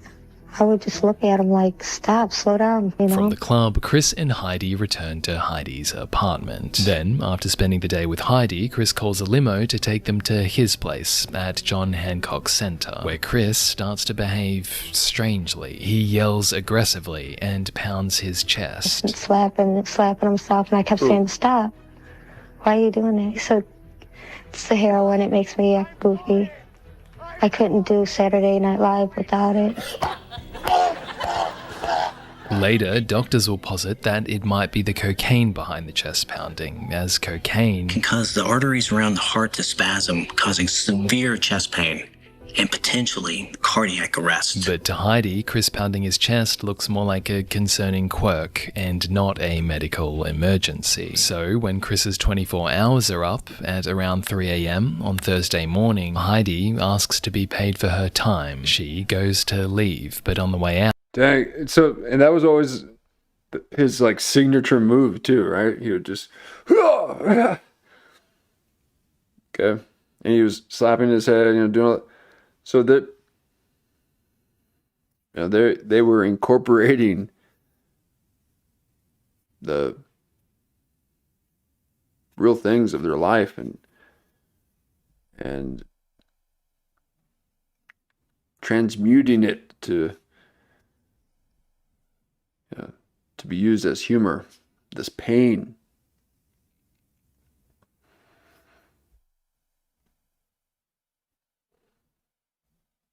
So, you ain't seen these, yeah. You've seen Shane Gillis getting into character. Okay, he's not bringing on any of his,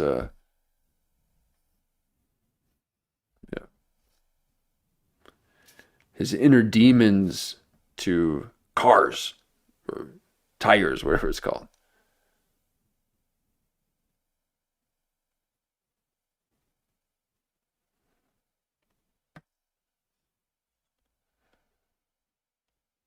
I need to see you fight your demons, man.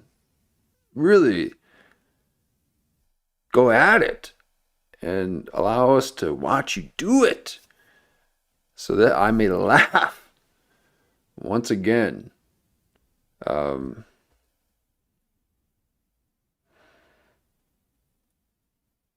there's very few things more funny than a man in pain.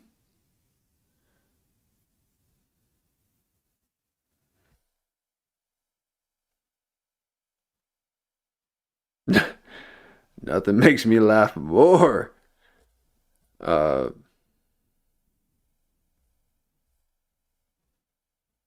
Out, Chris tries to change her mind. He says to her the last words he'll ever speak. He says, don't leave me, don't leave me, don't leave me. Chris then falls asleep, and Heidi takes this photo of him, thinking it will be funny to show it to him later, after which she leaves. I left him when he was sleeping. I left him a note. Later that morning, Chris's brother... No way, dude. That's too Matthew Perry having a photo taken of him. You know, that...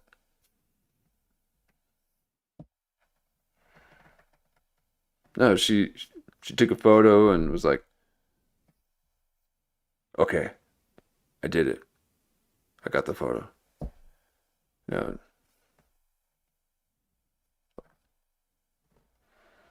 That's too weird. Allegedly.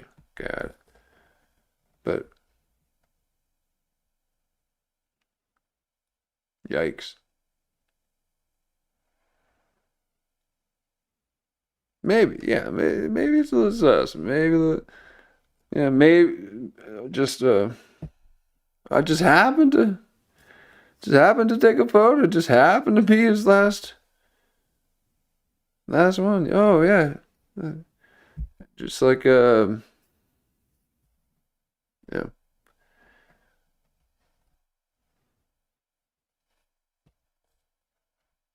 Who's the the prank guy that punked? Wears the hat, you know, like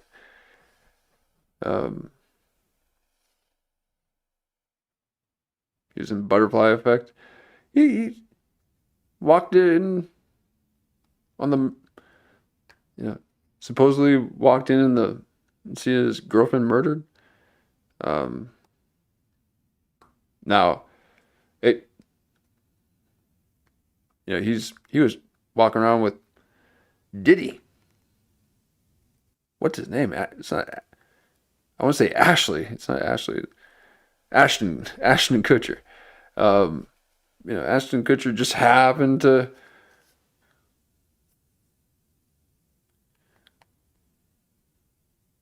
see his girlfriend dead.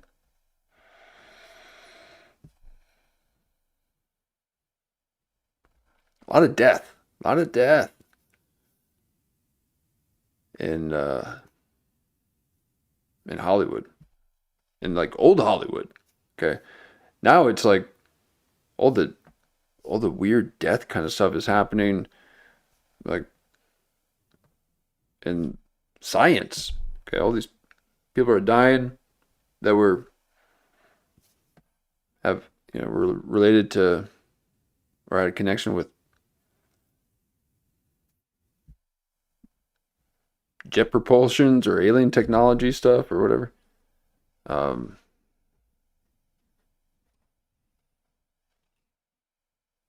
lot of scientists just recently died. But then you had Oliver Tree just passed away. Some freak helicopter accident. Another person just died in an airplane accident too. What's happening? What is happening?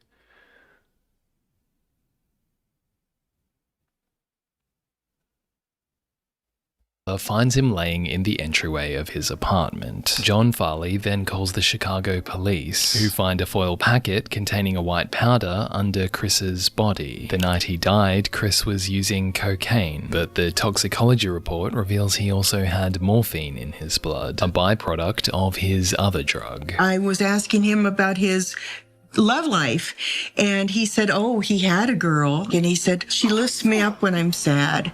She's always there. She's my loyal companion, and she'll never betray me. I said, well, what's your girlfriend's name? Yeah, Oliver Tree Illuminati work with kind of like Kobe Bryant too. Yeah, exactly. It's like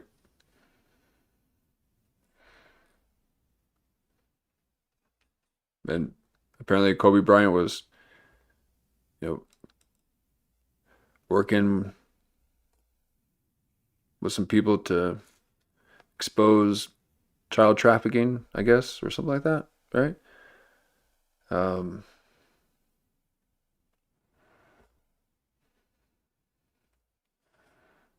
then Oliver Tree had the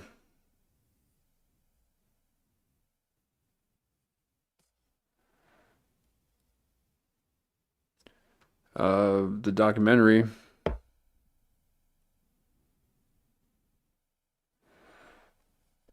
Yeah, exactly. Yeah, I had that on the. Let's watch that.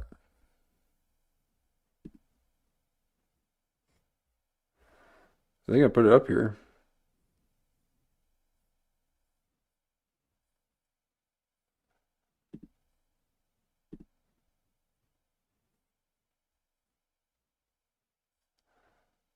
Oh, it's some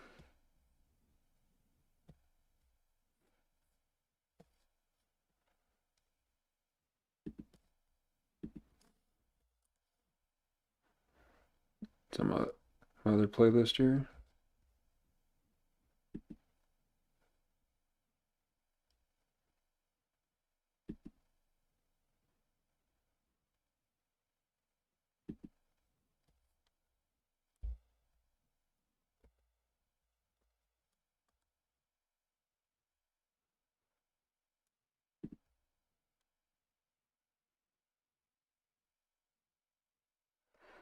So this is Oliver Tree's Antarctic documentary. He passed away.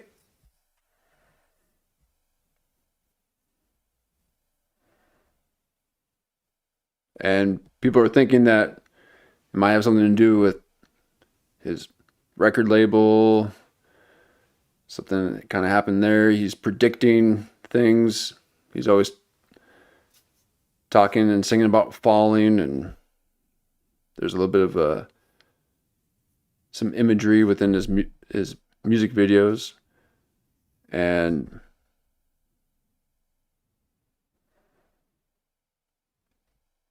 he had finished a documentary about him being out in Antarctica and had screened it at his album release party.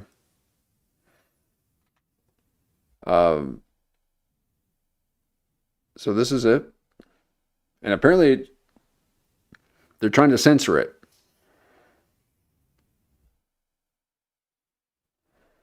So I was able to find it.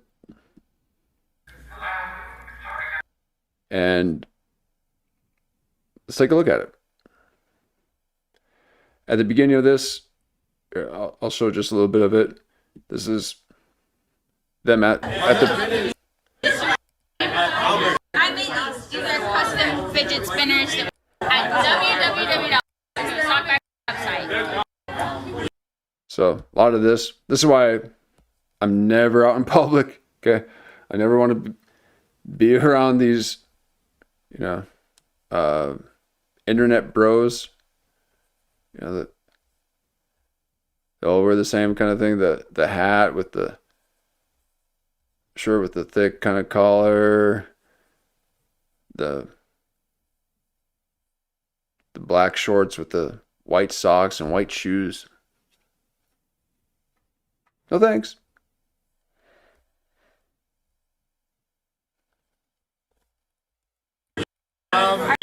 So a lot of this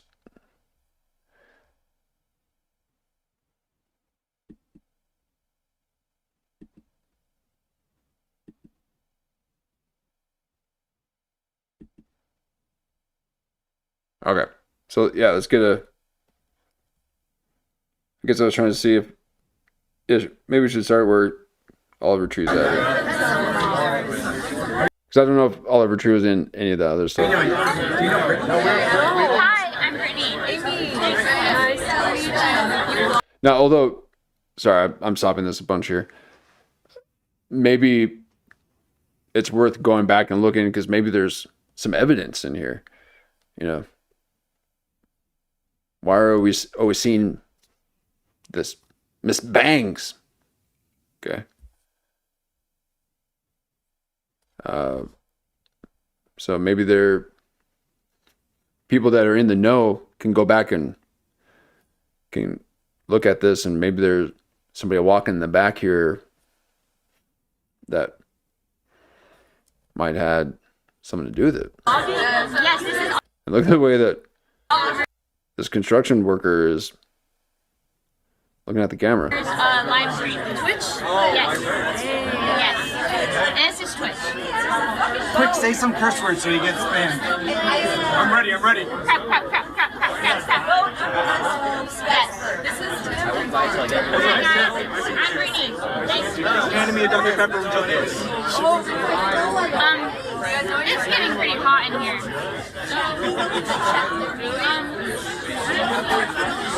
Oh my God. You're too close to people. What are you doing? You are right behind someone. That's insane. Are you purposely doing that? Oh, hello. Is she like a pickpocketer? What's up, lady? Oh, how are you? I'm a magician. I'm not sure. Okay. That's for tonight. Wow, I can't handle this kind of stuff.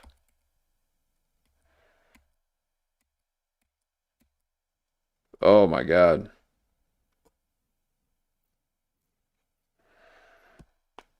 Like filming yourself host a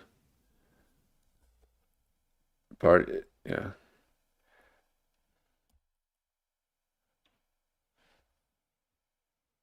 Like what does she know? I bet she knows something. That's why she has this kind of like smirk on her face, like, yeah. Yeah. And he loves all your trees. He told me before and he will tell me again.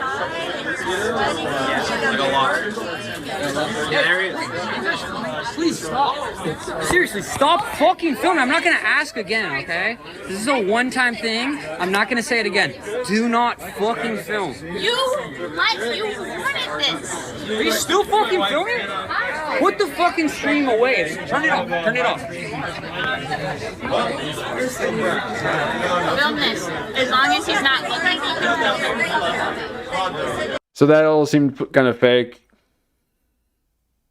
Seemed kind of fake, but I kind of like it. It kind of adds to the thing. It's like a Blair Witch Project,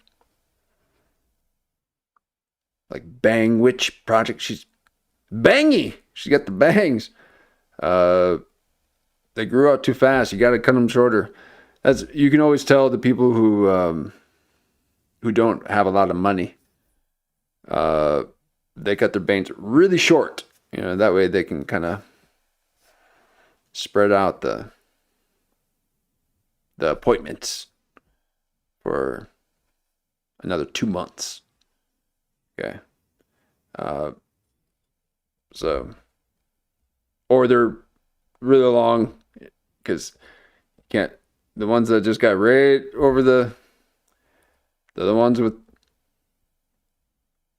all the money because they can keep going back and getting their bangs trimmed. Biggest mistake of your life. But this is they're all about cutting the bangs. Even Oliver Tree. See, but why are you looking down like that? Shit, man, this has got Charlie Kirk all over it. Okay. The people of Turning Point, USA, how they were around Charlie Kirk right before it happened. They couldn't look at him in the eye. You know, so she kind of has to look down. Because fast forward a few months later, and this guy's dead. Okay, so you got to look at it, you know, like this. Okay, this is now I would have done that, but this kind of personality and all this, it's just I don't like it. Okay, it's not her. It's that type. This is very much a type, but it also has something else to it. Okay, so. And there's a little bit of this, yeah. And did she know? Did she, you know?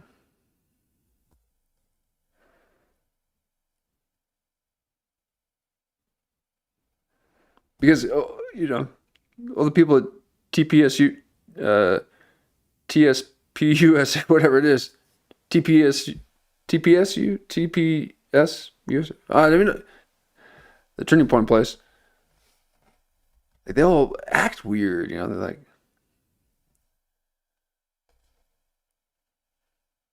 You're not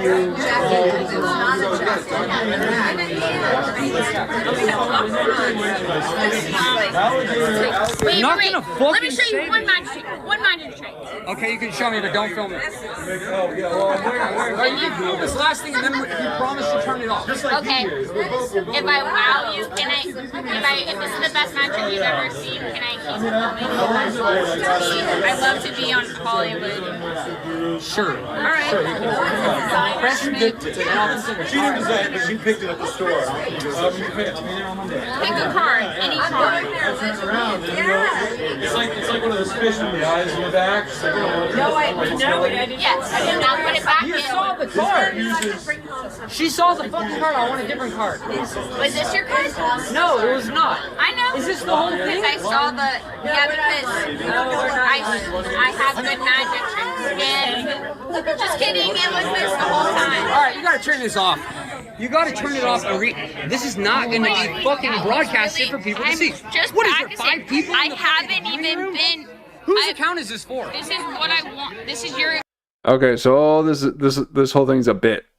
Okay, this whole thing's a bit. They're overdoing it. It's quite obvious. Okay, if he would just have done it that first time in half the amount of time that he did that first section, then it would have been a little bit more difficult to paint the picture. Okay, but now my well is full. Okay, now I can paint the canvas. It has given me all of the ink. So it's a bit. Is this for your account? No, your account. What do you mean my account? It's on your Twitch. And this kind of talking about, yeah, why you do? I don't have a Twitch. It's not my account. Yes, you do. It's Oliver 222 Angel, because those are angel numbers. If there was, okay. Oh, wait. Angel numbers. Again, I don't want to skip. I want to skip this, but I shouldn't skip it because we should watch this, you know.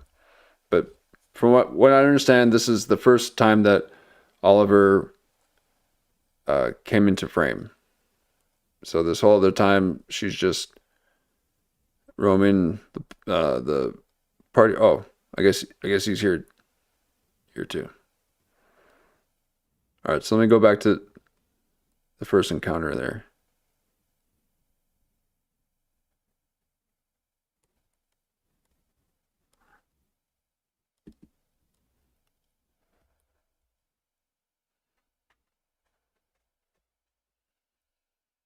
I'm not hip to this.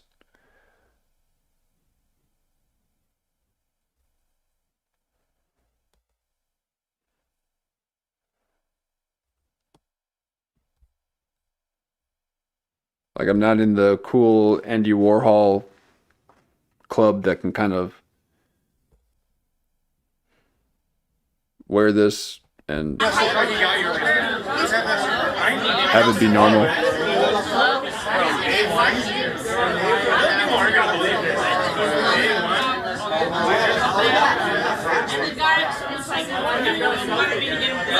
This is not going perfect. Okay, so she has this person following her around filming. Now, the way that she is speaking, she's more or less kind of speaking to the cameraman. Okay.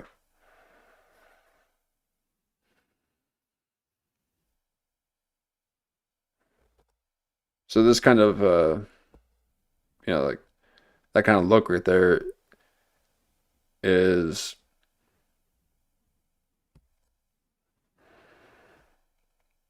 a bit of the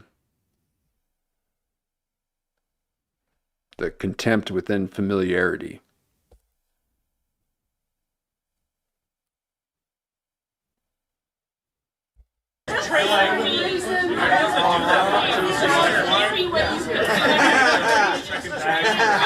What's up? I've been trying to call you for the last 10 minutes. Where have you been? Over in Oliver.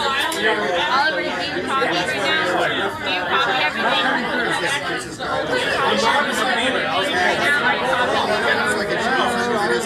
Is it working? It seems not I think we're clicking it at the same time. I think the battery's low. No, I think Here, you take this one. I want the good one. I was by myself. You were like, I gotta go like to another. I'm not gonna go. Yeah. Okay. It's not on. Yeah. Shane walks in. He's like, Who the fuck are you? This is really good because now we can communicate. What are you guys doing here? Oh, we're here. Oh yeah. We're here because Oliver is presenting his album and his documentary. Isn't that right?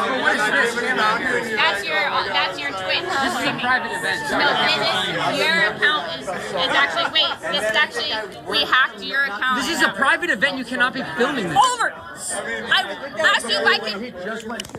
Look, I don't know who you guys are filming with, but you can't be filming here. This is a private event. You asked me to do this. You literally asked me to do this. I didn't ask you to do shit. You said who did please. you talk to? You said please.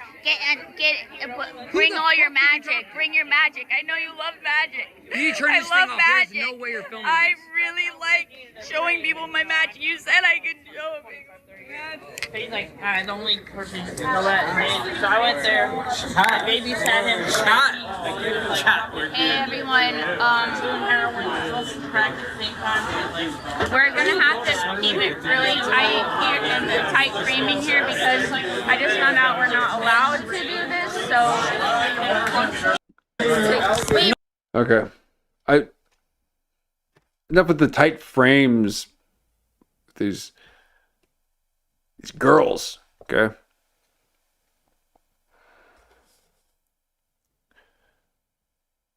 Man, Instagram has really created a lot of narcissists. Just stop with the filming yourself all the time, folks, okay? Jeez. Just live in a world where you don't have to see yourself all the time. Okay, you gotta cover up them portals, what you call mirrors. Good God. Stop looking at a front-facing camera.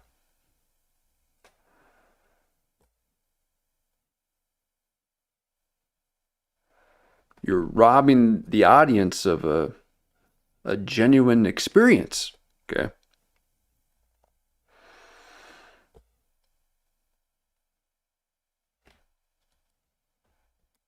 But just the pilled out dead face, but she's trying to do it. Okay, it's not working. Oh, yeah, well, you film this last thing and then you promise to turn it off. Just like okay, if I wow you, can I be on? This is all just like kind of college humor kind of stuff. All right. So that's the second time that he then tells him to turn the camera off, you know. It's like, oh, bit. Magic. I thought I was the only. Let's go freaking in that thing because I need to see this. Oh my gosh. I don't really know. Okay. Let's just get to it. This is projectors and one guys without everybody. Uh-oh. Something's happening that's bad. Let's go. Oh. Show the movie, but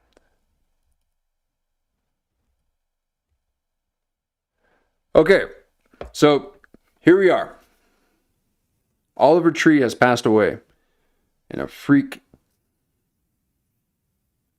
helicopter accident. Other people have died in this accident. People say that it could be because of this tension between him and his record label. He was wanting to release an album. They wouldn't release it. He wanted to go independent. And then a couple of weeks later, because he posted about it, And then a couple weeks later, he passed away. Well, come to find out, he's got a Antarctic documentary. So we're going to take a look at that. We had to sift through the pre-show. I've never seen a pre-show longer than our pre-show. I can't believe it. That was rough to watch. But take a look back there if you haven't. Maybe there's something about, some info about his death. I don't know. But I can't really listen to her too much. Okay. So let's take a look at this documentary that people are talking about. I love this. Look at this. Look what they have here. You're filming stuff? Yeah? There's a bit of an issue going on right now. What? They don't know about them. Can you not film this? The machine isn't working. The machine isn't working. Yeah. To show your movie? Yeah. But you This is an ongoing like bit. showing your movie. No, I want to show the movie, but the machine is broken. All right. I'm going to have to talk to everyone. Wait. You know where Paul is? I got to talk to Paul. Where? Yep. You're a little delayed. Showtime, guys. Uh-oh. Something's happening that's bad. Let's go. Maybe Oliver needs our Whoa. help. Whoa. Whoa. Okay. That right there. That's what I'm talking about. You gotta go back and look at this stuff. This is like Turning Point USA. You start talking to Mikey and all of a sudden he says weird things. You're like, wait, why are you saying it like that? Did you know beforehand? Huh? And here we are watching some footage before, I don't know how much time before he had passed away, a few months, maybe 2 months before his passing. This is his album release party. Maybe it was a couple weeks ago. And people are saying, well, maybe it's because of this Antarctica documentary he did, because he was out there for a month. But listen to this, okay? She just said this. Uh-oh. Something's happening that's bad. Let's go. Maybe Oliver needs our help. Hello? Is this fucking thing on? I don't know. You guys, can we turn the music off, please? Is everybody in here? Yeah. Can everybody please come in here who's outside? Yeah. You guys, okay, this is a really fucked up, but... Okay, so I'm going to try to explain this to you guys without having a little breakdown. So we talked to the people who run the projectors, and one of the main projectors is down right now. So I'm not sure if we're going to be able to show the movie tonight. There's two options. So we can potentially play the music on the speakers, but we're not sure. We're looking for a specific USB-C to HDMI. If anybody has one on you, please bring it over to Paul. He's the guy in the orange. Yeah, so if you guys have a USB-C to HDMI, please bring it over to Paul in the orange. And the other option is, if you guys want, we could potentially play the movie on my laptop. So, does that sound like a good fucking plan? If anyone wants to come closer, it's going to be a little bit hard to see. But please, you're really need this right now. Things have been really rough with the label. And yeah, I don't have a lot of money. So if anybody happens to have the HDMI USB-C, please find Paul. Okay, so he just said, I don't have a lot of money. Well, there's some interviews where he's talking about he had millions of dollars and had invested with Madoff. Madoff, the big investment guy. And apparently he might have lost all of his money. He might have lost millions of dollars of other people's money. And maybe that has something to do with it as well. The passing of Oliver Tree. Here we are. But thank you guys for coming. And even if it isn't what I was hoping it would be, I'm really fucking grateful that you guys all made it. Thank you so fucking much. And also, please no talking. It's pretty quiet with the laptop speakers. So if any of you want to just kind of come sit up closer, you're welcome to do that. And what is the run time? The run time is 6 hours. Okay. I'm going to play this right now. And if anybody leaves, I'm sorry. There's no bathroom set up. We've actually locked the doors in the front and the bathroom. So nobody's allowed to leave. And this is a double feature. We'll be playing the film, and then the second film. And then there's a third film, and then followed by an album. Oh, this work just okay. Yeah. Yeah.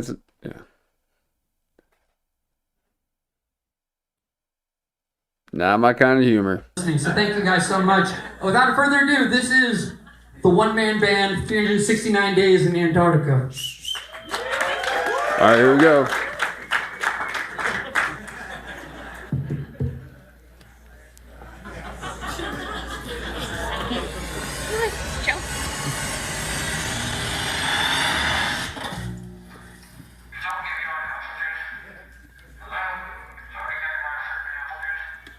Is this thing on? Hi, I'm critically acclaimed director and film producer Oliver Tree. Welcome to the greatest show of all time. You are now part of the cinematic revolution.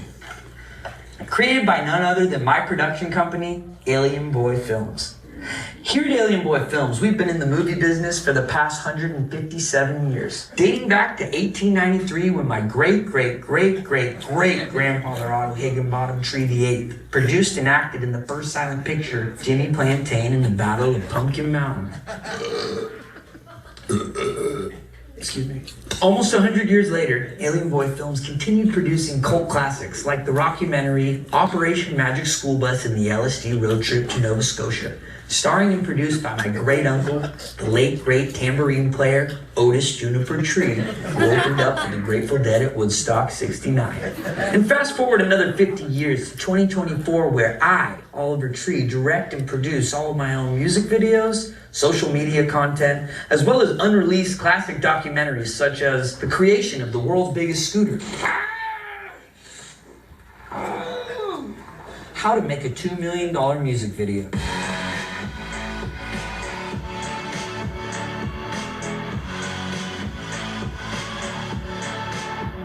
and that one time Oliver Tree was banned from the military. We're inside a live army tank. So those were his actual videos.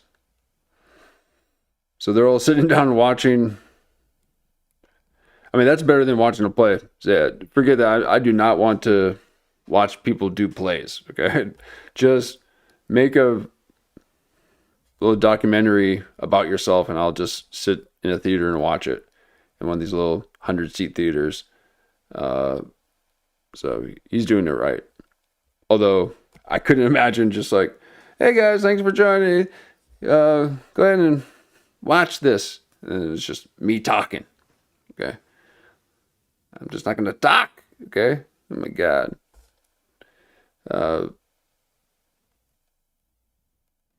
That to sit there and laugh, and he's like, and he's in the back. He's like, oh, I guess I could have edited that one out. That wasn't that funny. It's like, they all suck, dude. Just stick with Scooter. He's like this professional scooter guy.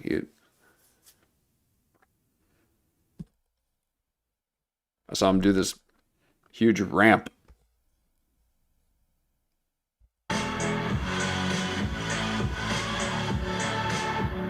And that one time Oliver Tree was banned from the military. We're inside a live army tank right now. Fuck that. So without further ado, enjoy the show. From the mind of Oliver Tree. And definitely not a government-fueled propaganda from the United States of America. Although I must thank Congressman Jeremiah Jeffrey and the Jeremiah Jeffrey Foundation for Arts and Crafts for a small loan of $10 million of hardworking taxpayers' money. Cheerio. Cut. See what I'm saying? It's gonna make me look legit. Right, so is the whole Antarctic documentary a joke? Right. So that's what people were saying. They're like, well, he didn't discover something and then revealed too much. He's just the whole thing was a joke. Or was it? Okay? Or was it? You know, this is where,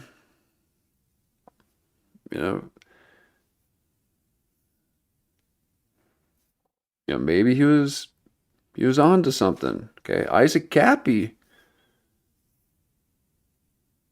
was a streamer revealing the truth and then died.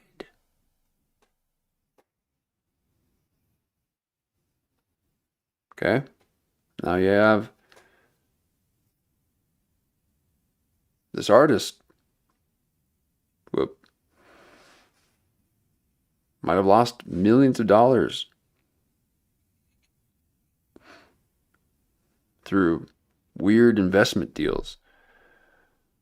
Might have lost other people's money. But maybe there's some truth in here. Maybe there's just something in here. Maybe not. I don't know. Because I immediately just figured, I'm like, okay, so it's not going to be an actual documentary. And then, well, he's going to make it seem like there's drama, just like he was trying to have there be drama of like, hey, no filming in here. Okay. Hey, I thought I said no filming. Okay. So like this kind of fake drama. So maybe it'd be a little bit of that, but maybe there might be a little bit of truth in there. We live in a society where the internet tells us we're never good enough, never having fun enough, never pretty enough. Don't listen. Smile like you've never smiled before. I am beautiful. You are beautiful. Ugly is beautiful. A new fragrance for men. From the mind of Oliver Tree. Social media can be difficult. At Meditech, we understand the internet better than anyone. Through years of research and development, Meditech has created the algorithms behind some of the most high-profile platforms, brands, and influencers on the web. Just remember, it's not a miracle. It's Meditech. No, just so you know, ugly is not beautiful. Okay, then you start looking like the girl with the bangs doing the documentary, just the old dead face, like, yeah. Okay, so I'm guessing that's probably, Oliver Tree's crush or girlfriend or something, but really, she likes the cameraman, and then Oliver Tree is like, "You're spending a lot of time with Steve. Well, you said you wanted this to be documented, and he's got to film us." He's filming us for your documentary. Wow. Couldn't you hire someone else? So maybe there's a little bit of a love triangle.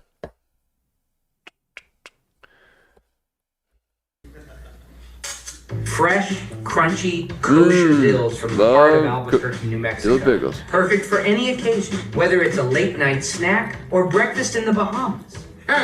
And remember, when you're in a pickle, call Dr. McNichol. I'll give you a nickel to touch my pickle. Also, try our new peanut butter pickles. This message has been approved by leading Beverly Hills pediatrician Jeremiah Jeffrey Jr. and the Jeremiah Foundation for artisanal pickled snacks and goods. Are you tired of all your friends having sick-ass facial hair while you can only grow a measly little peach fuzz? Stop whining, you little crybaby bitch. Goatee Grow has you covered. Goatee Grow is the world's leading goatee hair supplement. Our unique formula is designed to make your goatee grow 10 times thicker, longer, and shinier. With just one pill a day, you can achieve the perfect goatee without the hassle of time-consuming grooming routines or expensive treatments. Goatee Grow has helped over 600 million people worldwide. Who better to tell their story than critically acclaimed rapper and composer Eminem? My name's Eminem, and all you got to know is the only pill that I pop is Goatee Grow. Ask your doctor if Goatee Grow is right for you. This product is not FDA approved.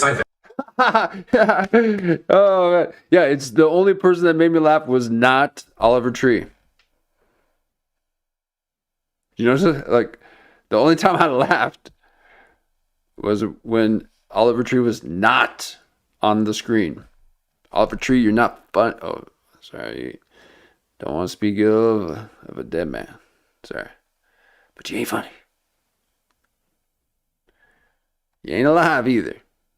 Sorry about your passing, okay? But I wasn't laughing. Effects may include death, hospitalization, disability, or permanent brain damage, pain, redness, swelling, low-grade fever, headache, nausea, vomiting, fatigue, and goatee hair loss.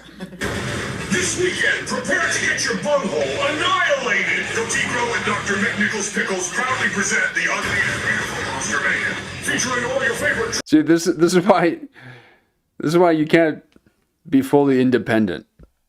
Okay.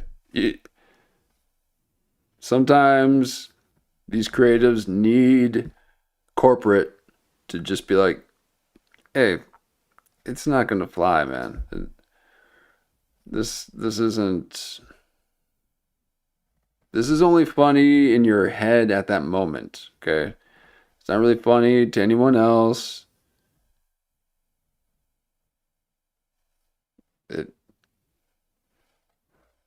It's 12-year-old humor.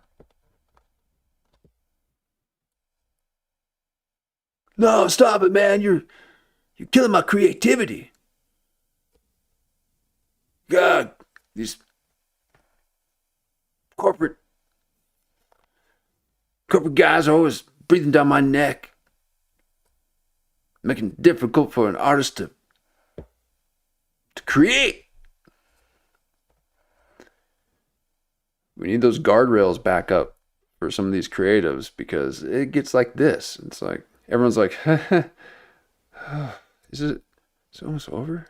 Oh my God, it's the intro? Dude, we can't be, oh my God. We're not even the,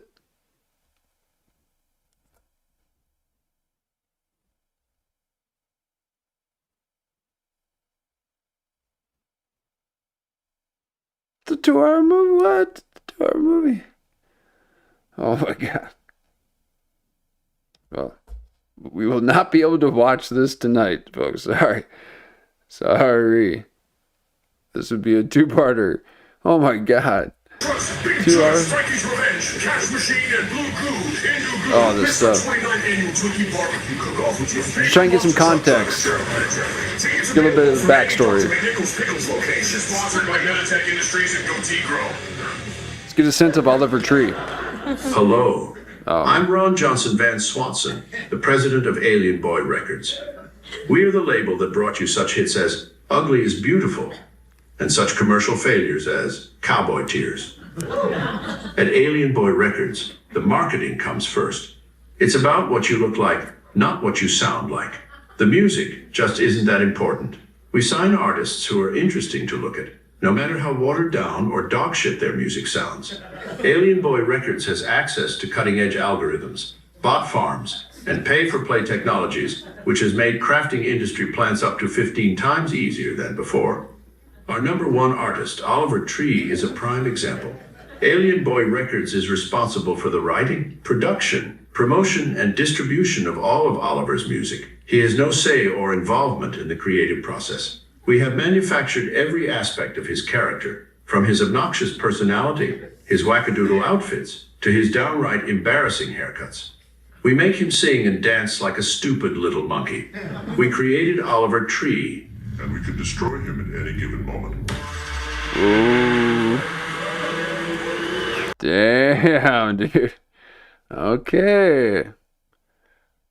All right, now here we are. This is stuff that you want to see, man. Like, oh my God. We're going quantum here, okay? We're in the quantum field where we are bending space and time and seeing what might have led up to these tragic events. Let's take this. We created Oliver Tree, and we could destroy him at any given moment.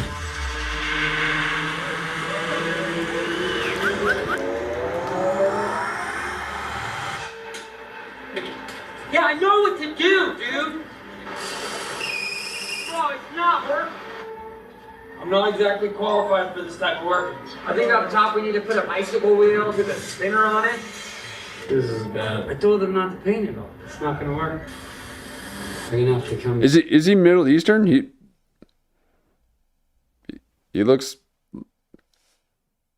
like a local. Back in a month and reshoot this and rebuild the whole thing. They're about to lift the heart up for the first time. We're gonna see if this thing actually holds.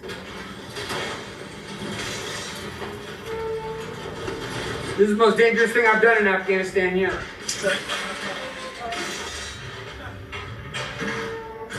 That crane is from the 60s. That thing can snap at any second. I saw one of the wheels lift up. Let's do this. Let's just get it done with. 1, 2, 3. We better get off that thing. That's because the crane could crash on you. Can I get it off? That's serious. Okay. Yeah.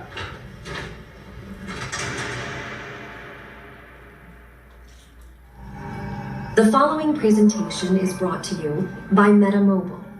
We politely ask you to shut the hell up, turn off your phones, and live in the moment. There is no filming allowed, and if Oliver catches you taking a video, he will personally sue your ass for every last penny. We are not alone in this universe. In the distant constellation of Zeta Reticuli, also known as the anus of the Milky Way, the greatest band to ever exist is finally coming to planet Earth. 3, 4, 3.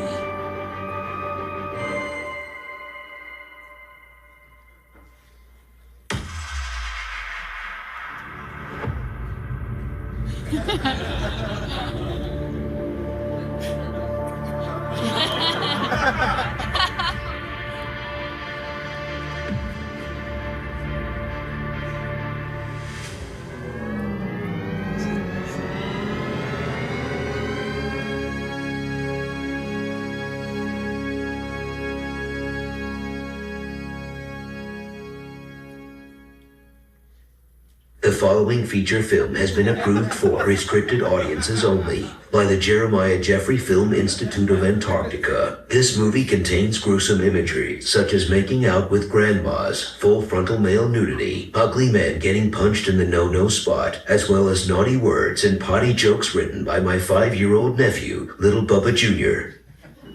Hate this type of humor. Hate it.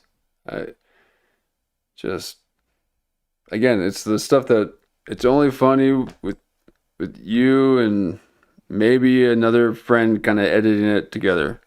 Like, oh yeah, would it be funny what if it was said like, yeah. Okay. Otherwise, that's just you.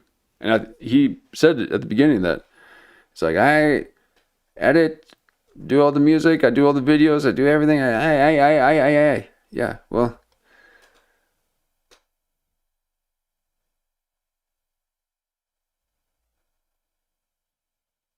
Is it because everyone was saying that they didn't like it and you just kicked them out? After disappearing for years, the next chapter begins. Oliver Tree's true magnum opus, the same sound you fell in love with, now returns for the 4th studio album by the bowl-cut legend and a ridiculously epic odyssey. Recorded over 2 years in over 80 countries, 7 continents, with tribes in Africa, from Antarctica to Afghanistan. The documentary series, The One-Man Band, and the greatest album ever recorded across planet Earth.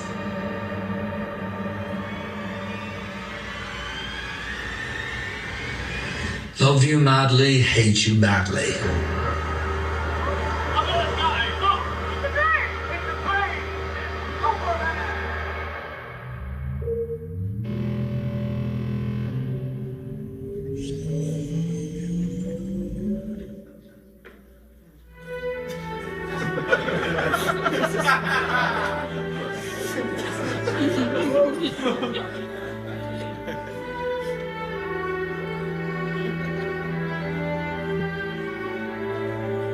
Yeah, exactly. It feels like inside jokes. Yeah, it's like, okay.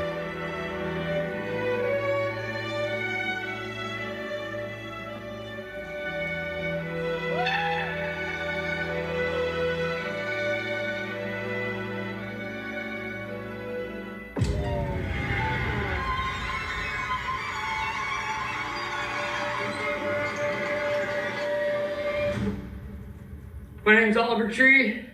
I'm out here in Antarctica. I've been here for about a year, and I'm recording my album.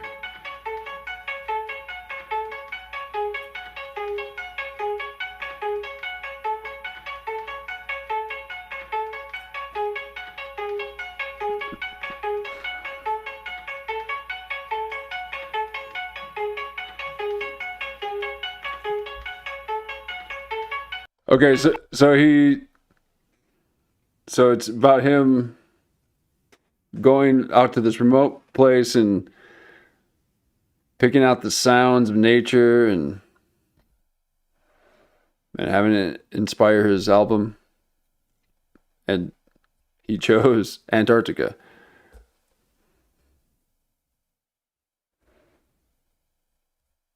So then through this whole thing, then he's going to stumble upon certain discoveries.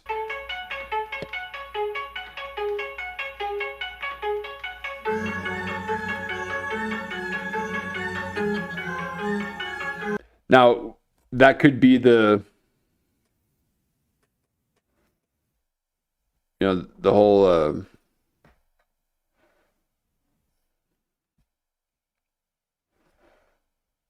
way to keep it under the radar, right? It's like, oh, I'm just here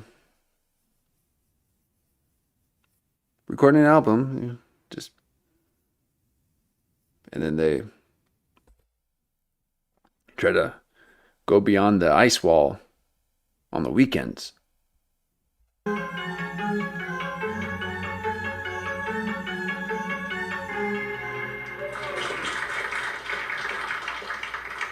What's up, guys? My name is Oliver Tree. It's a pleasure to be here. This is my 64th consecutive week here in Antarctica. Now, has anyone heard that beforehand that he was in Antarctica for a year? I have not. Maybe he has. I don't know. I haven't heard that. So is that even true? Did he just recently work on my vehicle? He looks like a mechanic I know.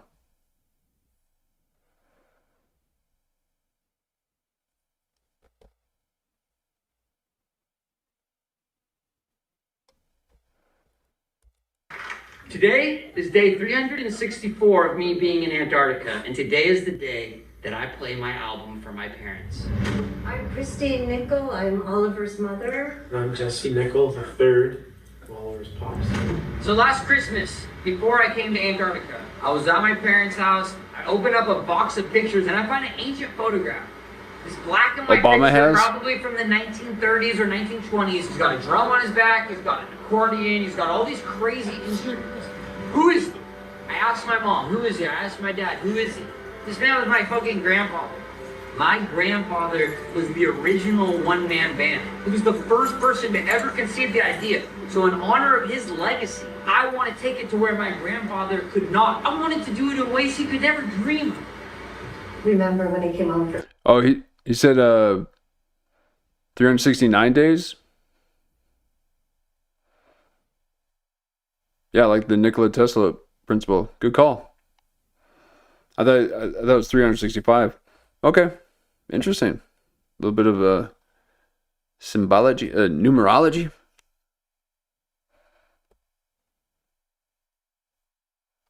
Okay. Yep. Yeah, the 369. Then there's something about angelic numbers in the pre-show when they were talking about turning the camera off.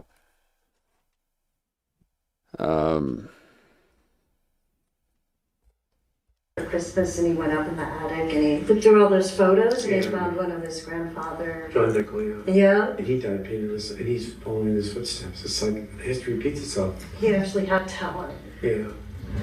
So based off of my grandfather, who was the original one-man band, I am making the modern version of it, which would essentially allow me to play out anywhere since I got a drum pad here, which allow me to make beats. Not bad. I'll be like fucking Frankenstein, one-man band, woo! So here we have my chesty. It's an onboard live mixing rig, fully analog, of course. Basically designed to take a bulletproof vest around it, and be able to mix an entire live orchestra, which is unnecessary because it's just me, but you never know when that could come in handy.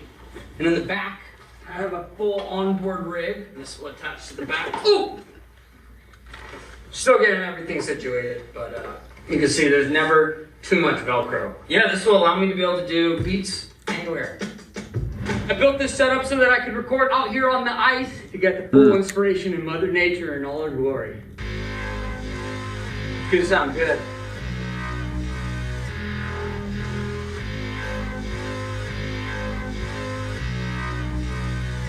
I'm making a drum and bass banger today. There it is.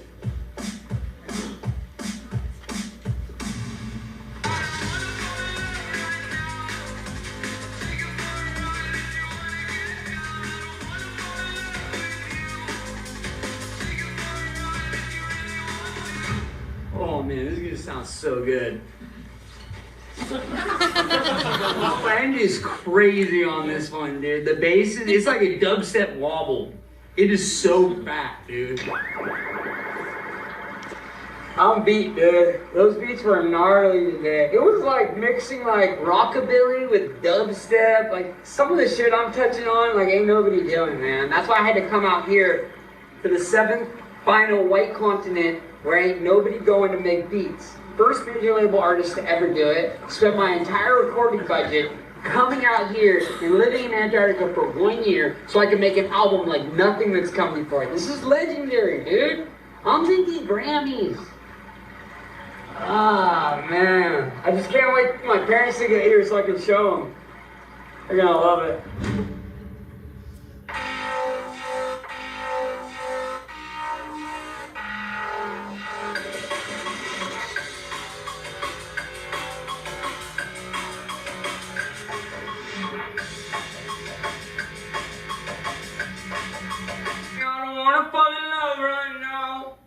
I'll take you for a ride if you wanna get down. I don't think that's some rap that could fit in there, maybe. Boom! Who is that chick that I was talking to? Shorty kinda bad. I really like the view. You can do the math and I'll take you to my room. Shorty, would you wanna come through? Would you wanna slide through? Would you wanna come through? That's a fucking hit. Oh, fuck!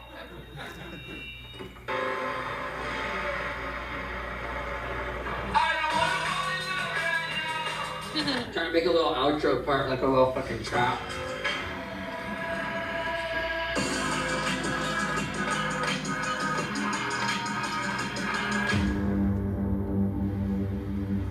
So this is one of the things I came here to research, which is the alien bases. We saw a UAP. UAPs we've seen UFOs, we've seen a wider range of things. We've seen ones that were oblong, very long, more like a missile, and we've seen ones that are more circular, the traditional, standard kind of boring, textbook stuff. But we've seen a wide array of Orbs, long orbs. Those are rare. I'm always watching. But have you seen them coming out from underwater? Oh yeah, they work their way down, they finally make a hole, and the way they go, that water drains down, and sometimes you see them shooting out the sides of these big chunks. So I've been keeping my eyes pretty wide open. I've been looking. We saw it one time. It was absolutely stunning. I'm on a rifle team with the military. Me too. I'm pretty good at ranging. Just looking at things. And like I say, just look at the stuff you know and the length of it. Give you a good judgment. If I was to bet, that little one looks like an entry port paper. The one on the right, that small one, that's probably for a smaller ship. Get a close up. Whoa, he's saying that they burst out of those little holes. What I'd give to get a chance to go up in there. Are you fucking kidding? 1, 2, 3, 4, 5. I can count 5 different entry points to this alien base. This is the reason why I've stayed in Antarctica so long. Look at this fucking thing. I'm giving an interview about alien bases and one shows up right behind me. This is a daily thing here. This is something that has kept me in Antarctica because I want to know more. And without the proper military support, I can't go deeper into this because this is NATO territory. It's been closed off. But a guy can wonder and a guy can watch from a distance and document. We've got multiple cameras here so that we can try to get this footage and upload this to the internet where everyone can witness this for free. We don't have to hide this. I'm so sick of the government hiding what's really going on here in Antarctica. This is what's going on. Alien bases that go underwater, where you have orbs, you have UFOs, you have UAPs, you have so many different types of vehicles, but this is what keeps me. And as much as I love it, I feel like maybe I've hit a threshold. Maybe at some point I can come back and work closer with more scientists. I could potentially work with the US government if they will allow me to be a lead researcher so that we can figure out what's really going on here. There's a disconnect. That's the problem. It is concerning, yeah. Yeah, he thinks the world is going like this. He's just so off base. So, yeah, we're gonna bring him home. Yeah. We're gonna get him some help.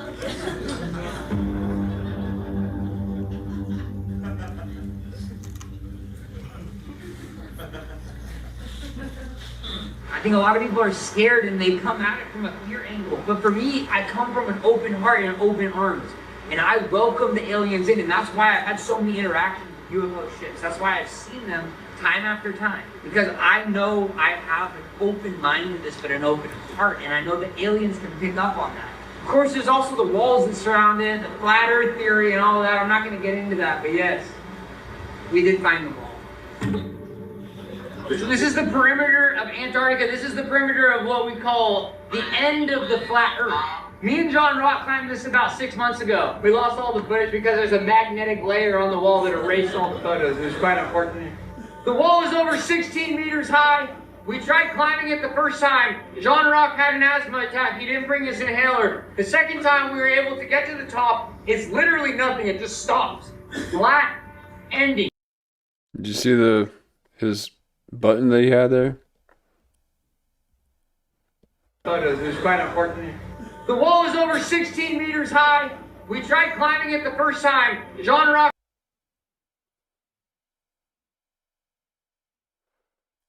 Wait, oh, is that part of his jacket? Looks like a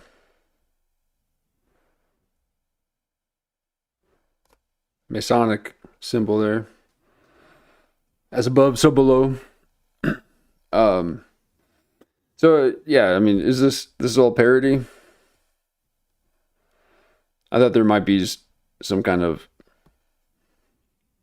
little bit of parody, but then also there was something kind of cool that was discovered out of it. But I'm not seeing that it's gonna be any of that. And even just how he's talking, it doesn't sound like he's actually even in Antarctica. Like, he's like really trying to sell that he's there or something. So it sounds like he might be somewhere else.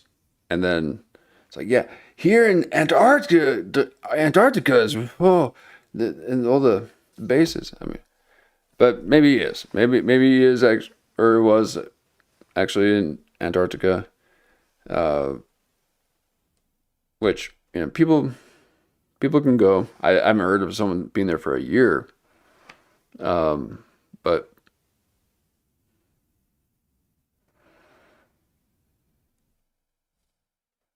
green screen effects, yeah. It's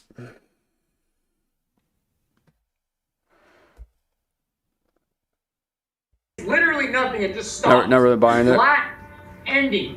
Like, of course, all this is he's just joking about. Like, Earth ends here.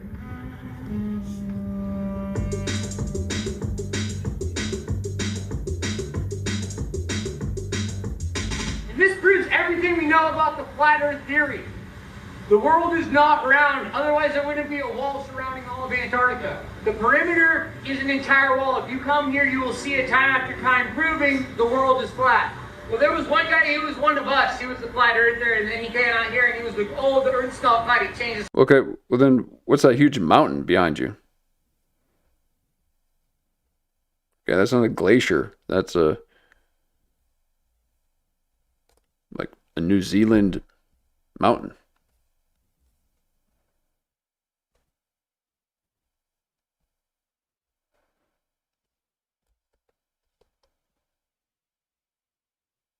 Are you in Switzerland? Something, but that was not a real flat earther. That was a guy who was put in by the government. Undercover.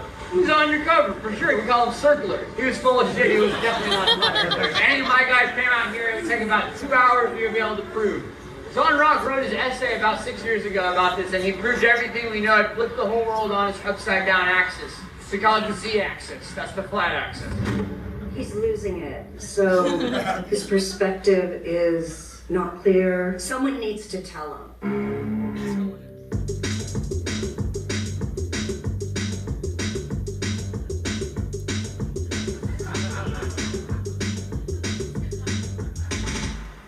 Just recording this glacier for the album. Gonna make some sense out of it later.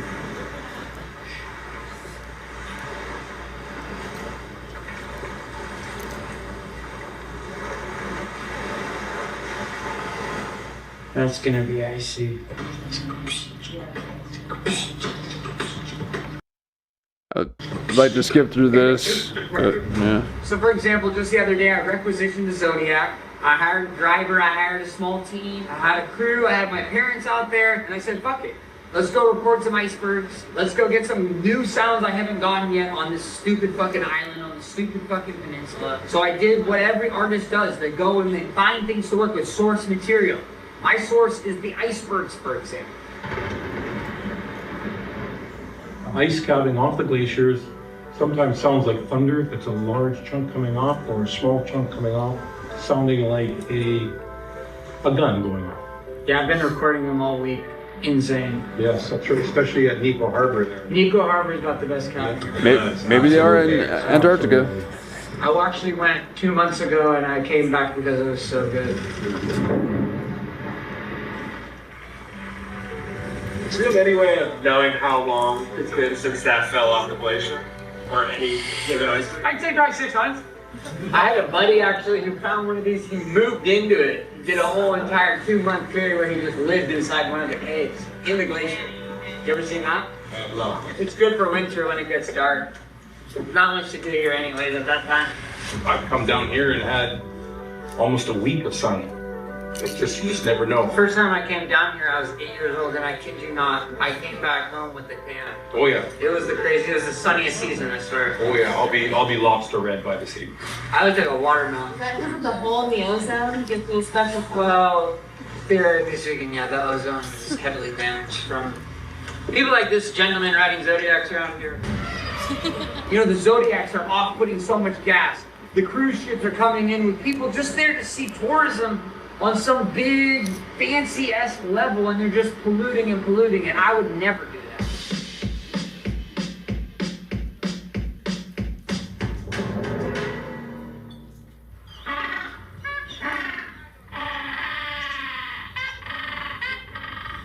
So I came out here to record everything naturally, try to do bound sound collage. A lot of people would consider my methods unorthodox. A lot of people would say they're unethical because I use animals without their consent, because I also am recording nature. Alright, I'm gonna skip through some of this. See if they're... They're not, I believe it's 17 different vocal cords. They're just calling me inside in a semi. So he's talking about dolphins here.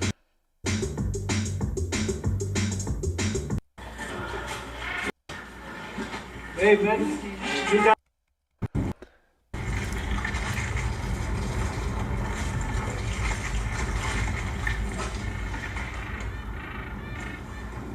Holy shit. What's it called?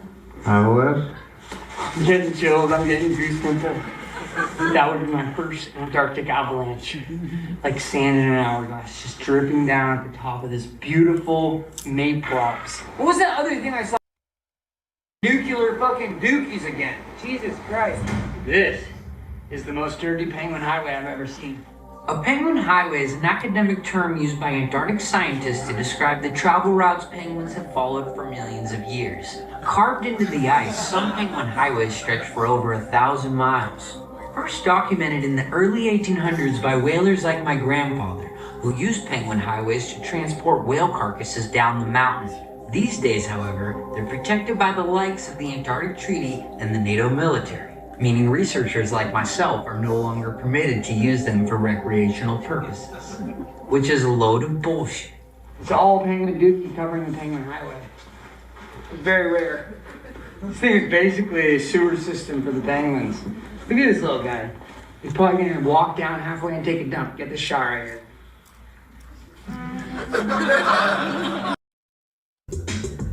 Highway.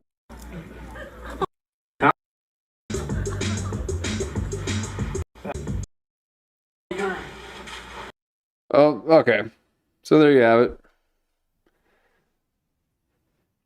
Maybe there's something in there. But apparently he was in Antarctica before his death.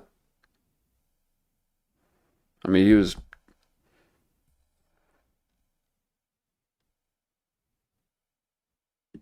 I'm sure doing other things before his death too. The reason I was freaking out was because I popped out the no one else. It was very, very, very scary. I went into shock. I couldn't breathe. I couldn't talk. I could barely scream. And then, of course, I started working with Andrew Seeley, my spiritual guide. We started doing different forms of meditation.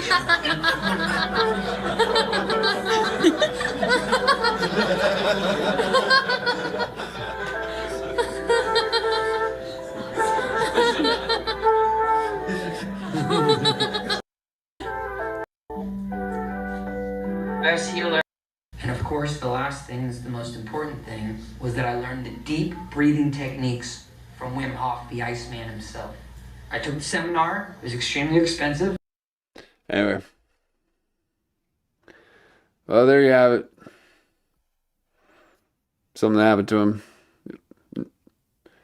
Not really into this kind of documentary style stuff like this.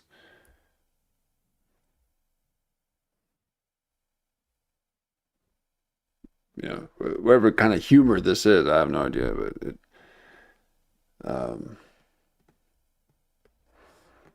never been into it. I've known people my whole life that, you know, they're just that kind of person that jokes like that. It's just, okay.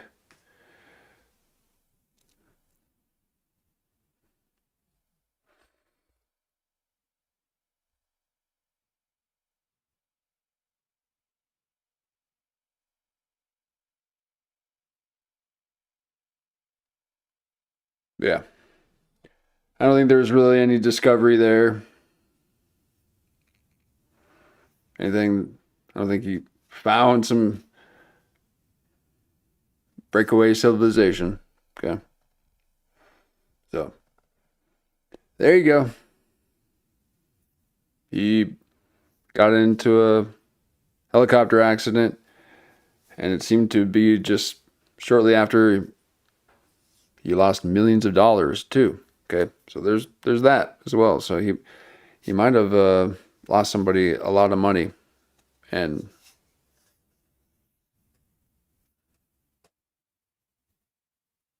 they weren't too happy about it. Who knows? I'm sure we'll discover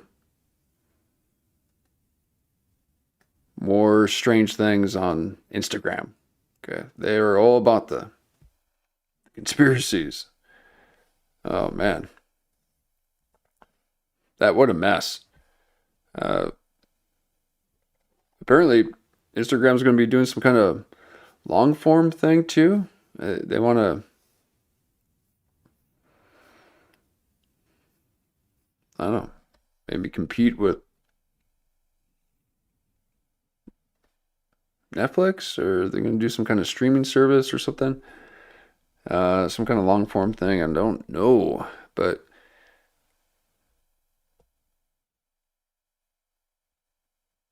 it's pretty tough to watch the stuff in there. The algorithm is too strong. You like watch one thing and then all of a sudden everything's about it. I know you can like change the settings too in there, but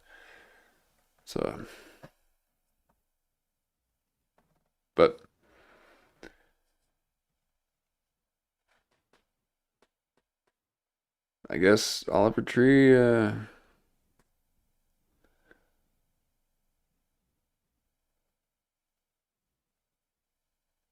maybe it was just, I mean, he's kind of annoying.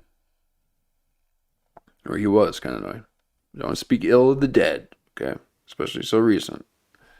But this kind of humor, just can really grate on someone. Now imagine if you're a money man, a lawyer, an agent, a manager, music executive, and you got a lot on your mind, a lot of serious stuff, and then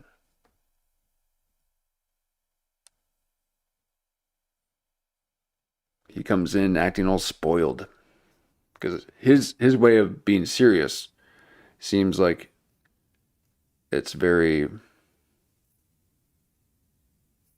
self-centered, one-sided. It's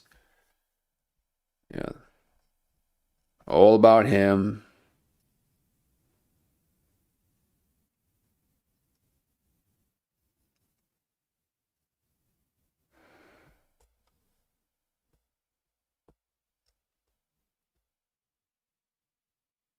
But all right, there you go. Well, thanks for hanging out. I was in the settings trying to see if we can hook up some gear here, and maybe the next couple of days I can figure this out. I might just keep it simple. Again, the second that everything's all nice and everything's set, then I want to change things up again and see if I can add this or add that. And it tends to mess everything up. But appreciate it. Thank you. Have a good night. We'll do again.